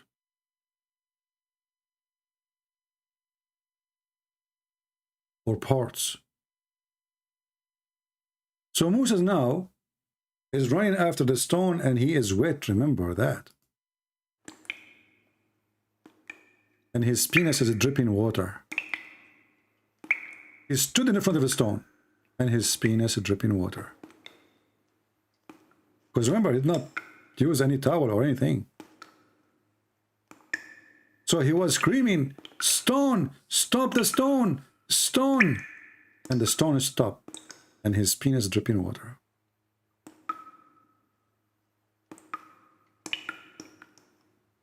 Subhanallah. And then Moses, when the stone stopped, some coins fell down from the pocket of the stone. Because Moses now he need to prove that the stone is the one who stole his clothing. He said, see, she took my clothing. And Moses, he did not notice that all the Jews now looking at his penis. I mean, come on, put yourself in his, I cannot say shoes because now he's naked. I mean, come on, you don't have shoes. But you know what I'm saying, like, you know. So people, they were looking like, what the heck? When this guy is naked walking in the street, you know, why his penis is moving left or right? You know, I wish there's a camera at that time. I mean, Moses will be so famous.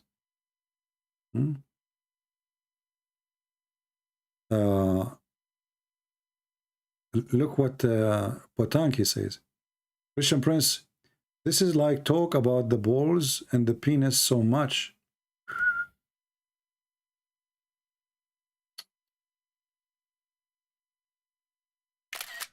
My friend, this is a question you should say to your prophet, because I'm reading your prophet words. It's not me. If your prophet did not keep talking about penises and balls, I will not be talking about it. I'm just reading what your prophet said. You forgot? You are insulting your prophet, my friend. Because I'm reading what your prophet says, and you say to me, he sees the private parts in everything he reads. Well, this is your prophet. Your prophet is the one, he is telling us a story, and I'm reading your prophet's story. Okay, let me show you. You see, you are reading Muslim translation, right? What the Muslim translation, they say, they try to be polite. They say, they see private parts. I want you in the chat to translate the word private parts for me. I will give you example, and you give me like 1, it's mean yes, 2, it mean no. Private parts in Islam mean his ears. What do you think? Because look like Christian Prince, he like to talk about those things. It's not Muhammad, by the way. This is a Christian Prince. Can you tell us what the private parts of Moses is? Are you there? Anyway, you notice here in the story how truthful it is that Moses did not even ask how in the world, and even the Jews.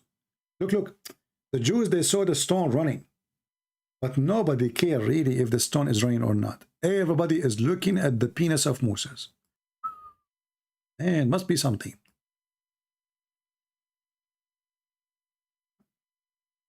Did you notice? Not a single Jew, they said themselves like, what the heck? A stone is running? Nobody noticed. Nobody even questioned how in the world such a thing happened. But what they were focusing on is the penis of a prophet Moses. It was, I don't know what the word in English, tremendous. I don't know, my English is funny, as you know. Tangerine? No, not tangerine. Tremendous. I mean, some os, you know, like whatever os. Okay? So it was tremendous penis. I mean, his penis was so amazing to the point nobody of the Jews even questioned how in the world a rock is running.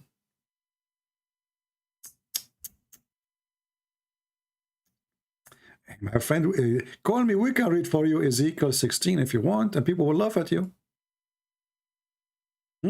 Actually, I can read it for you on the screen right away, and people will laugh at you. There's nothing wrong there. You are filthy, dirty like your prophet. So you think you say things in a dirty way. Can you call me and tell me what is the problem? In Ezekiel 16? You don't dare, because you're a potato, tomato, shishato. Garbage in, garbage out.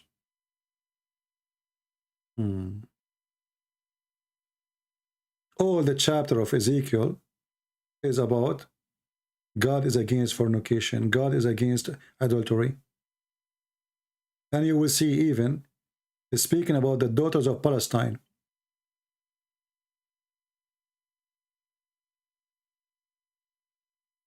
If you remember, there is a story in the Bible about Judah. Judah, he was not, in Arabic we call him Yahuwah. He was not a good person. So he went and he slept with the Palestinian women. Do you know what the Palestinian they used to do? Anyone knows? Anyone knows what Palestinian used to do?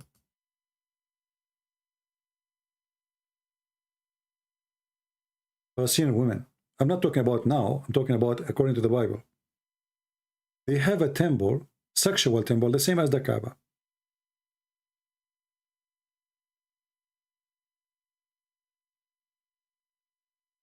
A woman, when she want to repent, she go to the temple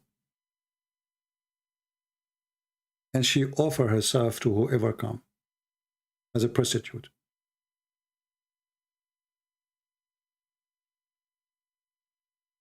The honorable Palestinian religion. This is Islam, the same.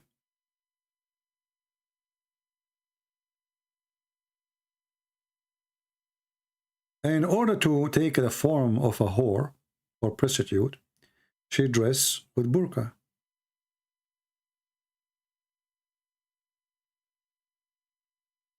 And by the way, there's a video of Debat. He speaks what those verses have to do with God in the Bible, why they are there. Read them. You will see that God there is condemning their sin. Your God, he appreciates their sin. So the Muslim, when they say to you, go and read the Old Testament, we laugh at you. Because the Old Testament is against their sin, their filth. Your God, he praised their sin. As an example, David, he commits sin in the Old Testament. The Quran praised David for his sin. The God in the Old Testament, he even took the son of David. He took him away from him. He caused him to die. He rejected him even to build the temple. The God of Islam, he praised David for his sin.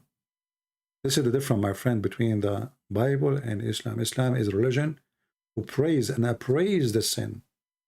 Actually, your prophet, he said that if you don't commit sin, Allah will destroy you. The Bible, God said, if you commit sin, God will destroy you. Do you see the difference?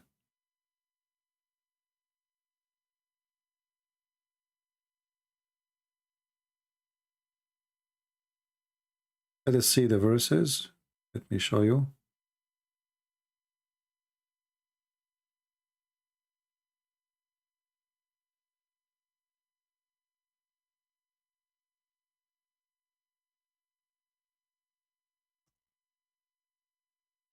Islam is totally the opposite of Christianity. It is satanic.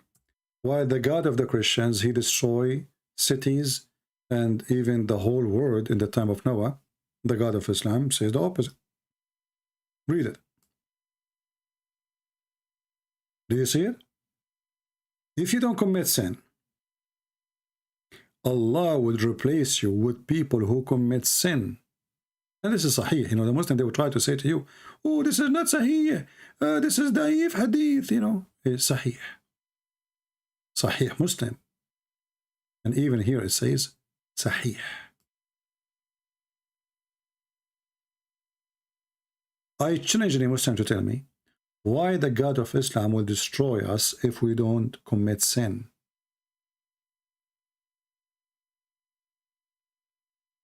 Anyone?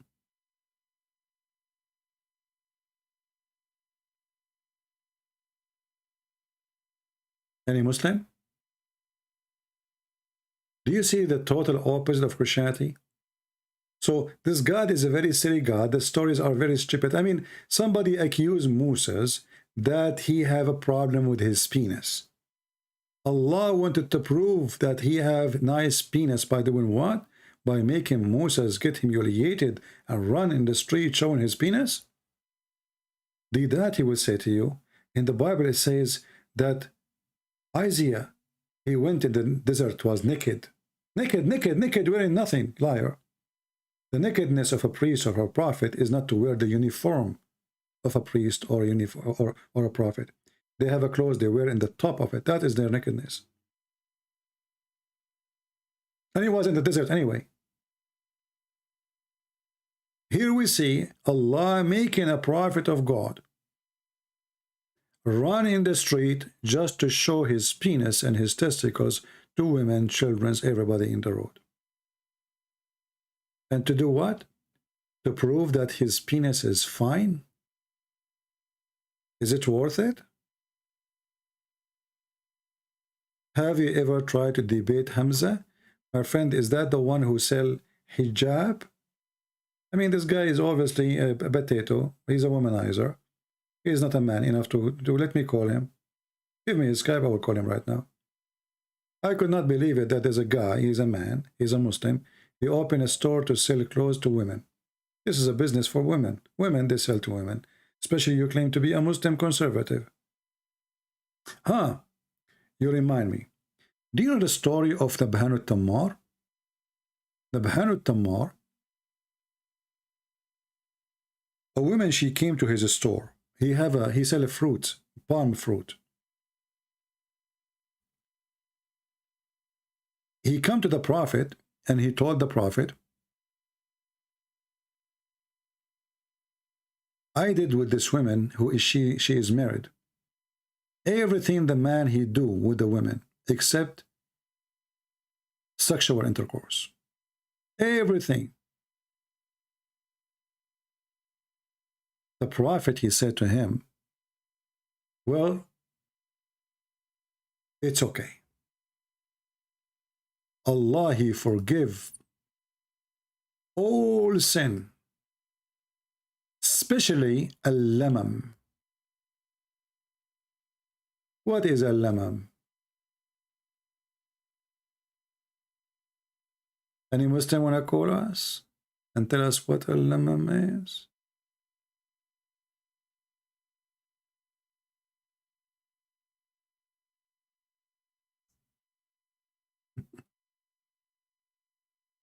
Any Abdul? Huh? Having, kissing, touching, playing with the vagina of a woman, and she is playing with your penis. This is in Islam lamam, and it's okay. It's not even adultery. Who wanna prove me wrong? Who wanna prove me wrong?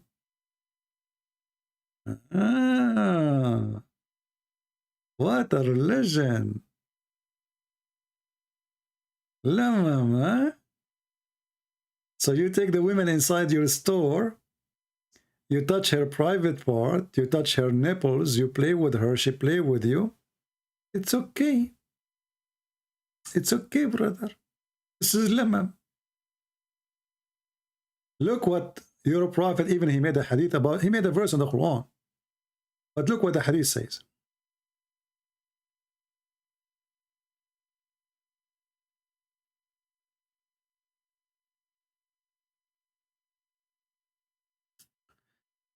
I have not seen a thing resembling lamam.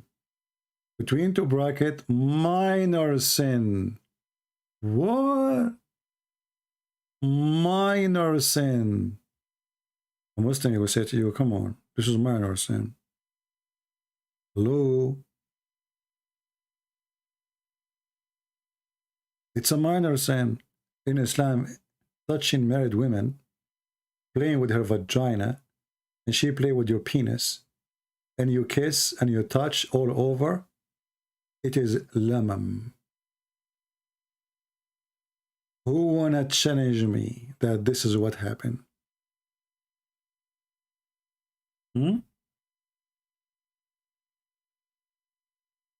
Even the guy in the Bahan, he said to Muhammad, properly her husband doing jihad.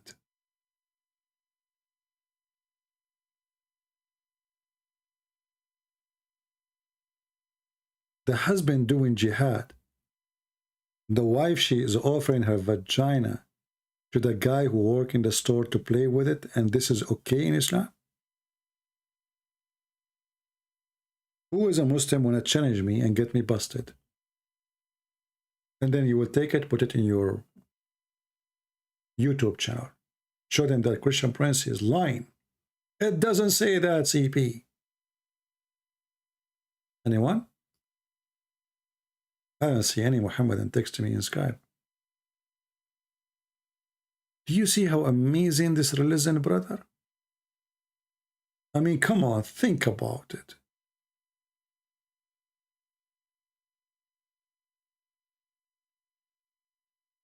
Is that the same teaching of Jesus? You take a married woman inside your store, and you touch and you play with her private part. And the prophet, he said to you, it's okay. This is lamam.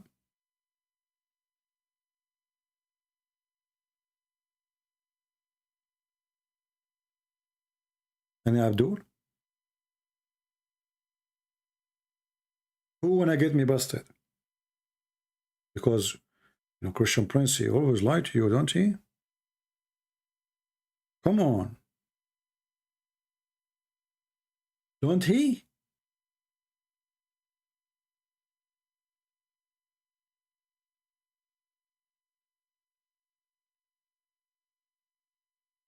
And Abdul? What kind of religion this religion is?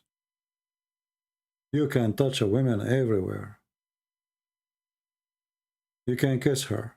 You can play with her private part. She can play with your private part. Even if excuse my language, if you put your private part in the wrong location, you know what I'm talking about. This is not fornication yet in Islam. Is that true?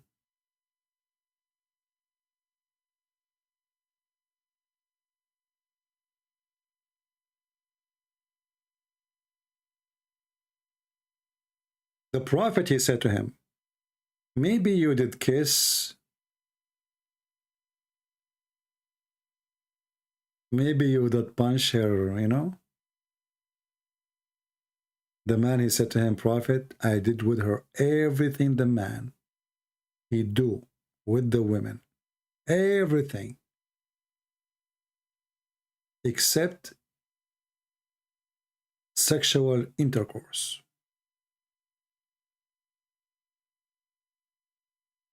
This is a religion of who?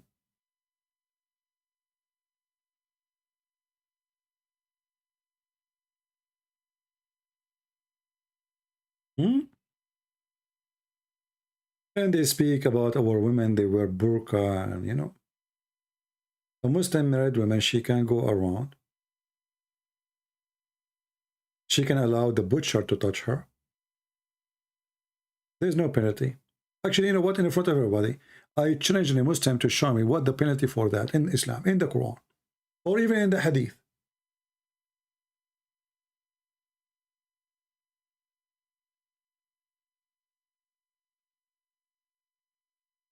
None.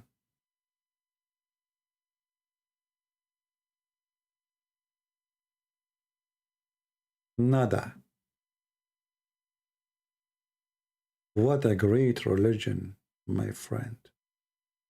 You must be very proud.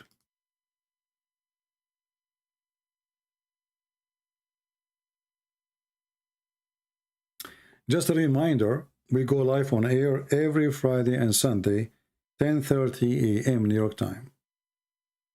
This is a fixed date, you know? This is a fixed date, which means in those days, exactly this time, we will be there. And during the week, I might come early, I might come late. Just you have to watch. You can subscribe to Patreon so you can get informed about when I'm going to go live. Chapter 53, verse number 32. Who is a Muslim is willing to call us and tell us how in the world Muhammad, he approved a behavior of a married man touching a married woman, playing with her private part, doing everything the man he do. And this is okay. It's not a big deal.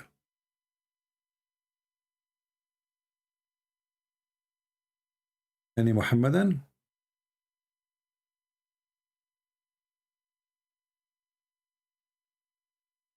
No? And then they will say to you, do you know what the Bible says? Song of Songs. Then we'll find that Muhammad is in the Song of Songs suddenly.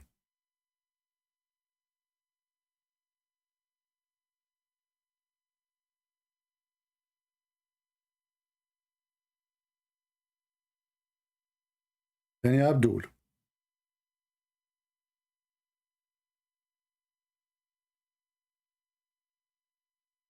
Endless stories.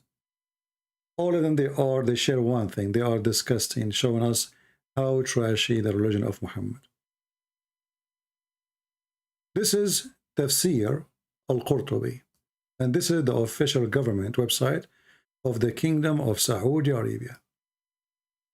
Those who speak Arabic, they do not need my translation, especially the Muslims. Here the story says that Muqatil, the son of Sulaiman, he said that this verse came down in a guy, his name is Nabhan al-Tammar. Nabhan is the name Tammar, it means he sells palm date fruits.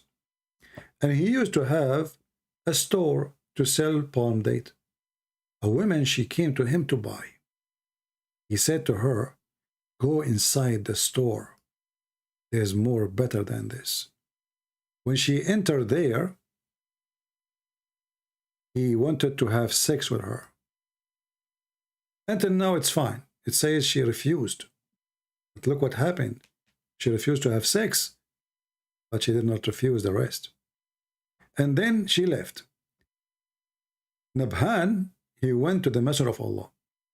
And he said to him, "O Messenger of Allah, I did with this woman everything the man he do. Everything. Except sexual intercourse. Everything. I did." The Messenger of Allah said, maybe her husband is doing jihad or attack somewhere. And then this verse came down, saying to him that adultery, kiss,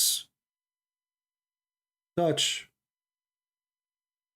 laying with somebody, which means like, you sleep on the top of her or on top of you. But this is not really adultery, this is lemon. The adultery really only if you have intercourse. Let us use Google translation to show you how filthy this religion is. And I will give you the link. And again, this is the official government website of the Kingdom of Jordan.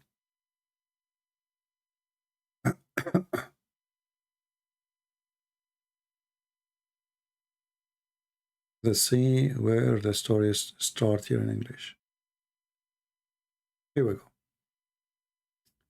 So this story is about Nabhan. This revealed about a guy, his name is Nabhan al-Tammar.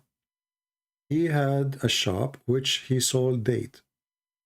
A woman came to him to buy dates from him. And he said to her, "There's something better inside the shop," which means get in. When she entered the shop, she refused to do intercourse, not to play. Later, how we understand that? Later he will explain. Nabhan regret doing that. So he came to the Messenger of Allah. And he said to him, "O Messenger of Allah, I did not do, like there's nothing a man does not do, I did it with this woman, except sexual intercourse." So he did with this woman everything.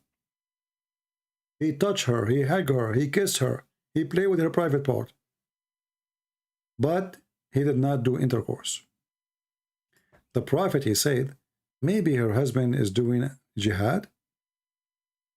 And this verse was revealed after that, saying that those are small things.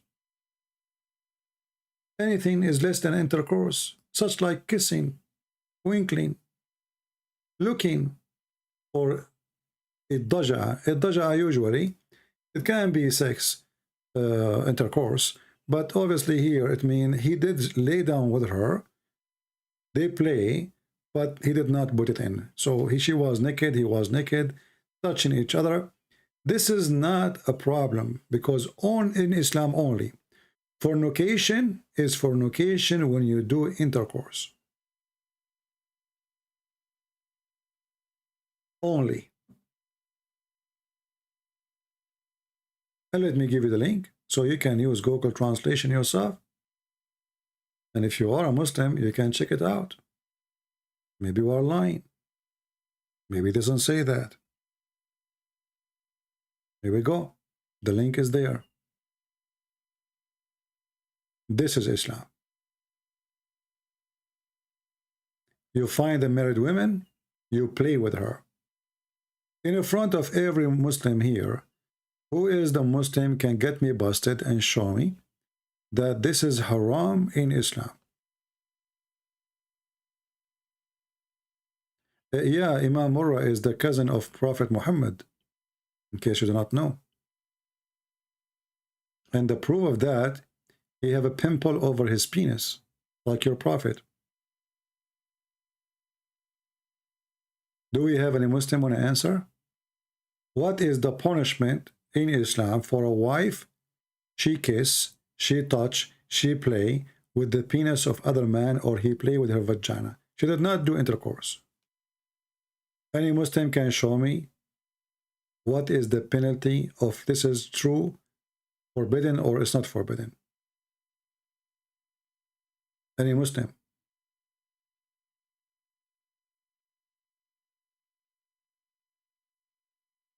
any Muhammadan. Actually, I find it very stupid for Muhammad to mention that this is adultery, when Muhammadan, they believe that all adultery is written for you as a destiny. It's not even a choice. According to Muhammad, when a man he sleep with a woman, he did not choose to sleep with her. It was Allah's destiny. So before Allah he created you, he wrote in your destiny that you are going to sleep with this woman and this woman and this woman, and you have to commit of necessity.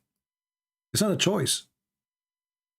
Verily Allah has fixed the very portion of adultery which a man will indulge in, and which he of necessity must commit.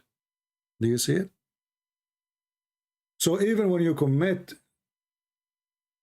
fornication, but as you see, kissing a woman, touching a woman, playing with a private part, she play with your penis is okay. It's not a fornication. But even if you do fornication, it was not a choice. It was a destiny. How that can be from God? And why God will not punish you for such a sin if he is the one who decide for you what you will do?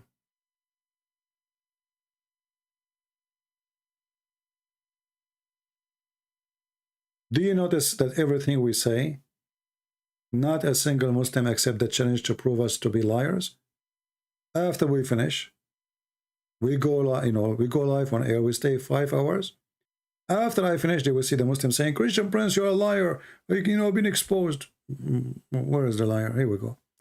Everything I am saying, I'm showing it to you in the screen. Your website, your tafsir, your Quran, your hadith. Nothing from me. There's a Muslim woman, she called the Sheikh, and she said, I'm getting older, and I am afraid I'm not going to have a husband. She is worried. I don't know why you call a program to ask such a question. This is very silly, but people. Do you know what the answer was? The Sheikh, he said to the women, it is written on every vagina the name of the one who will if it.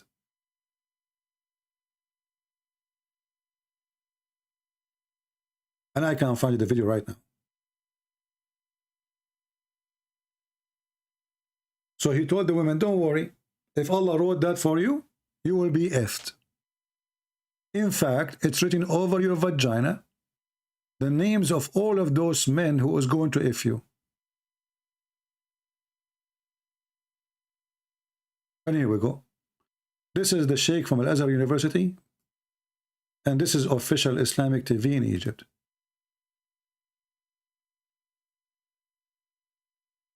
The woman, she is worried that she is getting older, and who is going to marry me now? The Sheikh, he said to her, the Prophet of Allah, he said, it's written over your vagina, the names of all the men who will if you. يعني في حديث يقال أن كل فرج مكتوب عليه اسم ناكحه. طبعا. نعم. كل شيء. حتى ولا. The women, look at the whore. The host, she is a whore too. She says, well, there's a hadith, right? Says that it's written in every vagina the name of the one who will if it. A woman, she's saying that. Can you believe it? No dignity. A woman, she is saying, and you ask the Muslim what farj mean. Like you see the Quran says that Allah, he blow into farjaha to Mary. They say, oh, farj does not mean vagina. Coward. So this female now, look how no dignity. She said, well, yeah, it's written in the hadith that it's written over our vagina. Who is going to if it? Even if it's illegal, even if it's like not lawful, ifing, it's written there in your vagina. So now this woman, after she heard this program, she will go take off her pant and she will try taking pictures, and she tried to zoom in, and maybe she need to find like kind of like black light, something like those light can discover a special ink, whatever, to find out the names of all the men who will if her.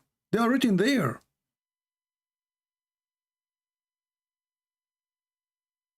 They are all written there.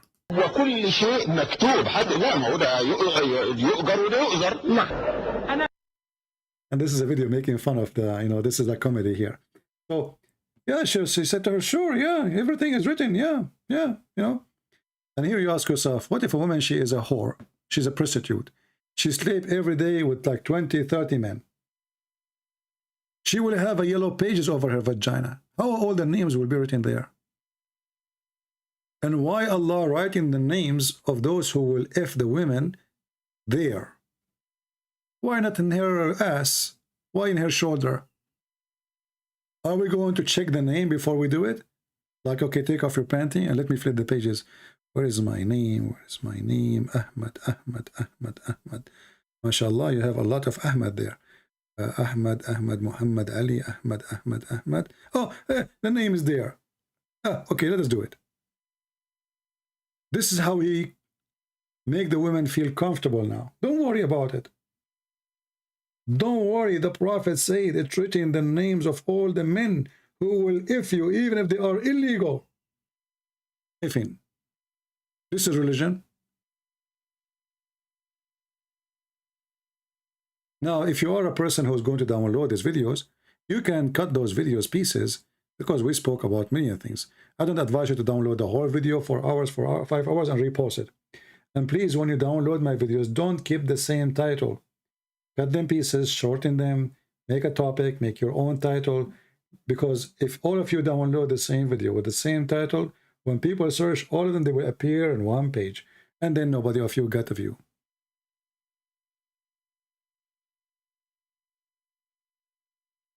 Any Abdul?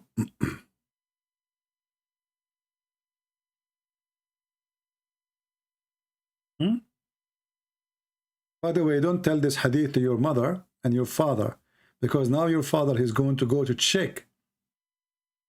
I'm not sure if the date is written there too. Do you think there's a date? Because now your father, he will force your mother to go to the bedroom, open her legs, and he start checking all the names to see what she did, what she had done, and she was with who, before and after in the future.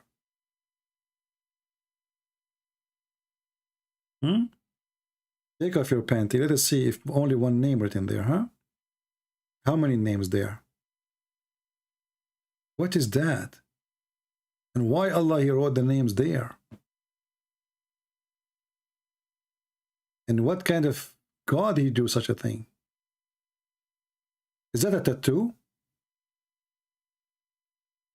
A vagina tattoo have all the names?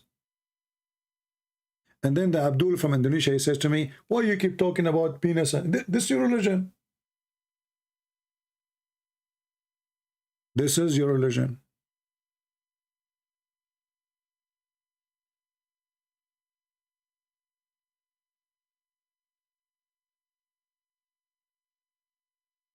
Any Muhammadan?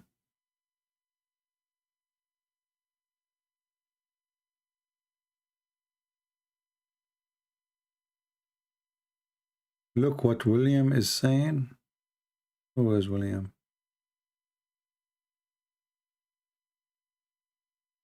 I don't know. Let's see.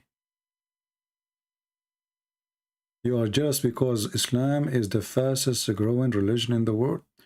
Well, I don't know. I mean, you Muslim, you say the opposite. Research shows that over 100,000 Muslims leave Islam every single year. Our youth are full of doubts. And that is Muslim youth leaving Islam. 24% of Muslim youth are leaving Islam. Your child is about to become apostate. Your child is about to become apostate. In America, this is the last thing. 23% are becoming apostates. Youth 23% in America, brother. Are you there, Abdul? I am in America. 23% of the Muslims in America, according to Zakir Naik, Mimi Hijab. Now I challenge you to make a video and say Mimi Hijab is lying. Did you see it? They become apostate. Your son was going to what the heck? That was so fast, Mr. Turkey. Your child is about to become apostate. Child is about to become apostate. Child is about to become apostate. What the heck is that? Child is about to become apostate. Child is about to become apostate. Child is about to become. I told you to change your battery. Use Duracell. It's better battery. This is what happened when you use a battery made in Egypt. And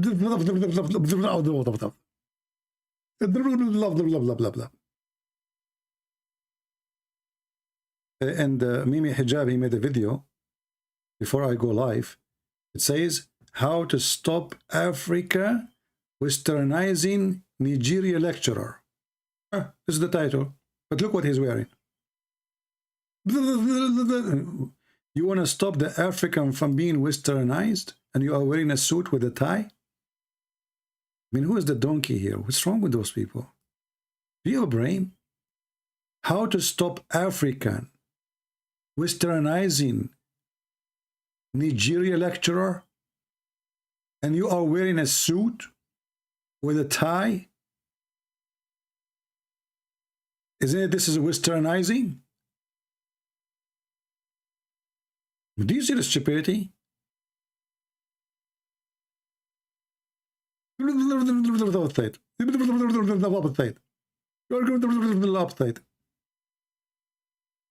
mean, this guy, he wears jeans, have holes like fashion, supposedly. And how to stop African from being westernized? You are the one who can teach them. I can tell.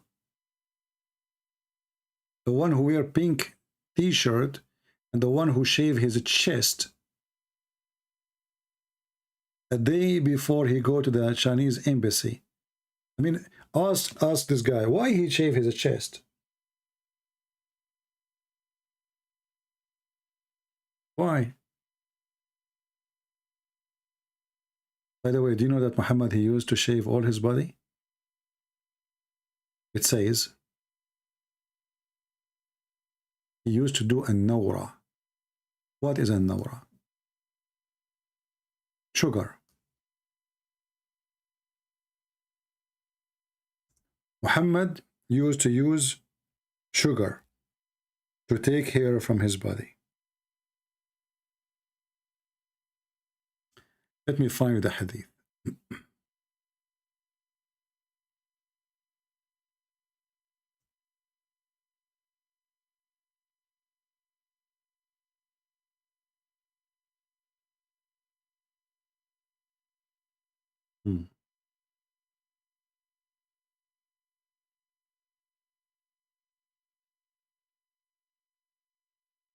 So when Mimi Hijab, he decided to look more feminine by shaving the hair from his body.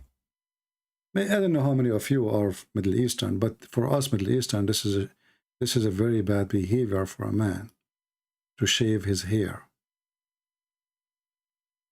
I know that some of you in your culture didn't have a problem with that, but for Middle Eastern men, this is a big problem. And Muhammad, he used to do it.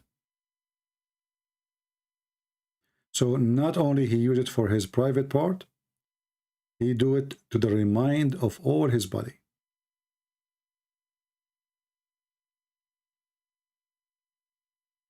And you know, the funny is that Muhammad, he told the Muslims that if a woman, she take hair from her face, she will go to hell.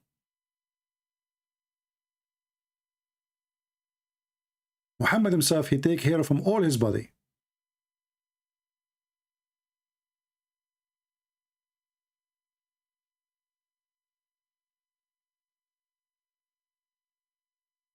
If a woman, she take hair from her face, she will go to hell. She is a bad woman.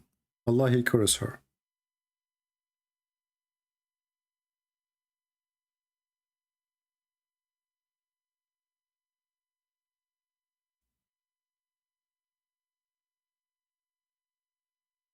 Let us see.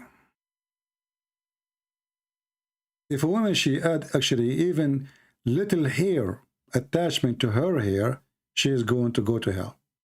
Muhammad, he color his hair. Read with me and laugh. Allah cursed women who artificial length which means their hair, and women who, like, you know, the one who made the wig and the one who gave the wig, the one who use it and the one who give it. Like, you know, if you give your hair to somebody else, you are cursed too. And then he continue. And the women who do tattoo, and where is the hadith?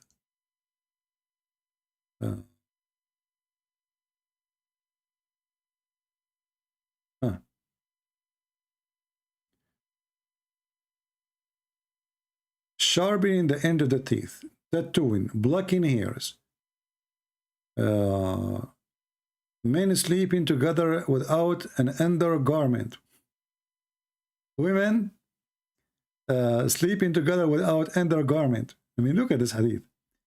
Let's see this one.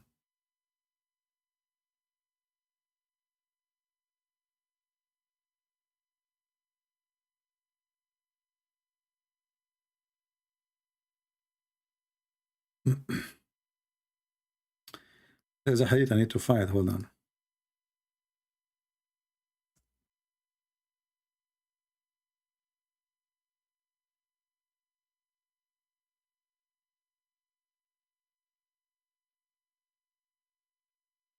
All right. Let's see this one. This one is even better. So Muhammad himself, he have no problem to take hair from his body. And they excuse Muhammad, he cursed those who do that. They say, because you are changing how Allah, he made you. So when you do circumcision, isn't it changing the way Allah made you? Allah, he made you with that piece. It's stupidity. I mean, amazing. So look what Muhammad, he said.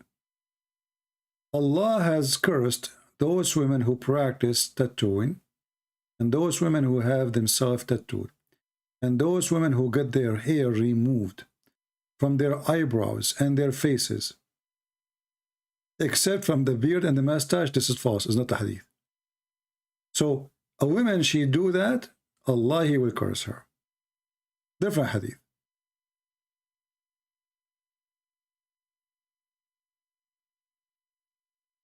Allah has cursed the women, the Prophet, he said, who do tattoo, and who have themselves tattooed, and those who block their hair from their faces, and those who make the spaces between their teeth for beautification, changing what God has created. See the reason? You are changing what God has created. So why Muhammad, he color his face, sorry, his hair? Why he is taking hair from his body? If taking hair for the woman from her face is the reason for her to be cursed.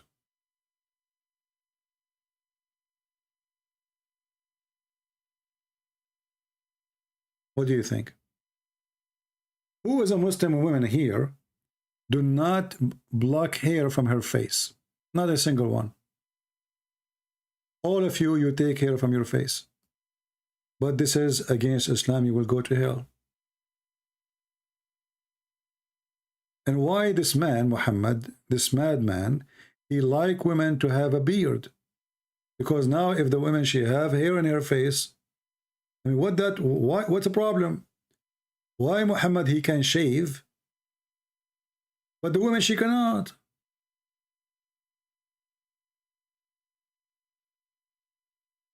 Any Muslim can tell us?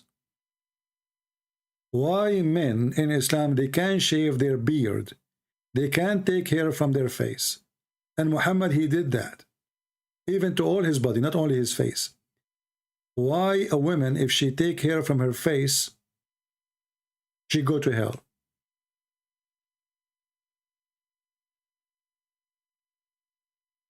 Any Muslim? And if the excuse is they are changing them how Allah, he created them, then Muslims should not do circumcision, because you are, this is way more than taking a hair. You are cutting a piece of meat. All what I talk about is penis and vagina. Yeah, I'm reading your prophet. But I can say your book is, all of it is about penis and vagina, and the best scenario shit. Isn't it your God who says that you have to do ablution if you come from the shit and you touch women. So your prophet, he made touching women the same as shit. If you don't believe me, call me. What's my fault if your book is all of it is about penis, vagina, shit? In the best scenario, P. Have you ever heard of a prophet, his followers drink his piss? Can you explain to me? You see, the Christians, they worship Jesus. They worship him as God, literally. And Muhammad is not God. That's what they say to us. But the Muslims is the one who drink the piss of their prophet. Have you ever heard of any religion, the followers of a man, they drink his piss? I challenge you, and not only that, Muhammad, he told the women who drank his piss, fire will not touch your stomach no more. He claimed that his piss is a holy piss.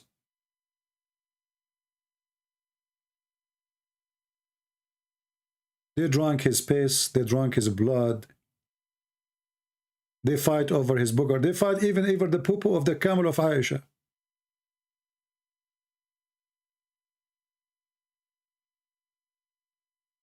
There's a video in YouTube for a Muslim movie made by Muslims, where the Muslims are fighting over the poop of Aisha camel. The poop of who? The camel of Aisha, not Aisha. This is the movie. And this is a movie made by Muslims. This is not my movie.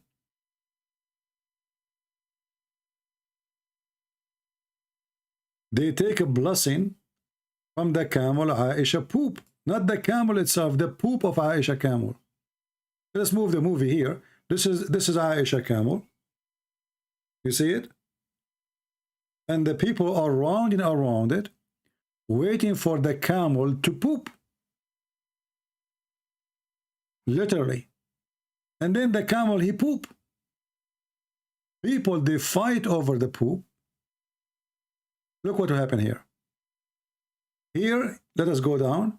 Here, the poop of the camel is coming down. And the Muslim hands, you see their hands? They are looking at the ass of the camel, and the other guy is praying to Allah. And the poop start coming.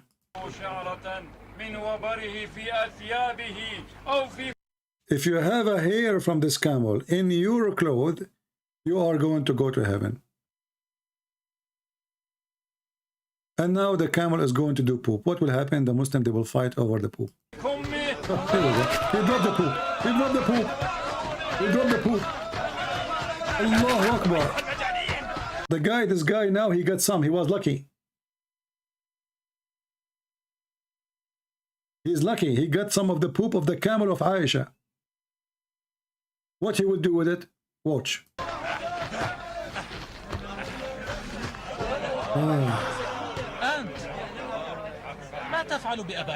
Those are supposedly the bad Arab, the guy in black. This is a kuffar. Those are like the Christians, you know, they are bad ones. He's making fun of him. What are you? He's saying to him, "What are you doing with the poop of the camel?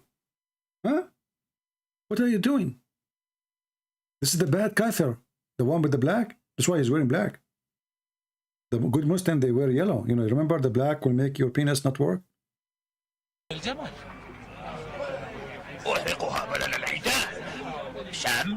said to him, "What's wrong with you? Don't you know how this is amazing? Smell it, smell it."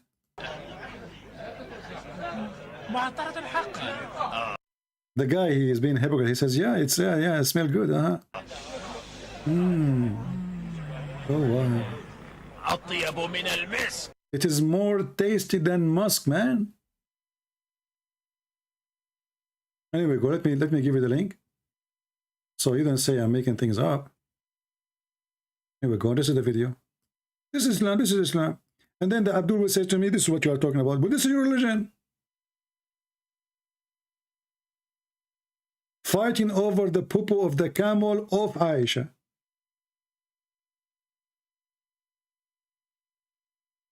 Why? What the problem? I don't know really the original name of the movie, but this is a movie made by Muslims. No?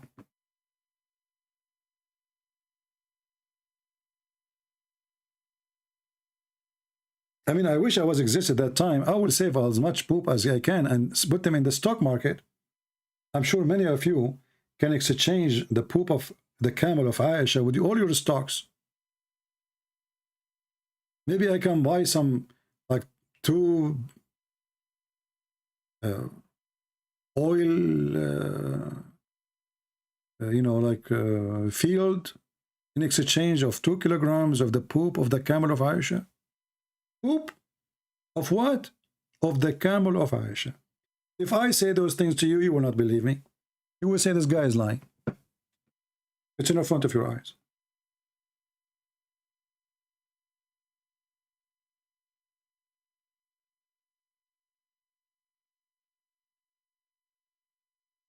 No, I don't think this is called the message. The message is a different one. That one is made by Al-Qaddafi.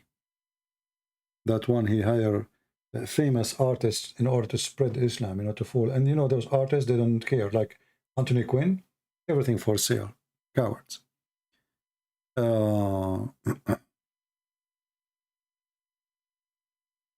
Anyway, I think we have enough for today. Remember, again, we will be back Friday.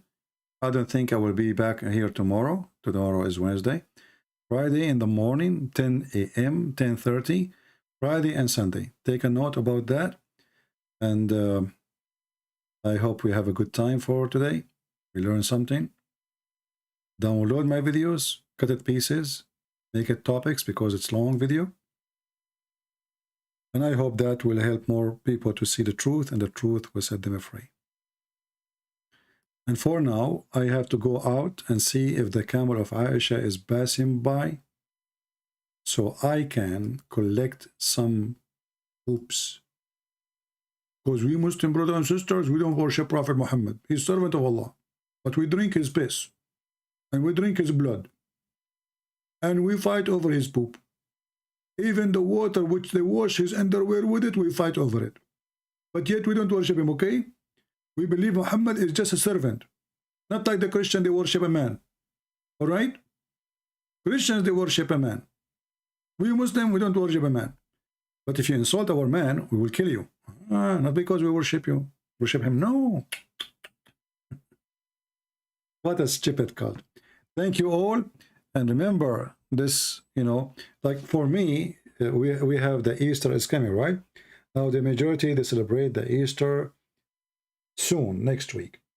For me, I believe that the most accurate Easter date is not the one according to the Western calendar, is the one according to the Eastern calendar. However, Eastern calendar, Western calendar, it doesn't matter. What we celebrate the occasion, not the date, because date will never be repeated, right? So Easter is amazing. And by the Easter, and what happened in the Easter, Christ, who made many promises, who made many claims, he confirmed all his claims. This is why in this week we will challenge Muslims about the crucifixion of Jesus. And as you see, nobody there to prove us wrong. Even now we have more and more Muslim clerics agreeing with us.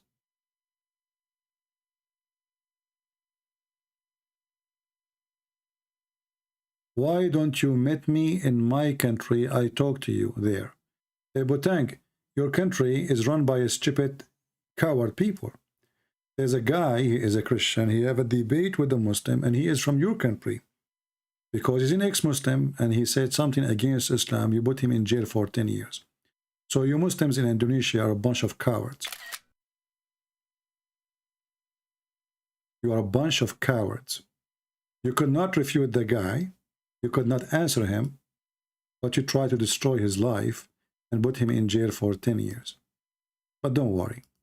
Even if you stay in jail for 10 years, even for 220, the Lord will not leave him alone, and we will do what he could not do. If he stay in YouTube for 5 minutes, I'm staying in YouTube for 6 hours. My books is all over Indonesia.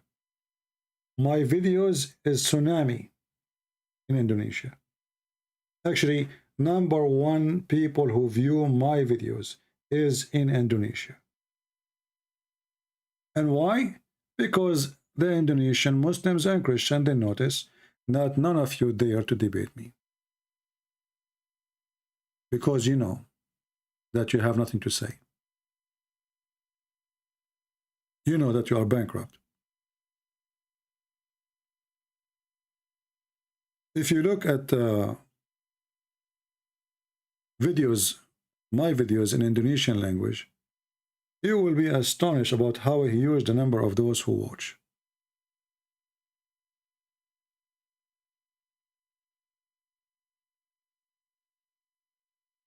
Link for what? What link? I don't know, link for what? And actually every day we go live, we have Muslims leave Islam. You know, the guy who called me today and he claimed that Jesus wasn't exist. We asked him where he got this from. Imagine he challenged me to prove that. He wanted me to prove that. I asked him, show me. He said in book people of Luke, he says, show me. They are really, really suffering badly. Bankrupt religion. Well, this is in the Greek book. Well, your God himself, he chose the Greek book to be the real gospel. Your stupid God, he did not even mention Matthew or Luke or Mark. He mentioned only the book of John. And he copied the words of John. Almost word by word.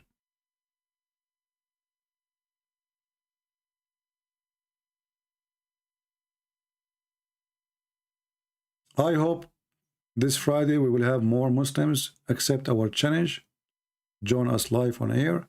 And if you know any Muslim, he claimed that he have knowledge, tell him, well, you know, come over, let us see how strong you are.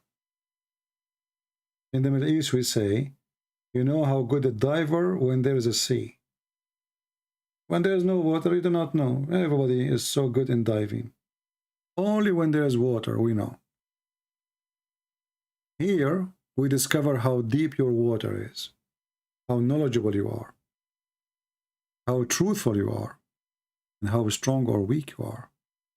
Challenge me, and I accept all Muslims to call me. I don't have conditions. I don't request, like, you know, Muslims, they make conditions. We have to debate face to face. I challenge you, because simply they don't want it to happen. What face to face? It's an excuse. Is a Good Friday, CP. Well, all of Friday are good as long they are Friday for the Lord. The Bible says that all days are Sabbath, for all days are the days of the Lord. And right now, actually, when we say, like today is April, Wednesday 13, 707, the year of the Lord, the day of the Lord. So all days belong to him. Our calendar function by his name. Your computer, your phone. I know this is very insulting for many who hate Jesus, but just look around you. Every timing, every clock, every computer, every phone, every paycheck, every calendar, work by the name of Jesus. You hate it, you like it, live with it. It is the year of the Lord. Thank you all for being here. Until we see you again this coming Friday, 10:30, Friday and Sunday, 10:30 a.m. New York time. Until then, may the Lord bless you all. Christ is Lord. Islam is fraud, is a scam, and Islam without lies dies. See ya.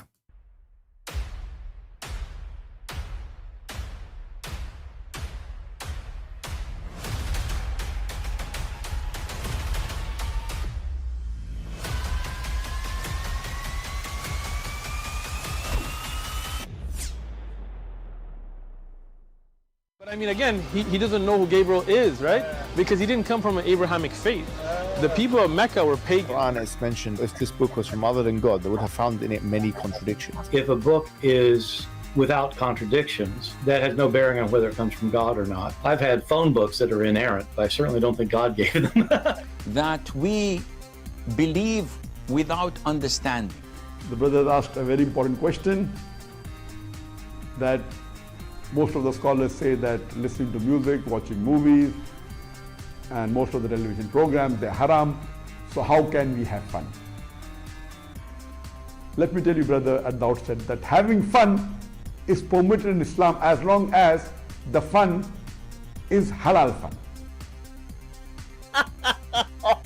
That the standard narrative has holes in it. The Prophet tells us because Satan or the devil sleeps over our nostrils. Those who oversleep and not pray Fajr on time, Satan urinates in their ears. I really do think Jesus was crucified and that he really was dead and buried. He thought that he was a son of God in the sense that he was specially chosen by God. I think Jesus really did think he was going to be the Messiah, the future king of Israel. I mean, that is, after all, why they crucified him.